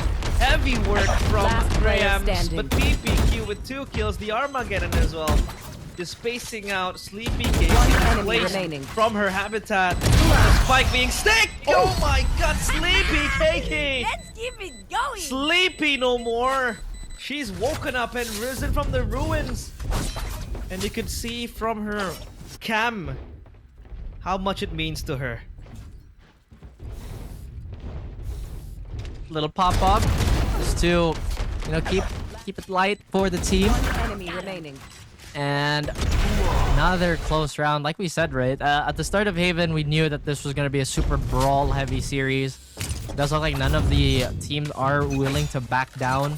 Good thing for PPQ is that they've managed to keep majority of their ults, and Oreophilia is also slowly building towards the Armageddon here. Con, who's been sharp all day long, looks to get a freebie with the Sheriff, but PPQ, they know the weapons are weaker. They can't be too complacent though. They are still really, really lethal to the face. And Ascend on the verge of losing double digits because PPQ might have their fingertips first on that twin numbers. And now PPQ. Again, slow approach Exune just trying to traverse her way around sewers or other underpass. Double peek. Totem peek at that. Exune spots one still. Second guesses the second swing. One kill. Headshot converted onto a kill. Orbital strike to punish that, and Con burns to a cinder. My god, that is brutal. And of course the site is in their hands. The Sand have to retake this via grabs. And One enemy remaining. That's a lot of insurance just to secure the round. I mean, they haven't necessarily been that active with the orbital strikes, so that's definitely a great use for it. Not allowing Ascend to recompose themselves and maybe formulate some sort of backup plan. But now Ascend, they are gonna have more weapons here. They still have a lot of ultimates to use, so PPQ doing such a good job of not allowing them, once again, the luxury of being in a situation to use those ults. I wouldn't be surprised if we burn a second pause here. You don't want PPQ to hit 11. And there we go, just right on cue. Nah, Raph, that was personal from Cass. Like, they knew Con was on an eco. Con was dinked as well. She was very low, then came in the stun. But I did not expect the orbital strike to follow suit. Like, that was just brutal. That was just personal, I feel like, towards Con. But here comes a timeout from Ascend. They will try to stop the momentum from PPQ rolling out. I mean, if we take a look at the ultimate count, they have the Cosmic Divide. They have the Overdrive as well for Grams if she wants to play this aggressively, but she opts for the Operator. And she might just save it for round 11 or round 12 later on. And for PPQ, though, I like their approach from like the previous 4 to 5 rounds. It's just been them slowing down the tempo, baiting out Ascend to come out from their hiding spots, and just not forcing their issue to quickly and hastily get the round. It seems like almost they're the ones defending, and Ascend, again, like I said, offense is the best defense, but mostly it has betrayed them. There is a different idea for Grahams now, an Operator, but seem like it's gonna push PPQ away. In fact, they're just gonna swing it. They're not scared of fighting for the space. Full confidence. Grams has to go back. The Operator betrays her. And PPQ might might re-hit this site. Showstopper in the hands of Sleepy Keiki. And Exune also has the Neural Theft. Grahams changes her position. Oh my god, Cass with the jump peek! And Grahams fails to deliver. But there comes Con, only good for one. The Pips relaying together with her teammates. Capricious gets the spike. Dropping down. Capricious, 2 important kills. But where's the damage? Where's the follow-up from Ascend? Sleepy Keiki and Exune given time to reposition after shock. Fame. Good stun, but Piety is there to take down Sleepy Keiki. Neural Theft. Exune has to clutch this 1v2. Guessing the 30 positions seconds left. and locations of both Ascend players. He's just tiptoeing unnoticed. lingering around underneath the weight. The swing and piety. Patience is a virtue. And it pays off for Ascend. The timeout. Weapon here. Also, Where will they go? another round. They still couldn't pick up the operator, so that's gonna be a decent chunk of credits going down the drain. But that's a fair trade in the eyes of Ascend just to get things going for themselves. Graham's does have overdrive available if that is going to be Spike down A. the name of the game for them. But Capricious again, every time she gets a double kill, or at least like for the most part of the day, it's been converting into a round win. Con has been pretty on fire for the most part, but again, Ascend, they take a little bit of time to really dissect. PPQ, they're 3 rounds away from taking this map. And Ascend, they're looking to close that gap very, very quickly. There is a little bit of panic setting in potentially for PPQ if they manage to drop this, but Capricious, where is she? Oh, they're speeding up. They know that Rams is pushing. Capricious yet to be noticed. Con gets taken down. Where's Capricious? She's not out of the smoke yet. She traverses her way. Has to deliver. She can't. And Capricious, the first to get the contact, the last to be standing. 1v4. Nigh impossible to clutch this. But we've seen her do great things with the Vandal in this position. But the time is dwindling. Getting low by the minute. The cam just to lure her in. Capricious has to stick this.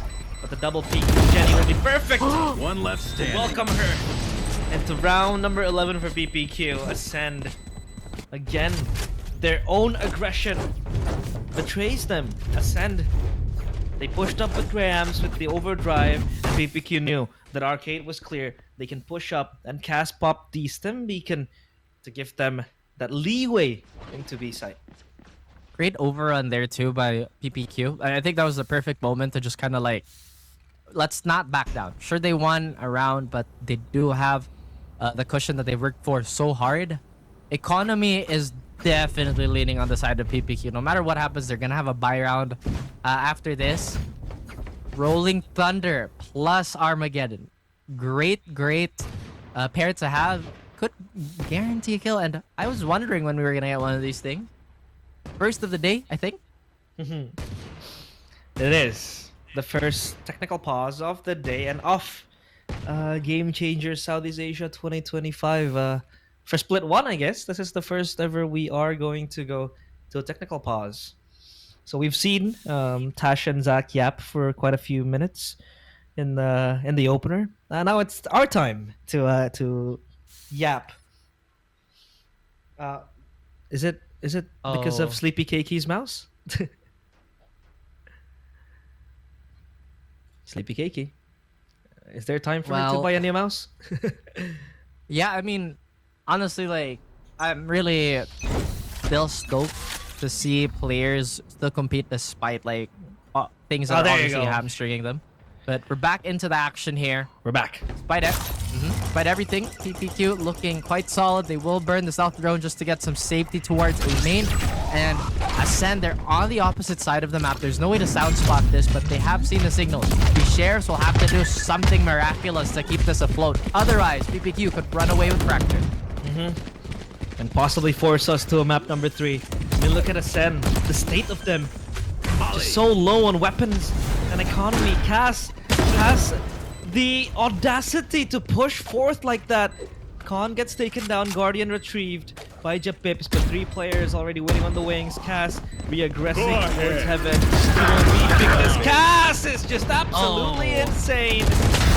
Triple kill for her. Wait, oh my god, Ascend? It's a 1v2 suddenly, and it's doable! What is happening? Samfire has to close this one out, but the conflict of that's perfect. Oh my god! Rolling Thunder! And Capricious That's perfect. reposition. This is way too good to be true. Capricious out of the hat! No! Samfire will close it out. A little heart attack won't do them harm. PPQ run away from a shocker. My goodness, I thought Capricious could have broken the ankles there, but decided to sprint back into the fight, wanting to go for that momentum. And again, she was on pace for a 4K here. Samfire well read on which angle she would pick. And now Ascend down by 4. This is looking like it could be a PPQ map.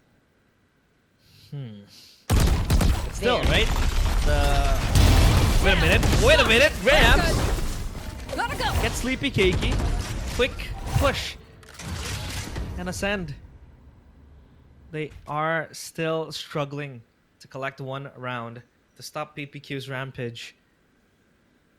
But Exune still on arcade with cast as well.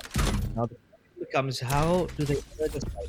Without Sleepy Cakey, without that explosive power, they might just have to play for picks at this point. There's Khan. Now we're cooking. So far back, but Cass gets Launching Japip. smoke. Beacon down. Uttered. Go. Grahams gets Exune orbital strike out. Cass no longer living. Capricious again. As an Iron Wall at the back of the side has to get past this. Capricious gets 1 kill. He's shifting left and right as Samfire not for long. Khan shuts down Samfire. Ascend. 9 is on their scoreboard. Finally, after a long summer of drought, they're able to get another round. Definitely been feast or famine for Now we're some cooking. of these rounds. It's either been a clean wipe or, absolute heroics. But despite Graham turning it up, they are still hanging on by a thread. They're looking to weave some sort of comeback together, maybe get a little bit more comfort if they can manage to topple this economy even more. This could be a potential freebie for Ascend if they get the frags going, but they're taking so much damage and Grams actually gets caught. What happened? Khan so low, Grahams eliminated already, and PPQ with the arsenal given to them. They now have 2 upgrades going on towards them. Samfire with the Vandal. And Ascend. This time around, they don't want to do any silly mistakes. Piety is just still standing in B main. Exune again, the same method for a few rounds, playing the flank game, playing the lurk game. Just enticing 3 players to hold A side. It's been a problem. It's been catching Ascend off guard way too much. This is not a map where you can freely give up too much space, because it does get occupied very quickly. But PPQ, I think they found themselves some sort of pivot point towards B. And with Ascend pretty damaged, this could be the coup de grace. This is the finishing blow, but Piety through the smoke catches Sleepy Cakey without even looking. Oh, here goes the Rolling Thunder! Earthquake galore, but Cass is on stun! Here holding their ground, and Ascend losing bodies left and right. Piety has to bail this one out for Ascend PPQ. 3v1. The aftershock doesn't land. Piety positions herself and exposed to the open. PPQ 13-9. They will force a map number 3. And once again, PPQ doing such a great job of defending their own map pick. Ascend does look like, or did look like, they found themselves in some quicksand. And I think we were fully expecting the 3-map game for the second series. It honestly shouldn't be a surprise. Both teams have conquered, I believe, a team in the top 8 respectively. Yeah. So with that being said, I think that it should have been very apparent to everybody this was going to be a 50-50. Hey, map 3, exciting stuff here. There is a lot, I think a lot that Ascend left on the table there, especially when it comes to like diligence and discipline to clear a few angles here. But PPQ doing such a great job of finding those weaknesses. Yeah, I do agree with your statements. There has been a lot of, I'd say, slack happening in terms of Ascend not maintaining control, giving up space for free. Like you said, Fracture is not a map where you want to give space for free. You choke points, you got to control them. You got to, have them on account as well. And I feel like at that regard, PPQ was so smart to just maintain control. And they know those loopholes that they can really expose, they can really exploit. And they go rushing into the site. And for quite a few moments, Ascend did look quite confused on what they were doing. But of course, we want to hear from more insights with our panelist desk. Tash and Zach, take it away. Very competitive map 2 here between the two teams, and I'm super stoked to be seeing this. And I think both teams are showing us a lot of aggression coming up forward. I think this game is entirely the embodiment of what we can see from a Southeast Asian team. Yeah. Sorry, I think I was muted there. I It's think fine. you were right there. You were right there, Tash. I think both teams were definitely showing a lot of aggression, but I think the key point here is we did see a lot more precision coming out of precision. Oh, yeah. Power. Yeah, I just wanted to make that a bad joke, but yeah, we did see a lot of that really coming through, and I think that. I think like Raph or Realize said, I think one of them mentioned that it is that attacking side that tends to be more powerful on Fracture, and we definitely saw that being the case, in that second half. First half was a little bit tense, it was very balanced, ended on a 6-6, a little bit of a comeback there from Ascend, but second half, even those eco rounds, there was just so much good team play and heroism coming out of the PPQ squad that it just seemed like Ascend, they weren't really able to keep up. I think what's really important to know as well, I think for Ascend, they rely a lot on their shower shooting, right? But for PPQ's side, it's all about trying to overwhelm them in firepower. But you are also correct about the heroics, because we saw a lot from XUNA, we saw a lot from Cass as well, the multi-frags. There are a lot of situations where I feel like a lot of these close moments where comeback was happening from the side of Ascend was mostly from these hero plays here. We saw these 1v2s, I think maybe a 2v3s in these situations, but it's always very, very by the wire. It's less, I would say, decisive round wins compared to PPQ, and I think that it's really good that they're really taking initiative here on this map and punishing, most importantly, Ascend for going super. But there's so many rounds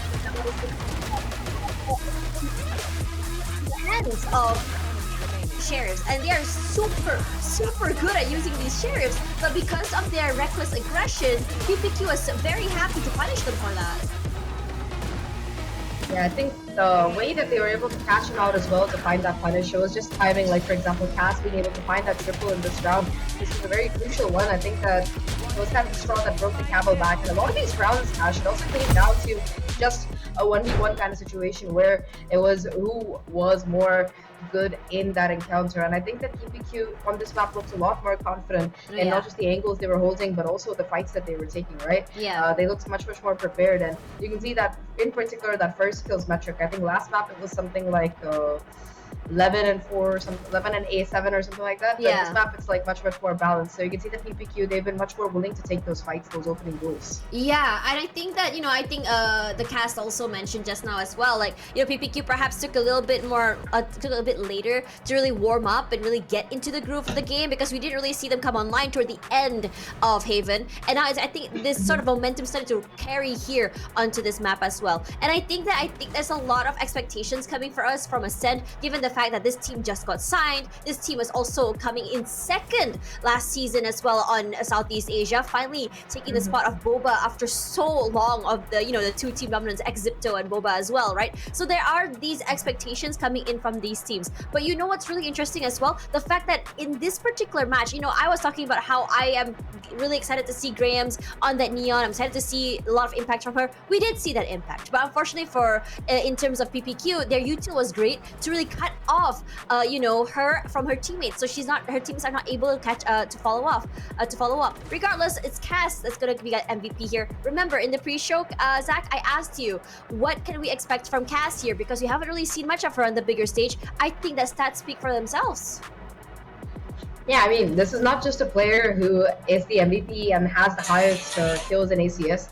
She's also playing a very supportive role in that Brimstone, and more than that, I think she's also the IGL for this team, so a lot of responsibility on Cass's shoulders here. But just like in that previous series where I think we saw 19-1 Tejo IGL come out on top, she is able to keep the score up and also have just a lot of impact. I think that even in being able to deny retake situations or buying time, there was a lot of the rounds where her util was really coming in clutch, and I think that I think that her timing on the smokes were also incredibly useful in, being able to facilitate crossovers. There were a couple of rounds where it made the difference in terms of positioning. So I think that she definitely did have a lot of impact. It's nice to see, we were talking about this, Tash, before we got into today's games, and about how, these newer players, there's just so many of them popping out. And this is how it came up with Grams as well, right? When she played the first time, it was the same kind of impact. So it's nice to see that, there are similar players like this. But we do have map 3 coming up, and it's going to be exciting to see who wins. Yep, it's as exciting it is to see who wins. We gotta go on a break first, so we'll be right back. This is the Valorant Game Changers Southeast Asia Series 2. We're gonna see if it's map 3 going to go to our PPQ or even Ascend. We'll be right back.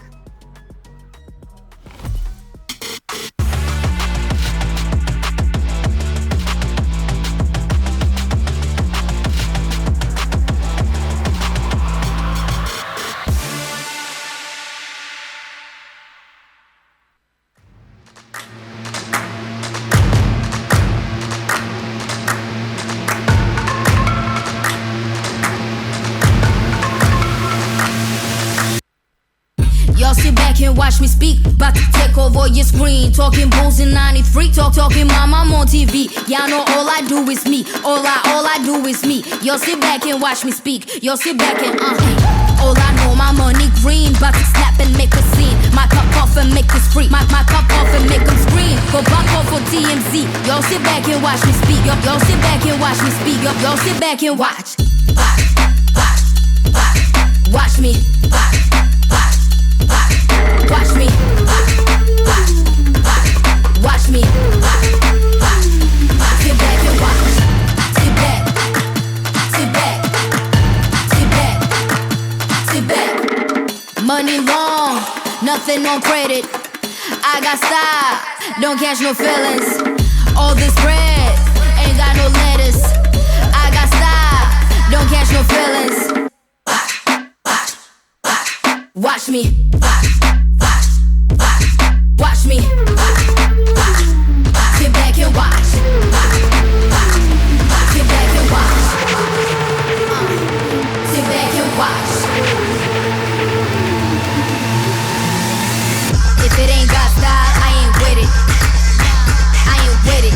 If it ain't got style, I ain't with it. Look, look. If it ain't got style, I ain't with it. I ain't with it. If it ain't got style, I ain't with it. Look, look, look, look, look, look, look.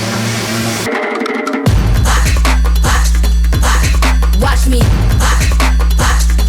Sit back and watch. Watch me. Sit back.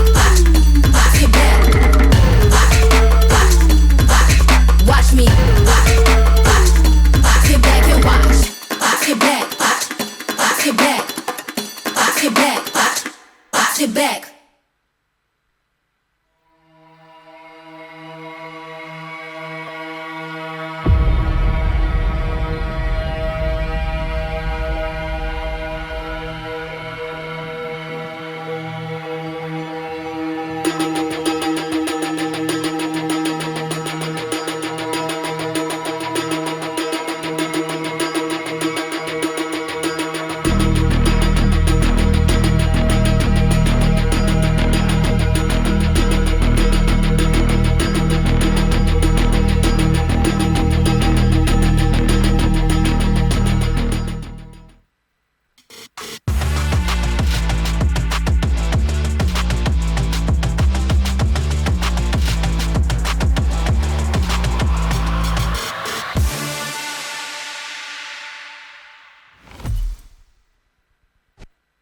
Welcome back. This is the Valorant Game Changers Southeast Asia with me, Tashman, alongside Zach, your panelist for today. And all I have to say is, Series 2, we have a game on our hands.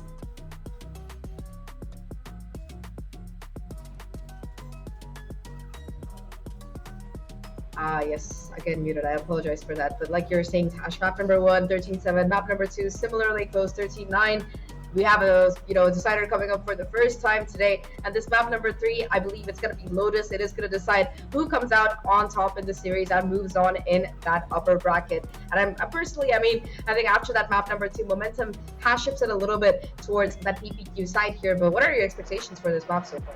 I mean, this would be our second Lotus for today as well. I mean, the first Lotus we saw was definitely more quick, but if you think about in terms of stats, right, Ascend only played Lotus once recently, and it was against Plant and Play, and regardless of whether or not this team is a bigger one or not, right, it's still 13-8, so I mean it's still very much in Ascend's hands. So I'm just curious to see how exactly it's going to be like for for PPQ. Oh my god, their name is so long. I'm struggling, but they played this map twice, and it was against Kitty Nyanya, which is the team they lost against, and also a team called Julius. It was a 13-11, very very close one against Kitty Nyanya. So I have these expectations that we're also going to get a series, at least a very very close match here on Lotus as well.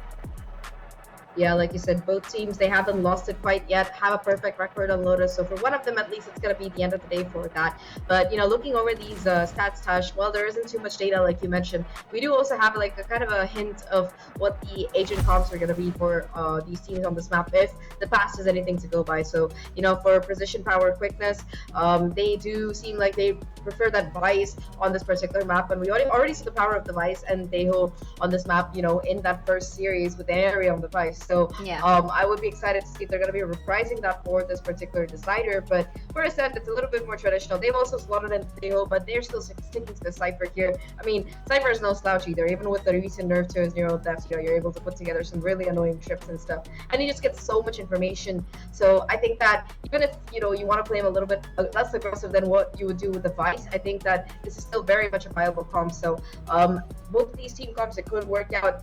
I wouldn't say one necessarily more advantageous than the other. Yeah, I think just now we did in a previous series that we saw the Lotus. I think we did see Mad V play Teho on that map as well, and I think it's really exciting when you think about this, because if you wait, hang on, did we see Teho? I think we did. I'm not sure. You know what? Every single game's starting to meld into my brain. But let's talk a little bit about this Teho. I think this Teho could be really good, mostly because of how exactly you play. You can clear the site so quickly as well. I think we saw Con just now play a most insane Teho. I think she got 2-3 pickoffs just with one Armageddon in order to just really play off, just kind of get people off that site as well. The way that Ascend uses that Armageddon is more than just zoning. It's more of like trying to get people, flush people out, and then immediately they swing out and get those pickoffs. So I want to see more of that from Con coming up forward. Now Graham's on this particular map, she will be moving into that race, and I feel like it's good that she's running into the race for this particular map, mostly because this map is a lot bigger. You can do so much more, so much with how she can move the satchels, clear out corners as well with those paint shells.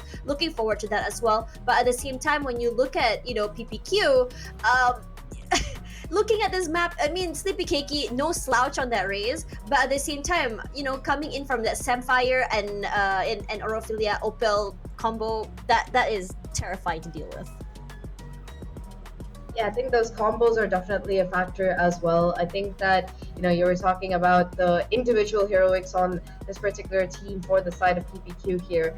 And we just see similar, we saw similar performances coming out, even on that previous map, the one that they lost. There were so many rounds where Capricious, was able to, find an advantage, 1v3 Yeah. or 1v4, almost clutch it out. In fact, there were a couple of clutches that went their way with Graham's, for example, in that first map, winning out like 1v3s and stuff. So there is a lot of rounds that have been very, very neck and neck. At this point, these two teams, they've been extremely competitive, and I think that, on map number 3, like Tash said, it might just come down to which team can leverage util combos a little bit better, especially Yeah. on a map like Lotus, right, where you have like a lot of these narrow lanes and choke points. The raise makes perfect sense. I think the Vice might enable you to play a little bit more aggressively compared to a Cypher, because you can't leave that wall in place and kind of just rotate off it. You're still not going to get that information and stuff. So yeah, also with the Razor Vines, I think that's an additional tool that could be useful in post-spawn, for example. So there's a lot on the table here for both these teams. Really. But anyways, I think what's really exciting as well coming up forward, I really want to know as well. I think you know we always talked about the comparison about like that Cypher and the Vice. I think if you want to talk about Vice, the earliest example we can use was Inari just now in the previous map on how exactly she played the Vice. But hers is such a unique circumstances because the way whenever she picks up an agent, she tends to play it in a way that is very similar to what she loves the most, which is playing that Jet, right? It's very aggressive. She will swing out bait with her util at the same time. So I'm curious to know whether or not XUNA will be doing that same thing as well. Because when you think about XUNA, I think in the first map we did really see signs of life from her, not too much at least. But on game 2, she was the sharpshooter. She was aggressive as heck, and she was the one to really make that big impact for a team. So I wouldn't be surprised if her style of play would match up to what we saw that Inari did in the previous map. Yeah, I think it will be very interesting to see if she can manage that same level of precision because, I mean, Inari is just, I think, one of those players who is on an entirely different level. So a lot of a legacy to live up to, especially with the amount of experience that Inari does have comparatively. But yeah, I do like that they're willing to experiment. Both teams, opting to kind of lean into different map picks, especially Lotus, because this is a map where you do historically see like a lot of flexibility in terms of what people like to pick as agents. So I'm excited to see that we're still seeing that. I think last year we saw like the Cypher being replaced by a deadlock by some people. There are even people who ran like a triple initiator comp at some point. Yeah. So I think Lotus had some wild comps going around at some point or the other. So I'm happy to see that Paper X had a no duelist comp on this map. Let's be real here. Questions? No duelist, Paper X. Those are words that I very rarely hear together, but today we hear them. Yeah, today we hear them. But speaking of, what's really surprised me about this map in particular is just the lack. I mean, personally, I'm such a sucker for seeing Fade on this map. I think in particular, you have so much value on a Fade on this map, especially for that reclear on Rubble as well as Mount. I'm surprised that we haven't seen that picked at all today for this particular map. I just think that it's with Tejo having like a little drone as well as Breach just giving you a lot more raw util. I feel like kind of the niche for that particular agent has kind of gone down. Even when even when Fade was pretty much like a meta agent in a lot of other maps, you saw very few teams running it on Lotus, mainly because of the range, also because the reveal is kind of easy to break. So yeah. I think that Fnatic was one of the few teams that actually did consistently run it, and even they switched from it once Tejo came out. So a lot of questions. I think I would personally love to see a Fade because I still think you have a lot of value, especially with the ult covering like a whole area. I would love to see one, but yeah, Tush, unfortunately, it's just gonna be what these teams are running. I mean, when you haven't lost yet, why would you want to break it or fix it? Yeah, and I think this late into the tournament as well, I don't think anyone really wants to risk it this soon. Or maybe if they do have another strat, they want to keep it for later. So, I'm just taking a leaf out of Colbat's book. I know Colbat has moved on from, GCC, but, his strats will forever be in my mind. But coming into this as well, I think it's going to be very, very close. And I think that for Ascend, I think one of their major problems has been that aggression, especially on eco rounds. For me personally, I would love to see them just really take it slow and just do what they do best. Aim, shoot with that sheriff, because oh my god, Khan has done some insane flicks that particular game as well, right? And PPQ, I think is great that they're leveraging off this momentum. I really think that the momentum is really on their side. They feel really good right now. But what about you, Zach? What's your thoughts? No, I think that I definitely agree with you. Map number 1, it was a little bit of a sad map for PPQ, even if they had a couple of good rounds. But map 2, they managed to turn the tables. And I mean, I said they fought hard, but there were, especially in those last few rounds, there were like a lot of mistakes that really came through. So hopefully they've been able to mentally reset on this map number 3. And I mean, comp-wise, I like both of them. Personally, I would just lean a little bit more towards the Vice, but I might be biased because of that first one. Either way, though, Tash, you and I, we've had a lot of time to speculate. But let's throw it to our wonderful casters one last time for today. Raf and Realize, you have the mic.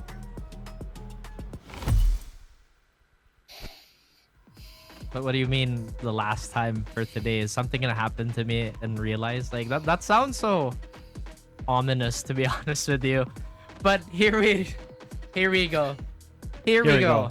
It is the third map of the series. I already hear Tosh in my ear, or I think she's saying that the jinx was my fault. I don't think so. I just see two really competitive teams, to be honest with you. How are you doing, Realize? This is the first time I am on the receiving end of a Tash jinx, so happy days. I think it's always nice to experience something new, but I think this is what everyone wanted as well, right? A map number 3 to separate these two teams. So competitive. It has been a competitive series as well.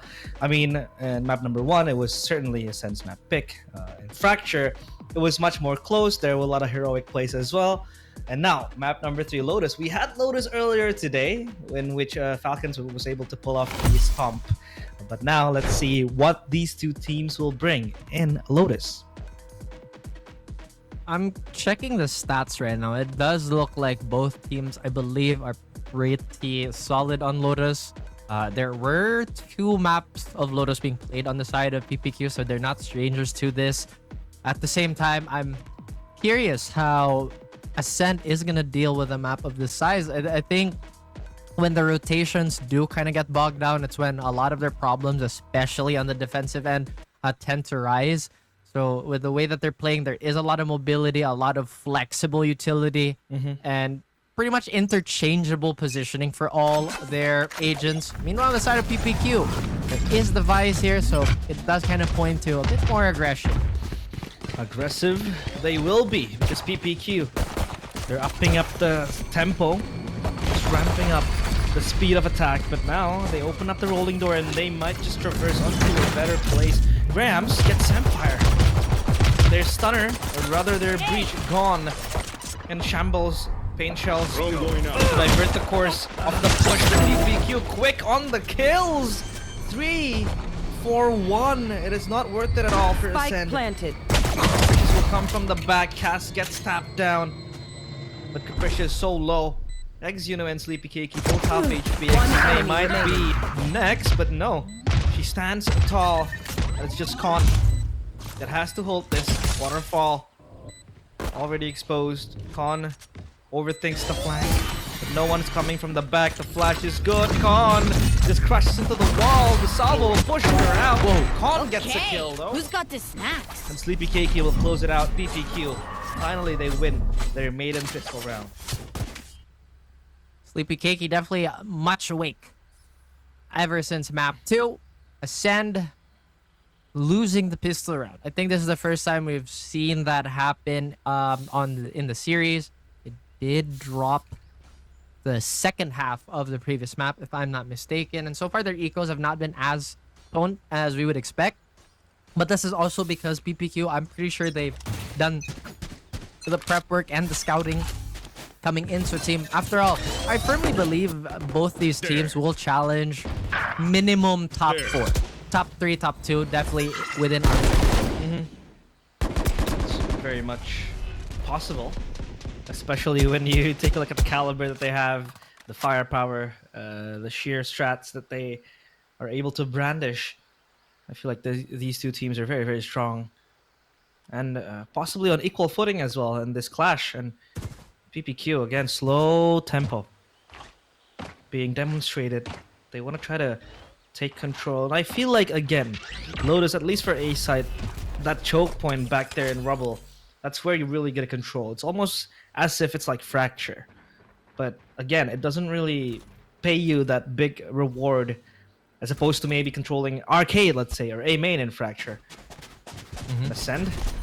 Will still hold in the side. Piety gets jumped on, but she gets the kill with the classic Sleepy Keiki. Just decimated, but Cass will swing for the repeat. The smoke just hides behind. Christian gets the kill. The second one, even with the Sheriff. Spike down. That is very scary, and that is a costly gun run, of course. And now a retake for Grams. Can she do this? Grams trying to make some magic happen here. Could potentially isolate a 1v1 while that spike is going down, but that window of opportunity has closed. There is a Spectre in front of her, but there's an even bigger Bulldog in the inventory. This could be an error, but no, Samfire will remain true to that Gemstone Shine, and now PPQ up 2-0. But still, right? It feels like it's a win-loss, I'd say. Because, yeah, you do win the round, but at what cost? It's a very pricey and expensive price to pay when you lose 3 members, all with very, very strong weapons. And now Ascend has the chance to win their gun round. It almost seems like if PPQ did win that round, they had a chance on that bonus and they might be up 3-0. But Ascend, they have something else to say. And ultimate count or Ophelia 2 more towards that Armageddon. And B main counted out already with one drone. BKK might want to jump into rubble with all the utils coming into BKK under pressure. Samfire might repeat this. They have control of rubble. It's all relinquished by Ascend. PPQ, they will try to reaggress onto A side. If anything, though, the rotations on this map can be a tad bit safer if you're in the defender side, but it is still a long way to go, depending how you want to hold the side. And Lotus, very attacker-sided still.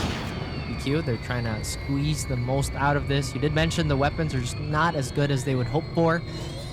No orbs anymore to take. Samfire's still very healthy. Exune could find one here. Maybe a pair, but no, Piety will survive with 40 health per name. Oh, Piety might go big here. Behind the smoke, she lies still. And the trap connects. Piety goes for the spray. A sloppy one if that still gets the job done. Triple kill even for Piety before she is taken out. Or Ophelia with Samfire. One enemy remaining. Situation now, and oh my god, what happened? It's too chaotic in B side. And we just said they had a greater chance to win the bonus round if they had better weapons. But they didn't need any of that. They still straight out won the round. That looked so good for a moment there for Ascend, but and you blink and you miss it. Piety, especially with that fadeaway kill here, gets a scan, but everything being said and done, it's still Ascend, unfortunately not converting. They will have to force something out a little bit here. Maybe want to replicate the success of that eco win. But PPQ, true to their name, being very precise with how they've been taking these fights. I think they're a little bit more patient. They respect Ascend's front-facing firepower a bit more now and are trying to dissect them. Despite it taking time to react. What was that from Cass and the showstopper?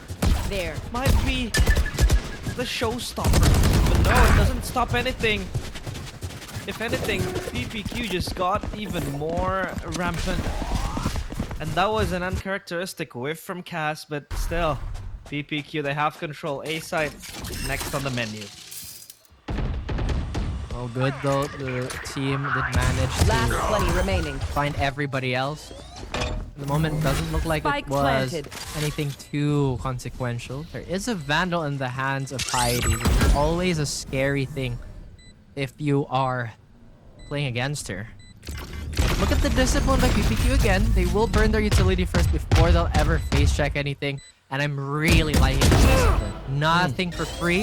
Samfire does go for a shoulder peek, but does get decimated. 1v3. Time is still winding down though. Losing seconds by the minute here, and Piety is just asking them to dance with her. It takes two to tango. It's a spray down almost. My god, Piety. Almost a clutch PPQ. You did say they were disciplined, but Piety barged her way into the side. And Ascend almost saved by Piety. Yes, you mentioned it. It's very scary when it's Piety against you. Bam. You'd think if maybe she had one more teammate alive, but then again, maybe that's result-based analysis. Still, really good attempt there by Piety. Can't really fault her for, going for it. If anything, she will get closer and closer to that neural theft. And Ascend will burn a timeout. They've been pretty good out of the pause so far. They have to remember, Ophelia has Armageddon as well as Samfire with a Rolling Thunder. We haven't seen those two abilities being used in tandem as often, at least for today. But everybody else is also close on their heels. Steel Garden, not too far. Sleepy Cakey's Showstopper, despite being used, still back up. Cass with Omen ult. I want to say Omen ult is great. It's an instant rotate. It could be a scouting tool, but it's an Omen ult. It's from the shadows. I don't know what else to expect from it. And yeah, I do think there's a lot of ways you can utilize that ultimate, but again, It's either wanting to rotate quickly onto a site or just reposition yourself into a better place. But again, as a defender, I don't think there's much use of that ultimate. And PPQ, they don't want to stop with this momentum that they have. But we know what timeouts can do to teams.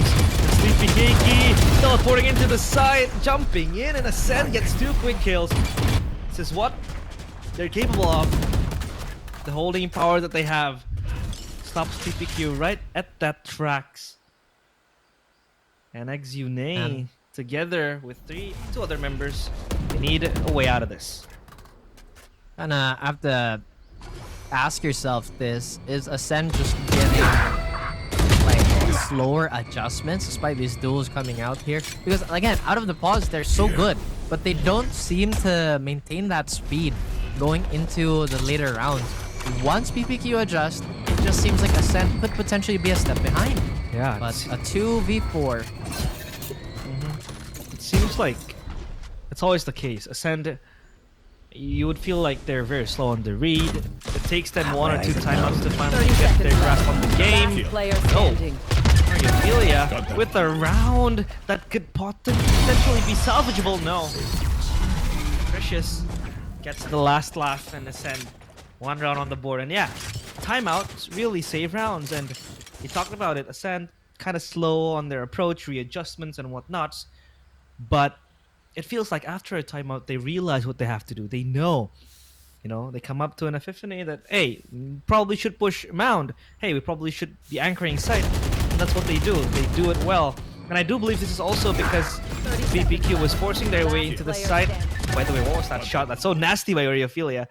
But yeah, PPQ was so quick, and I feel like Ascend knew that they had to play patiently. It seems like the map pool is definitely lending itself to PPQ now. Rams could have potentially found one, but it's still Cass getting picked off by the tail utility.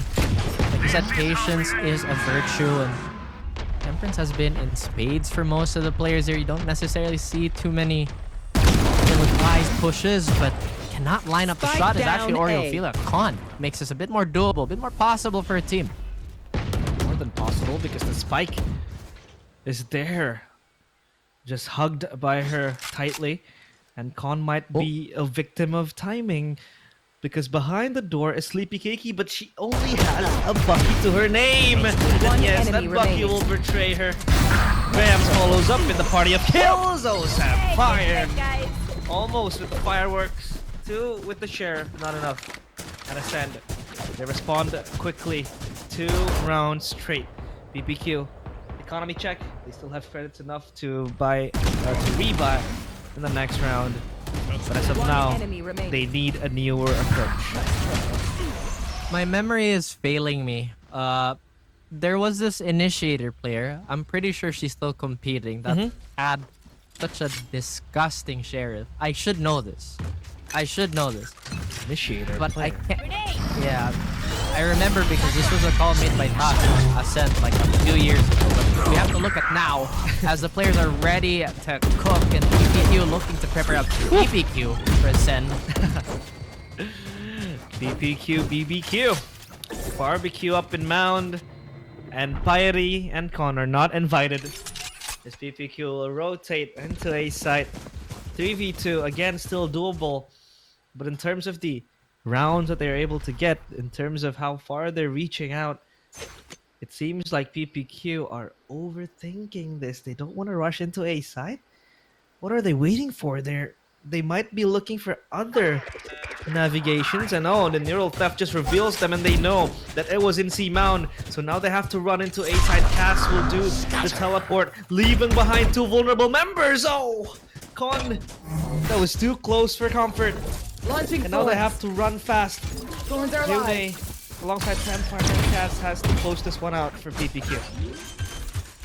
I have now remembered. It bothered me too much. It was Iceberg. Iceberg was Iceberg. so crazy with the sheriff. But now, highlighting potentially the newer generation, actually one of the or many of the returning players. 2v3 PQ, very big advantage. Piety, who's been absolutely disgusting on this Vandal, can't seem to find value on this literal rotating door, and now she's up for herself that has been sprayed down with bullets. PPQ have not let go of the gas. They haven't.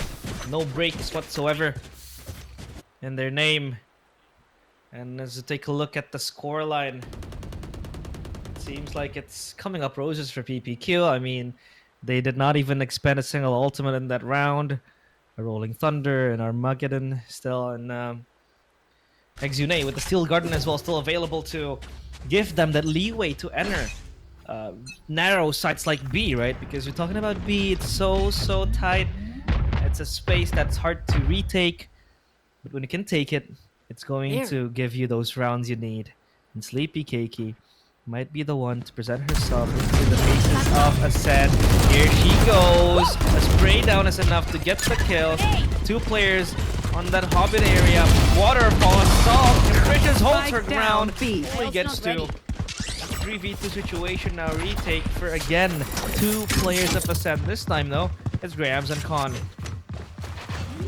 Man, this defense is looking so flimsy for Ascend. Maybe they're getting a bit too impatient. They're checking, and maybe they're just relying too much on their aim duel. But this confidence doesn't seem like it's too unfounded. But now Sleepy Keiki sees the opportunity to find an ill-equipped player towards Mount. Time is winding down. Grahams has to make a move here. 8 bullets left in the mag for Sleepy Keiki, and it is not enough.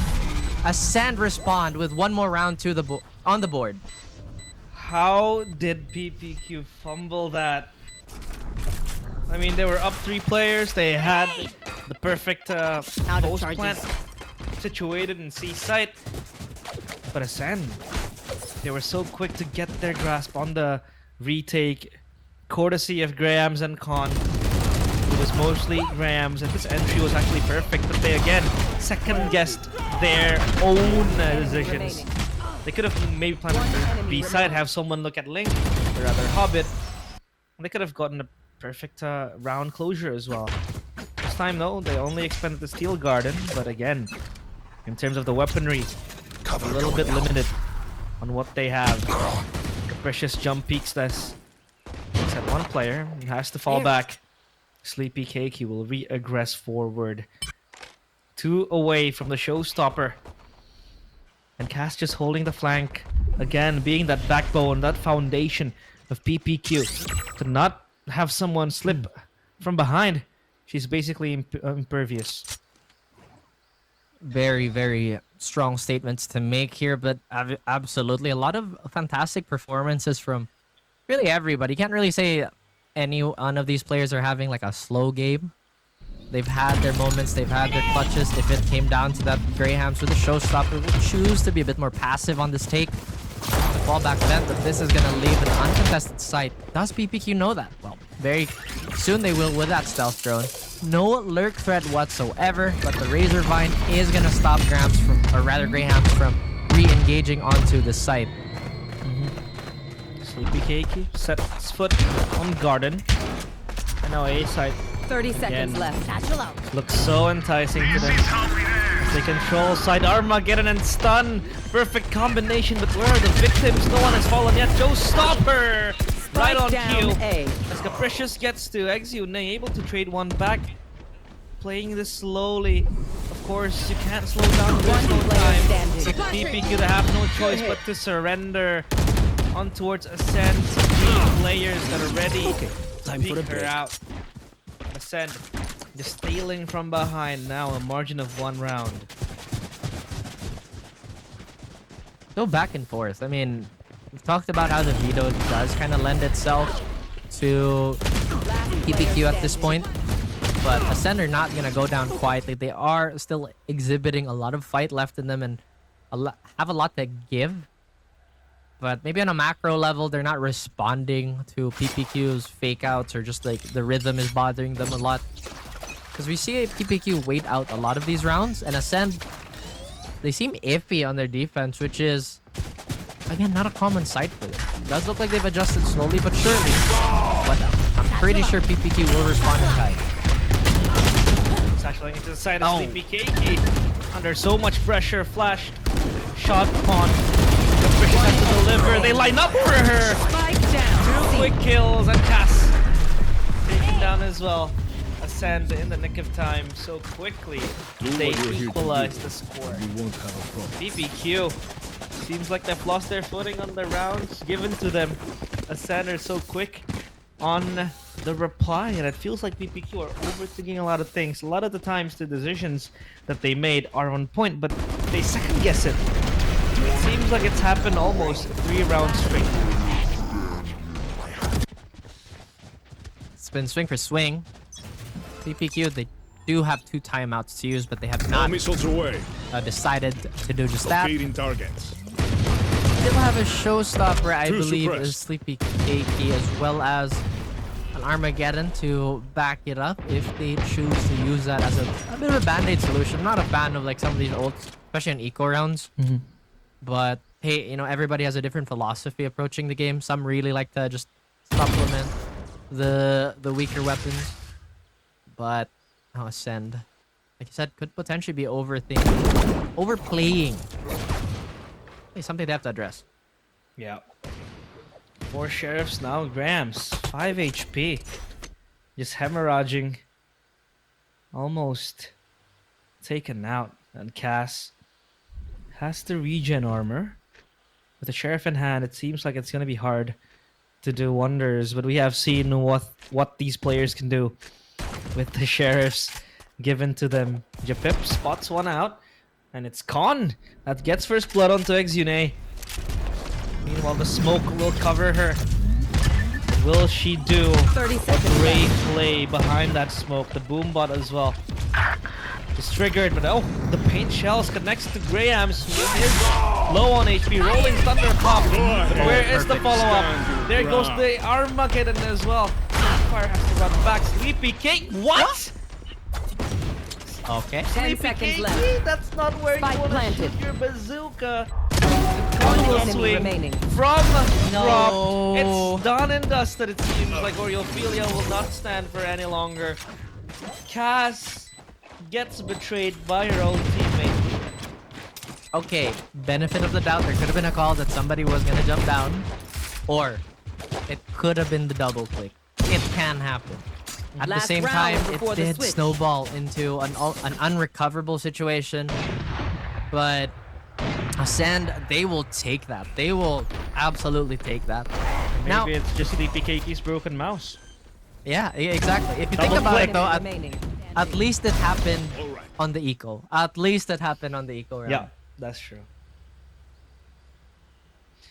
You don't want it to happen. But, you know, sometimes the best way to approach this game is to just have a short memory and move on with the next round. And I'm pretty sure that's what PPQ are going to do. They have a full set of rifles and a pretty impressive arsenal of utility. Don't dawdle. Don't dawdle on the past. Let's move forward, and that might be the mindset that PPQ wants after that that catastrophe. But Ascend again approaching. The spike in their hands, a rubble control under siege. But Ascend, look at Grahams. She wants all the blood. Walking into garage, or rather garden, excuse me. As the Hobbit door will be prepared to be broken. And they will rotate onto B site. B site occupied, and Con might want to push this, but no, it's not wise enough for you to do that. And Spike will be planted soon. B site. Retake situation for Ascend, and this is one of the hardest sites you can retake because of how narrow it is. But again, for PPQ, you can't play inside if you want to play this safely. Con gets a tap on Cass. That's a very disgusting kill. Steel Garden comes in, but Capricious player gets remaining. Empire and Ascend swarm the site together. They are able to dismantle PPQ and Ascend. Get the 7th round onto their scoreboard. PPQ overtaken by Ascend. Impressive sides. recovery there by Ascend. Despite the Steel They Garden want to coming dance? out, they realize there I'll is leave. so many players available for us to throw at a really claustrophobic site. So why not, right? And everything else, Con landing that shot, the operator denying that aggressive platform push, just worked out in the end for Ascend. 7-5 on defense is more than you can ask for, especially on Lotus. But now, PPQ, they are in a pretty similar situation to Haven, and you know, it's been shown that they can dig themselves out of that hole. Mm-hmm. Now the question becomes, how do they want to play the defender side, right? I mean, we have seen how vile the Breach, Teho, and a Vice combo could be, right? It was brought upon by Falcons in series number 1, and it proved to be very, very deadly. And this might be the formula that PPQ needs to stop Ascend in their tracks. I mean, they have Grams, who's going to be very explosive with the Rays, and you really want a strong stopping power. You want that bold stop that just leaves your opponent guessing. And I feel like with Breach, Teho, and Vice, they can do two things. Either they want to play aggressively, control Rubble, which we haven't seen much, by the way, in the first half, or if they want to anchor the site, that could also work because of the Razor Vines, the Shears, and the stuns from Breach as well. So a lot of flexibilities on the table for PPQ. For Ascend, it's just up to them on how wary they are on the pushes that might come from PPQ. But it seems like from the formation in the radar, it feels like they want to take control of Rubble. I mean, you have the Breach ready to stun, you have the Teho as well standing, and Sleepy K-Keep preparing herself to satchel forward, it seems like. Bomb buddy out. It does look like they are going to be a bit more aggressive towards Mount this time. If anything, it could have been like a warning from the Falcons game earlier. The Falcons were so good at holding this choke point with the layering and whatnot, and just making this site inaccessible in general. Maybe PPQ have taken some cues from Seti, but Zune finding Grahams and Capricious from behind. Oh, Capricious gets one. It's a 1-for-1 trade though. PPQ, they rumble into the site. Yet to do that because Ascend have full control of it. Mound, plant, which means they can reposition and just play for plant. But again, they still have cast on the smokes. They can just block the visions. Remember, you can't ping the spike anymore, so they have to be careful of the potential looming threats that Ascend could bring. PPQ gets a kill via Oyofuria. Samfire, good flash. He swings one, brother. She swings that, but oh, Pips is oblivious of where Samfire is. The spike the fuse still cancelled. Oh, Con has to stick this, or rather swing this. My God, Con! Who won that? PPQ won it, sadly.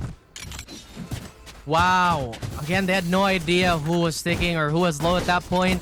No real pieces of utility to spam the plant position despite how powerful. But there was a lot of chaos going on in that round. Again, it started with Capricious from behind, Exune getting the nasty frag onto Grahams, and Samfire, who's been, well, no pun intended, on fire for the series, really brings down the hammer. Ah, the PPQ. defuse.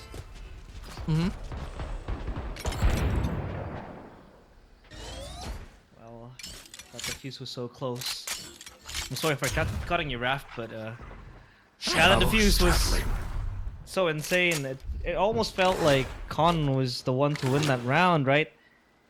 But hey, pros don't fake. And it seems like Ascend, they might want to hit B side. Could be the call. And speed has been the name of the game, but once again, Sheer just needs that much more support to be effective, and PPQ are right back on track to equalizing their odds. These classics, sure, a few shots here and there could do a reasonable amount of damage, but it's just not enough to chip away at PPQ. You Pips, 6 HP. Graham still able to get one Spike kill. down, B. A consolation prize at least for her. This PPQ just hunt her down. Not even a chance to live to tell the tale. And PPQ 7-7. At least they're able to secure their pistol round and not get thriftied in their bonus, or rather gun round. And this is where the real round begins. This is where Sand are able to buy up. They're able to maximize their weapons. And PPQ, they have to be content with their bonus round. But if you take a look at their bonus, right? A Guardian, an Outlaw, 2 Bulldogs. I think it's still there's still a possibility. There's still a world where PPQ might be able to win this. Oh yeah, especially with 7-7 and a fragile economy on the end of Ascent.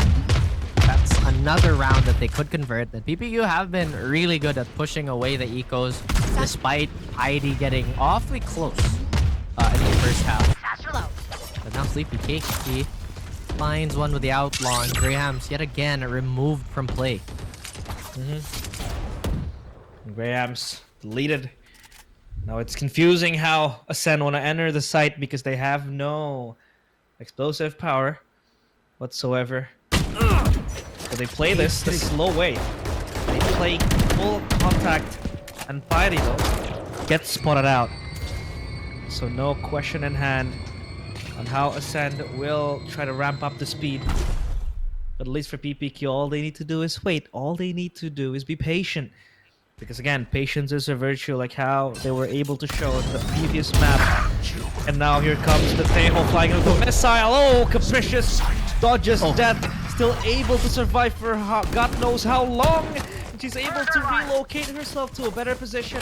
Seaside will confirm to be empty. And they will rush in, but Exune is there to stand between them. The retake will happen soon because it seems like Ascend will get the plant. PPQ called upon to try to win back, claim back the siege that is happening. The flash towards the backside. Piety, basically a dead woman walking, and yes, Sleepy Cakey will catch her. The flash is good. Jabip will stray, but Connor's there and Capricious again. The one to start it and the one to finish it. PPQ lose another round, and this time it's because of Capricious. And there has been an equal frag distribution among Ascend. Japips has been assisting her way onto the board. 11 assists. That's exactly what you want from your breach. Just influencing these fights to be that much more unfair towards the enemy. And despite everything, PPQ have been doing a good job of keeping this afloat, but now they're in a reset position. They're the ones that are in trouble for an eco threat. Really quick pieces of utility being thrown out here. And they will manage the fight for Rubble here. Ascend, they're holding. They still haven't found a way to lurk into PPQ's defense. Yeah. Impressively speaking, they're playing this very upfront. Sleepy Cakey doesn't get flashed, but does get a bullet to her dome.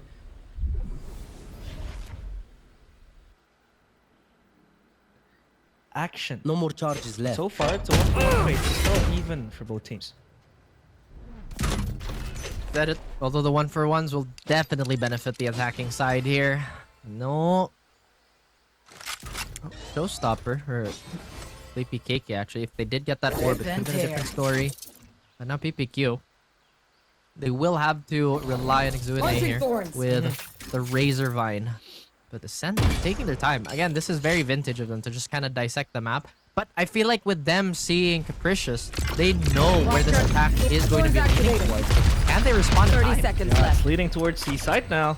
Capricious, the main player to put the hurting on multiple players now. Ascend. Stand your ground. In they go. Armageddon as well popped towards Waterfall. Now Ophelia one away from them. Spike planted.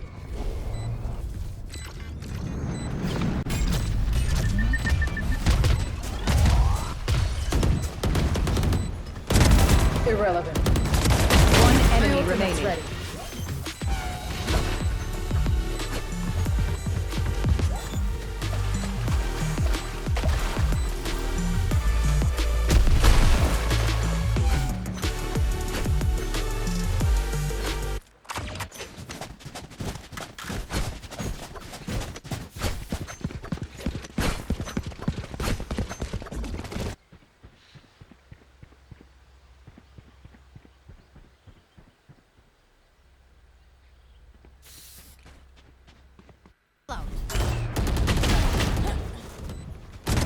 Irrelevant. One enemy remaining. Ready.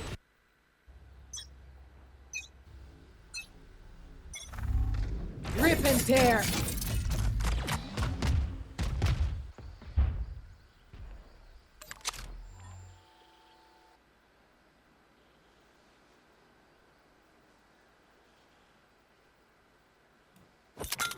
Alright, welcome back. You get Tash and Zach back again here as casters while we deal with some technical difficulties. A little bit of an eco round here for the Ascend side. And you have Heidi Isolator here expecting this position. Turns away after a long time though. Still manages to get a kill, but the trade is there. I don't know how they're able to get through that. Sleepy Kiki had the rifles. They're so aggressive.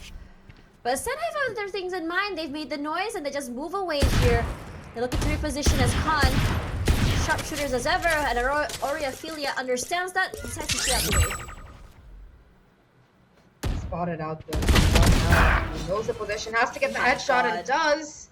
Takes a lot of damage in the process, but still numbers now in favor of Ascent. We've talked about these thrifty rounds, these ecos, and the damage it can do. Only one player kind of left towards his A side, and even they are going to be retaining 30 noise. seconds left. Has given up this A site. The flash does make contact with enough information gained, and now it is just going to be Ascent taking the site.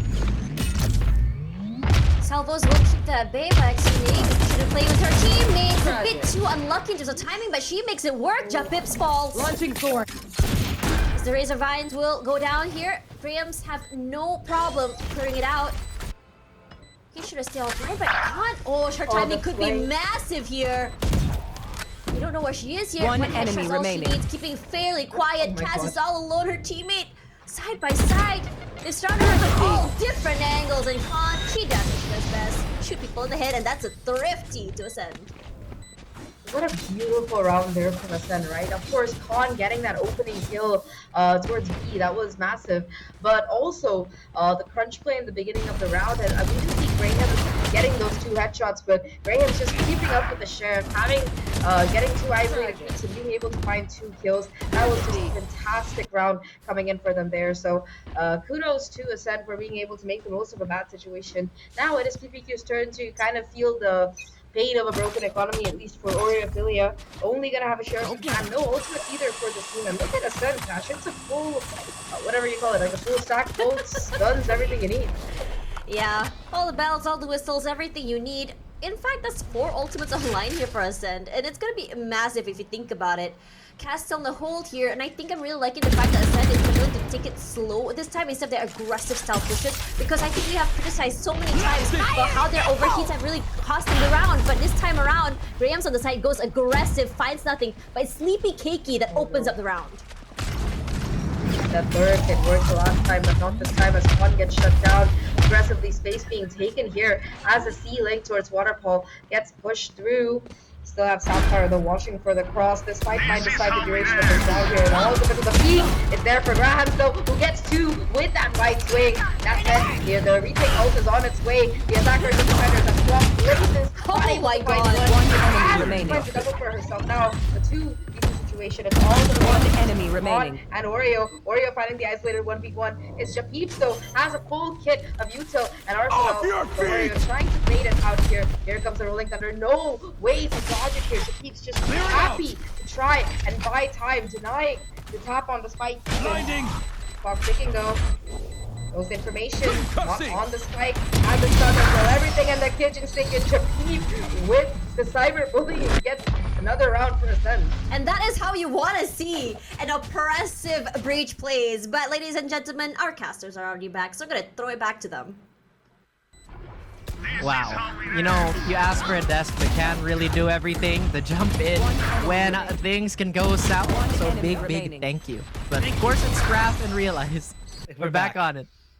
We're back. Thank you, Tash and Zach, for being our substitute players.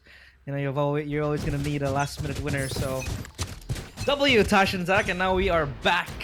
Round 19. What have we missed so far? It's been PPQ now on the back foot of this map. Seems like they will push up, but Ascend are happy to challenge them into a fist fight. It's a 5v3 now. Sleepy Keiki and Cass gone out of the equation.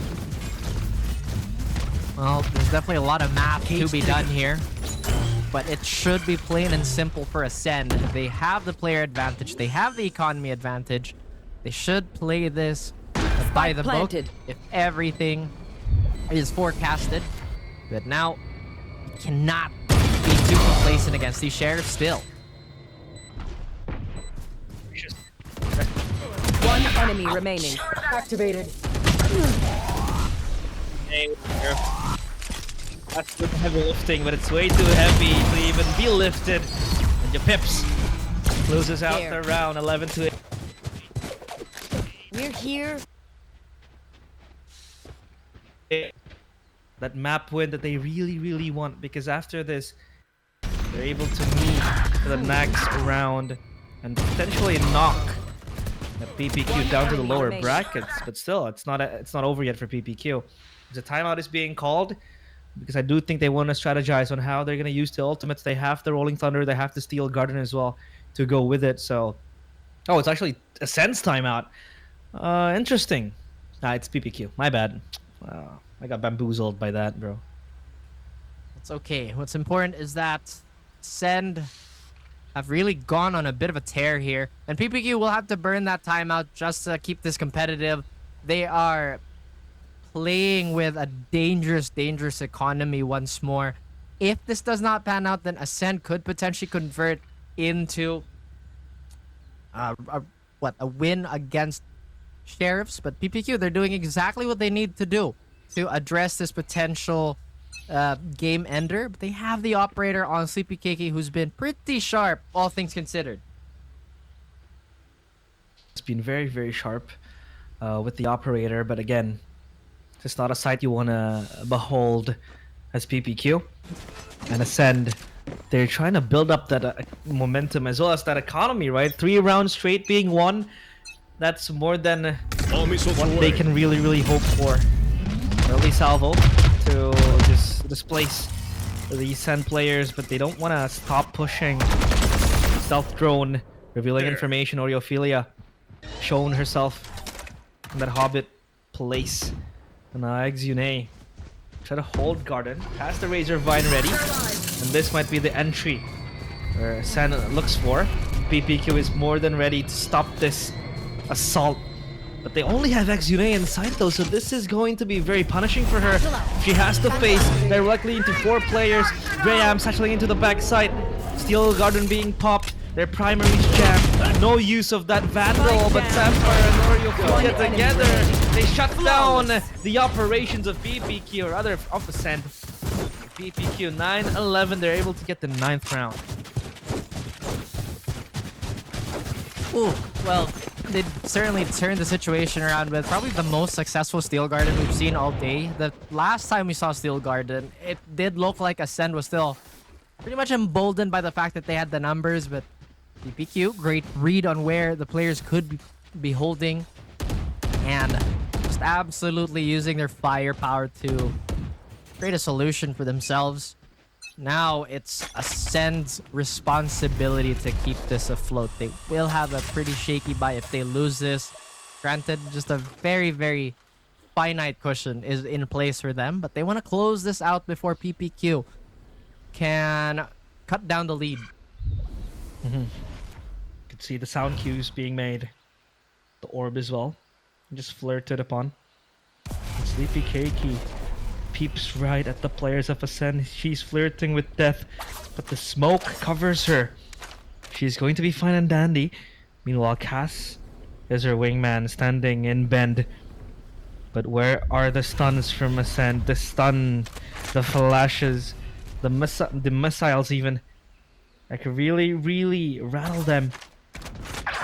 And now, Piety gets the first blood onto Oreophilia, but no neural theft, so she has to traverse her way around that. Repositions back. Graham satchels into the sides of missiles, also coming out. Cass with the flash, perfect blind, gets one.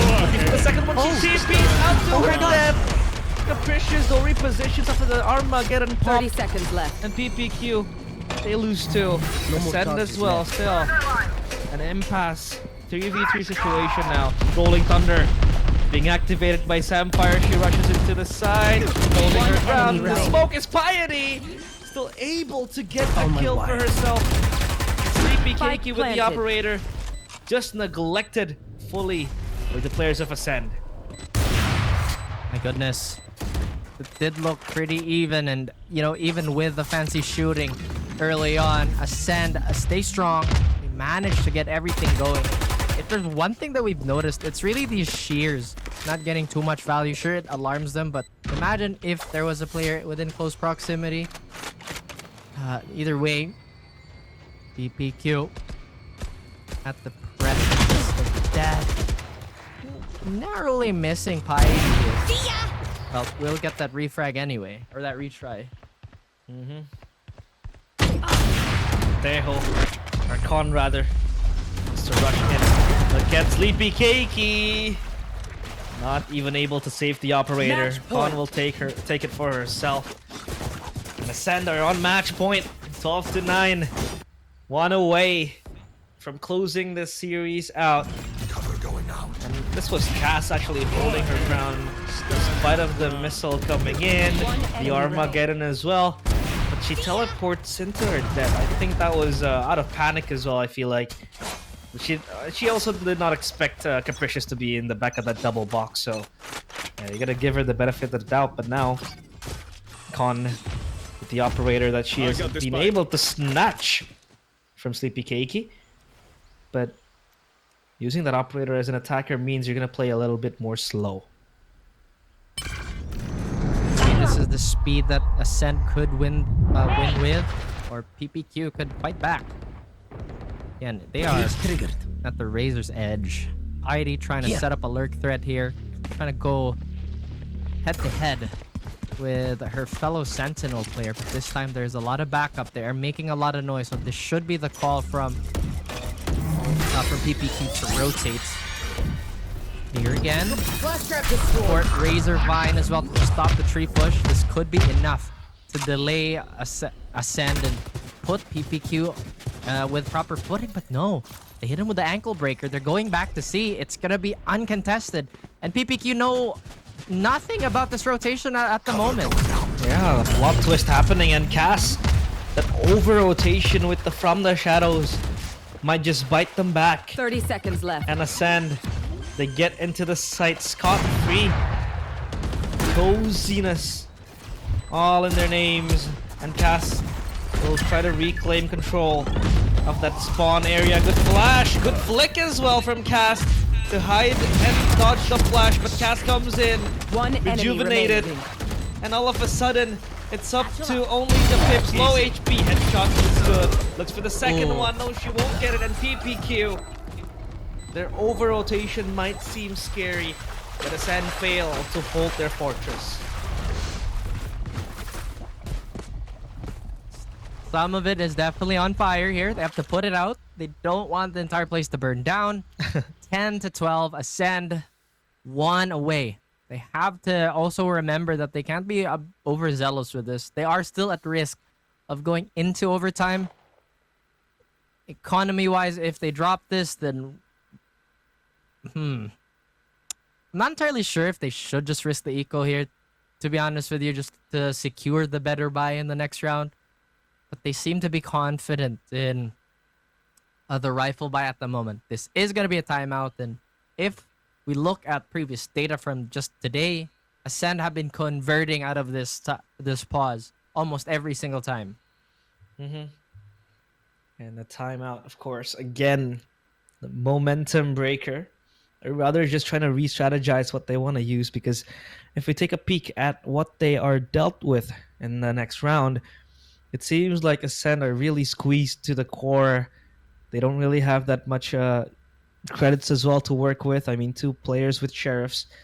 I mean, again, Piety with the Phantom could always do wonders, right? She could always be the game changer for Ascend, turning the tides around for them.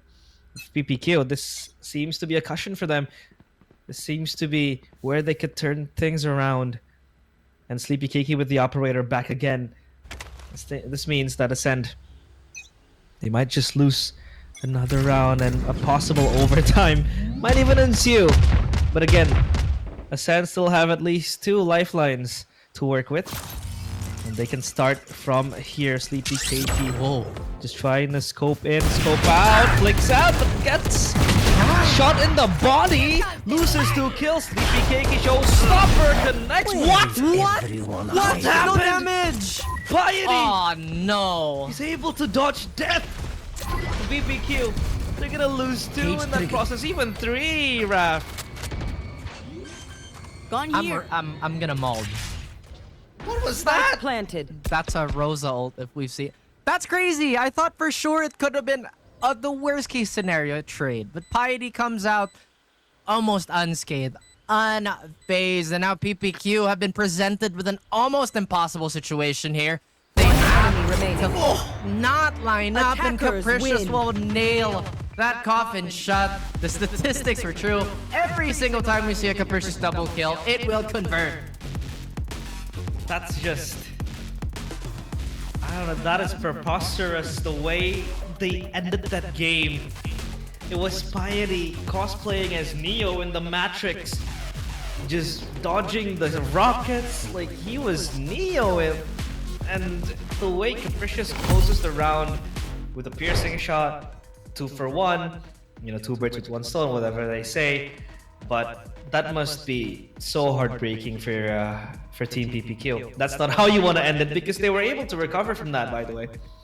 Yeah, well, Sad. seems like there's a little bit of like a coloring issue with my camera. It sent me into the afterlife apparently, but you know, aside from that, that was a really good showing from both these teams. It could have gone either way, but for fans of both these teams, they still have for Ascend, big congratulations. I think the desk was talking about how they were the favorites of coming into this series, but PPQ, they definitely have a shot to still keep on contending. I'm really surprised too that some of these teams are already duking it out on day one. Again, guys, it's only day one of our playoffs. Yeah, still day 1, but so action-packed. Again, Falcons showing their dominance, and then, you know, that series number 2 was so insane. But I think that is it for us, me, Realize, and also my partner, Raf. It's been us, double R's. We're gonna throw it back to the panelist desk. We'll see you guys in the next match. Thanks very much, our double R's, Realize as well as Raf, for the insanely great commentary. Now, coming into this one, first of all, I am super happy that this is very, very competitive coming into this game. I loved seeing how each team really duke it out. Both teams are just really forced, you know, to the edge. Every team was forced to readapt, reposition. End of the day, Ascent came up on top, but still, it was a very, very close match. 100%. I mean, this entire map, it was very, very back and forth. You know, you saw in the beginning, PPQ had such a strong start, 4-0 start, I think, before Ascend were able to bounce back and eventually, you know, ended the lead with ended the half with the 7-5 lead. You know, after the side switch, once again, you know, it was just very back and forth kind of gameplay that we could see between both of these teams. And I think it was the last 5 or 6 rounds where we really saw Ascend kind of like feel confident. I think they were able to convert at 50 rounds, and off the back of that, they had renewed economy. They had the really good ultimates, and there was just nothing really left in the gas tank at that point. So a bit unfortunate there for PPQ, but Ascend, the fact that they were able to maintain all of that mental, even at the beginning of map 3 when they were losing, I think that it's commendable that they were able to come out on top, and they will be moving forward in that upper bracket. You know, it's really exciting as well when you look at that match in particular. I think both teams showed us heroics. I think it's very, I would say it's a deja vu moment from that previous map, right? On Fracture. But coming into this one, it felt like everyone seems to be online. Everyone seems to be on the same page. And everyone seemed to be kind of like going into these small situations where they're forced to 1v2s, 1v3s, such as this one. But at the same time as well, you know, some of these fights, you know, are just kind of like gone into these moments where we talked about Zach, especially in particular for like players like Khan, players like Grahams, as well as Capricious, how they're able to really capitalize when they are on these equal rounds, especially when they're put onto these sheriffs. Definitely, I think we saw a lot of those sheriff moments coming into play today, and not just sheriffs. I mean, that was a nice pistol from Samfire, but this was also a major round. Grabs being able to find this advanced positioning, and Japit's just using every single bit of utility necessary in that, or available in that game, to be able to close it out there. So a lot of very, very valuable or insane moments coming out from both sides, but in the end, it was gonna be Ascend coming out on top here. In terms of the stats as well, right? They did manage to get more first kills again, but the rest of the things compared to map number 1, you can see that the margins are really narrowed here. In fact, post-plant ratio, I would say, is better for PPQ compared to Ascend, meaning that their attacking side, if they started on the opposite side, perhaps it might have gone a little bit better. Yeah, and I think when it comes to, when we talk about, these players and how they play, I think that there's another thing that I really want to touch upon. It's Capricious as well as her roles. I think we were questioning, and I was talking a little bit about how I prefer her on more aggressive roles. I mean, previous map she was put on that Astra. I felt like she was a little bit uncomfortable on how her style of play mixes with that Astra's kit. But with this Omen, it felt like she was so comfortable to play aggressive. She was repositioning all over the place. In fact, she looked a lot more confident as well. That Collat shot for that last kill before we ended the game was just perfection. Like, what a way to end the game. But at the same time, when you see those highlights earlier, the way she moved around the map, the way she can go up and straight up in your face and use the kit to her advantage, I have to say that, coming up forward, I feel like looking at her on this Omen is just made for her, Definitely. I mean, we were talking about, I think so one of our casters was talking about that duelist to controller Omen pipeline, the TENS pipeline. So I can see Capricious going through that arc, just coming out on top as a even more scary Omen than she was as a Jet or even as a Raze. So hoping we do see more of that, because I agree with you. I think she looked much more comfortable on that Omen compared to the Astra. And I mean, the stats tell the story for themselves here. Again, it's going to be Khan stepping up huge for the Ascent side. First map as well as this particular one. It's Khan, the MVP, with that Teho on top. Capricious as well right behind. In fact, every single member on this team has stepped up huge. Japeeps has more. I think Japeeps has as many assists as the entire team put together. 11 almost, if you look at assists it. is crazy. That is crazy. She did win that crucial round as well. So yeah, I think everyone on the Ascent side has stepped up huge for their roster. Yeah, I think so too. And I think when you look at Khan, the first thing, I think for a long time now, I think you and I have been on the disc for a while now. When you look at Khan, the first thing you would think of is aimer. I think for a while now we know how insane she is in terms of aim as well. But I think that she has really leveled up, particularly this year. Looking at how much more, I would say, agents she has in her pool. How much more she's kind of like using her util to really help out her team before she kind of like moves into that sharp shooting mode that she has as well. And I think that it's great because especially as this season, as well as the patch and the metas and the agents come through, it's gone more than just a shooter game. There's a lot of emphasis onto utility, especially at the beginning of each round. And I think that the teams have really started to understand this dynamic and sort of adapt it. I think in the beginning of the tournament, or at least the day-to-day, we talked about how some teams here in Game Changers, they tend to go for more comfort picks. But again, a lot of teams have really grown up, a lot of teams have really adapted, and now we're seeing a lot more set plays. And while it's not the usual conventional set plays, but the utility usage has been definitely a lot better this season compared to the rest here in GC Southeast Asia. Yeah, all of those are great points there. A little bit of an update for our viewers. We are waiting on a winner's interview, so hopefully we'll be having someone from Ascend coming through. I think that the information is that it's going to be their coach who's joining us today, Coach Gunner. I think Tash, you've also interviewed him back when he was on that orangutan team roster. So you get to see Japeeps and Gunner, the OG duo, come back into action. Yeah, I think this is great as well. I think Gunner has not been in the Game Changers coaching scene for quite some time. He did coach for Toda, a Malaysian team, for a little bit. And, I think it's great to see his return here to the Game Changers stage where he debuted. I think it's coming back. Again, I don't know why, but this season feels like it's like a one circle moment. I don't know. I'm hoping that it's not like a recurring theme because it's starting to feel a bit more scary. But anyways, coming into what we can expect today, I think there's also a big change as well for the team. I mean, for a long time, they stuck with Sie, I believe, Sie as the coach for quite some time. So, at the same time, having a new coach, not necessarily a newer coach, but rather just kind of adjusting to each other, new teammates, new coaches, is going to take some time.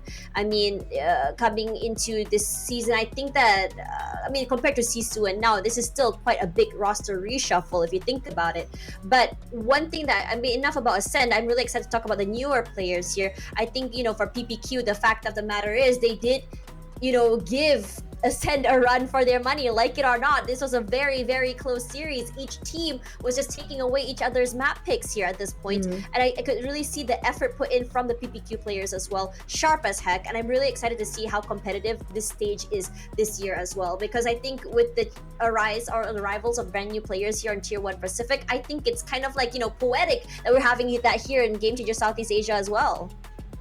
Yeah, definitely. I think that at least for me there is a very clear favorite, heading into this particular top 8, but aside from that, second, third, fourth, all of this is up for grabs. Up in the air. And I think at the end of the day, if you can make it to that top 4 for this particular tournament, even if you don't win the whole thing, you as a roster who's just starting out, you make it to the top 4, you lock in your spot in that group stage, get yourself a head start, and then focus on improving. That's kind of what you want to do as a team that might not have the same amount of resources or the same amount of time that they've spent together, or the experience that some of these players share. So it's nice that there is that kind of a accommodation available to push things forward.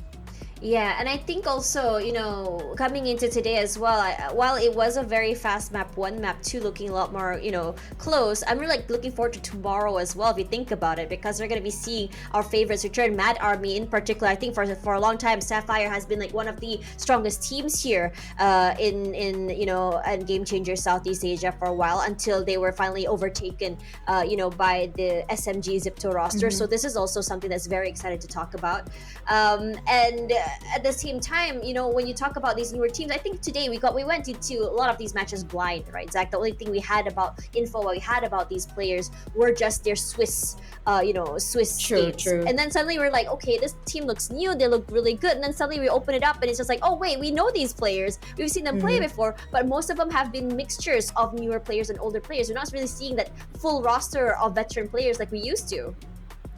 Yeah, I think that Ascend is probably one of those exceptions. Even then, like, for example, Brahams, for example, is like 2 years in the scene at this point, I would say, compared to someone like Aneri, who's been around since like the game came out, since its very inception. So there is a little bit of differential even in terms of that experience. But yeah, I think Ascend, one of those teams with those more veteran players. So perhaps an outcome that we both expected when we did lock in our predictions, Tash, for today. But I mean, for PPQ's side, they took a map off Ascend and that last map as well, right? I genuinely feel like if that Thrift team round hadn't materialized for Ascend, PPQ had a much better chance of being able to close that map out, because Ascend would have been forced to burn one of those ultimates in that next round. PPQ would have had an economy of their own that was pretty strong, instead of them being forcing the 2 other players to go into it. But either way, it is Ascend coming out on top, and I do believe we have our interview ready to go, Tash.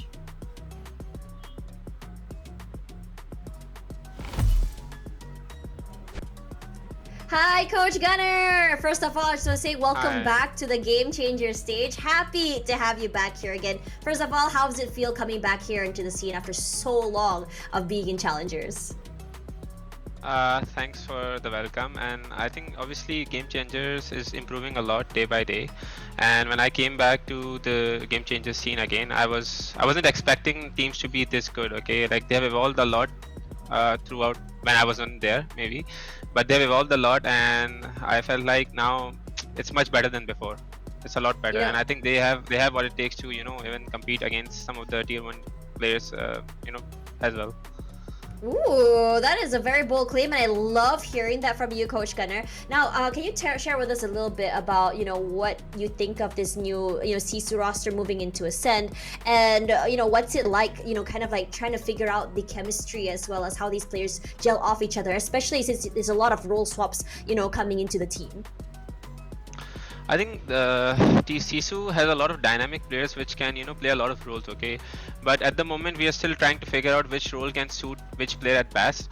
And I recently joined this team just 20 days ago, so we didn't revamp anything at all. We just continued with what we had before.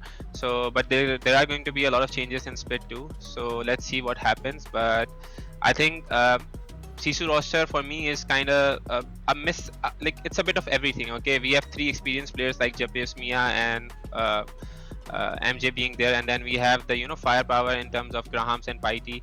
So we're trying to utilize all of that we have into having a good game plan. Sorry. All right, Zach, what about you? Do you have any questions? Yeah, firstly, welcome back, Gunnar. It's nice to have you back with us back in Thank GC. you. My question, I mean, in this particular matchup, especially on that map number 2, you did take both timeouts, but the map still went the way of the opponent. So what did you tell your players before map 3 and during the timeout you took during map 3? That's what I'm curious about. To be honest with you, I didn't set them anything. I just told them to chill, take a little break, like listen to music and come back.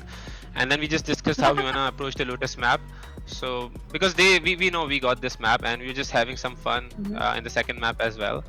But we got punished for it, but it's fine. At the end of the day, we closed out the map. And I think that's really important. Now let's talk a little bit more about, coming into this team. I mean, we have some very, very strong contenders here going into the season. We have a lot of newer players. We also have Falcons with this mixed roster. So for you and your team with the adaptations coming through, what are your expectations if, say, you do go face to face again against Team Falcons? I mean, obviously nobody likes to play for the second slot. They have achieved a lot throughout the past 2 years, and kudos to them on continuing the same momentum. But obviously, we are here to challenge them. We are here to show our best, and we are gonna do that. We're not playing for the second slot. Not playing for the second slot. I love to hear that. Thank you so much, Coach Gunner. I'm excited to see more from you and your team. So we'll see you later. Bye bye. Thank you. Bye bye. Bye. Thanks for having me. Bye bye, guys. It's really exciting when you have coaches just coming back here, and I think his claim that's saying that not only has GC improved but also be able to really challenge the challengers players, the tier 2 players. It does hold water. I mean, we're seeing that a lot in other regions, so I think it's about time it's coming here too now. What do you think, Zach?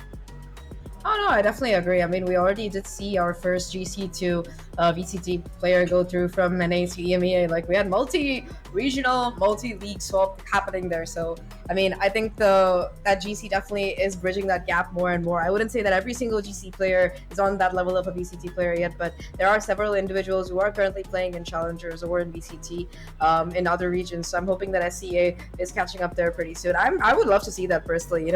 I think last year as well, when we had that spotlight tournament, it was really, really fun to watch, and I really enjoyed watching it, especially with Paper Rocks coming out on top. GE also looked great. So yeah, it was fantastic. Yeah, I agree with you. But anyways, for you guys watching at home, let's have a look at the brackets here to see where our journey goes from day number 1. So we've seen 2 series today already, where we're looking at Falcons going up to the upper brackets, meeting up again against Ascend. It's going to be the second time they're meeting.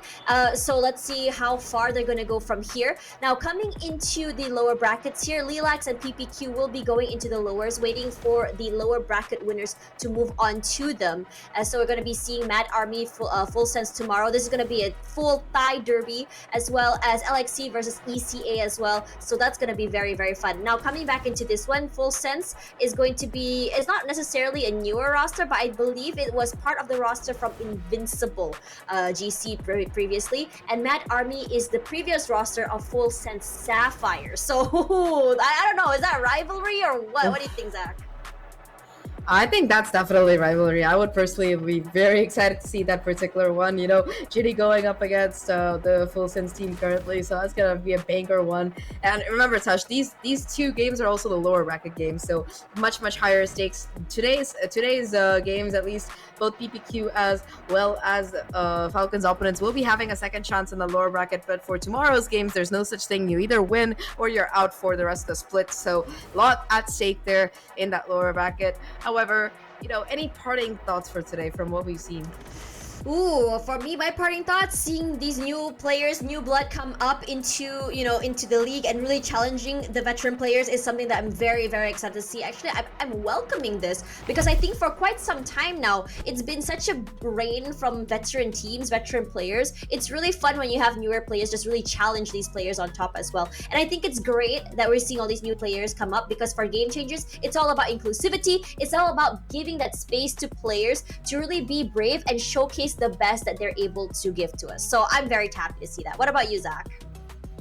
I mean, all of those points I completely agree with. I'm gonna be a little bit more like less nuanced there. I'm just really excited to see Falcons as a roster, and but as soon as they made the announcement, I was like, okay, this looks like an absolute banger team on paper. I can't wait to see them in action. So as a fan girl, I'm very happy to see that the potential is more than being lived up to here. But also, like you said, Tash, I love that we have these teams being a little bit more versatile in terms of comms, already bringing in the Teho, bringing in the Vice, and in terms of aim as well, right? So many players have just consistently leveled up over the years, and we're seeing that continue. So I'm very happy to be here, be seeing these kind of plays happening, and of course to be on this with you as always. I completely agree with you. But anyways, this is the end of day 1 of the Valorant Challengers Southeast Asia. Thank you guys so much for tuning in. Same time, same place tomorrow for the lower brackets. I'm Tash, but alongside Zach. It's been a pleasure desking for you guys. Good night, everyone.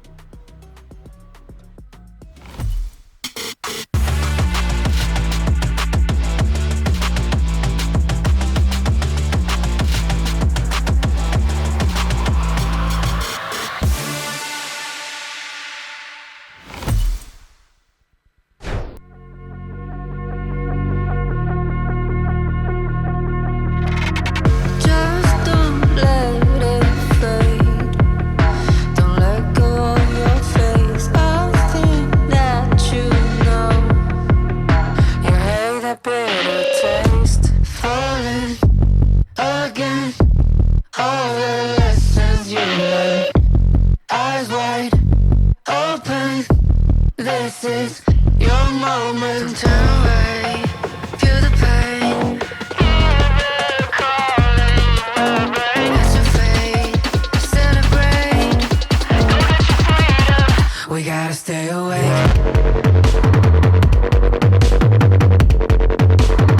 We gotta stay awake.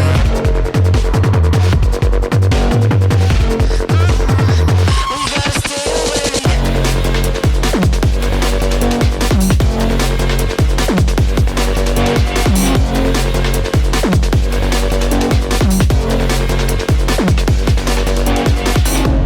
Falling again.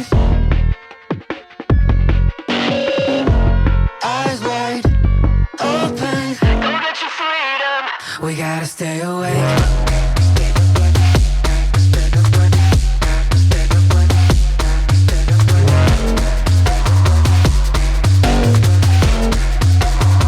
We gotta stay awake.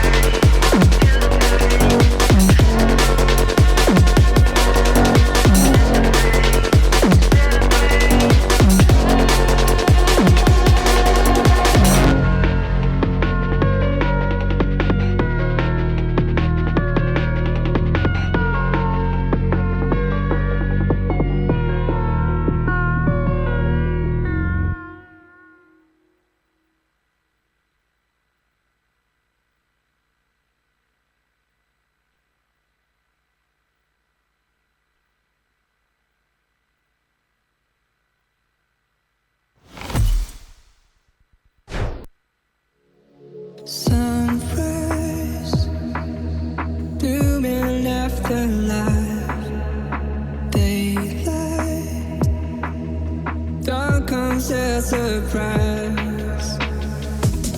I am so hurt.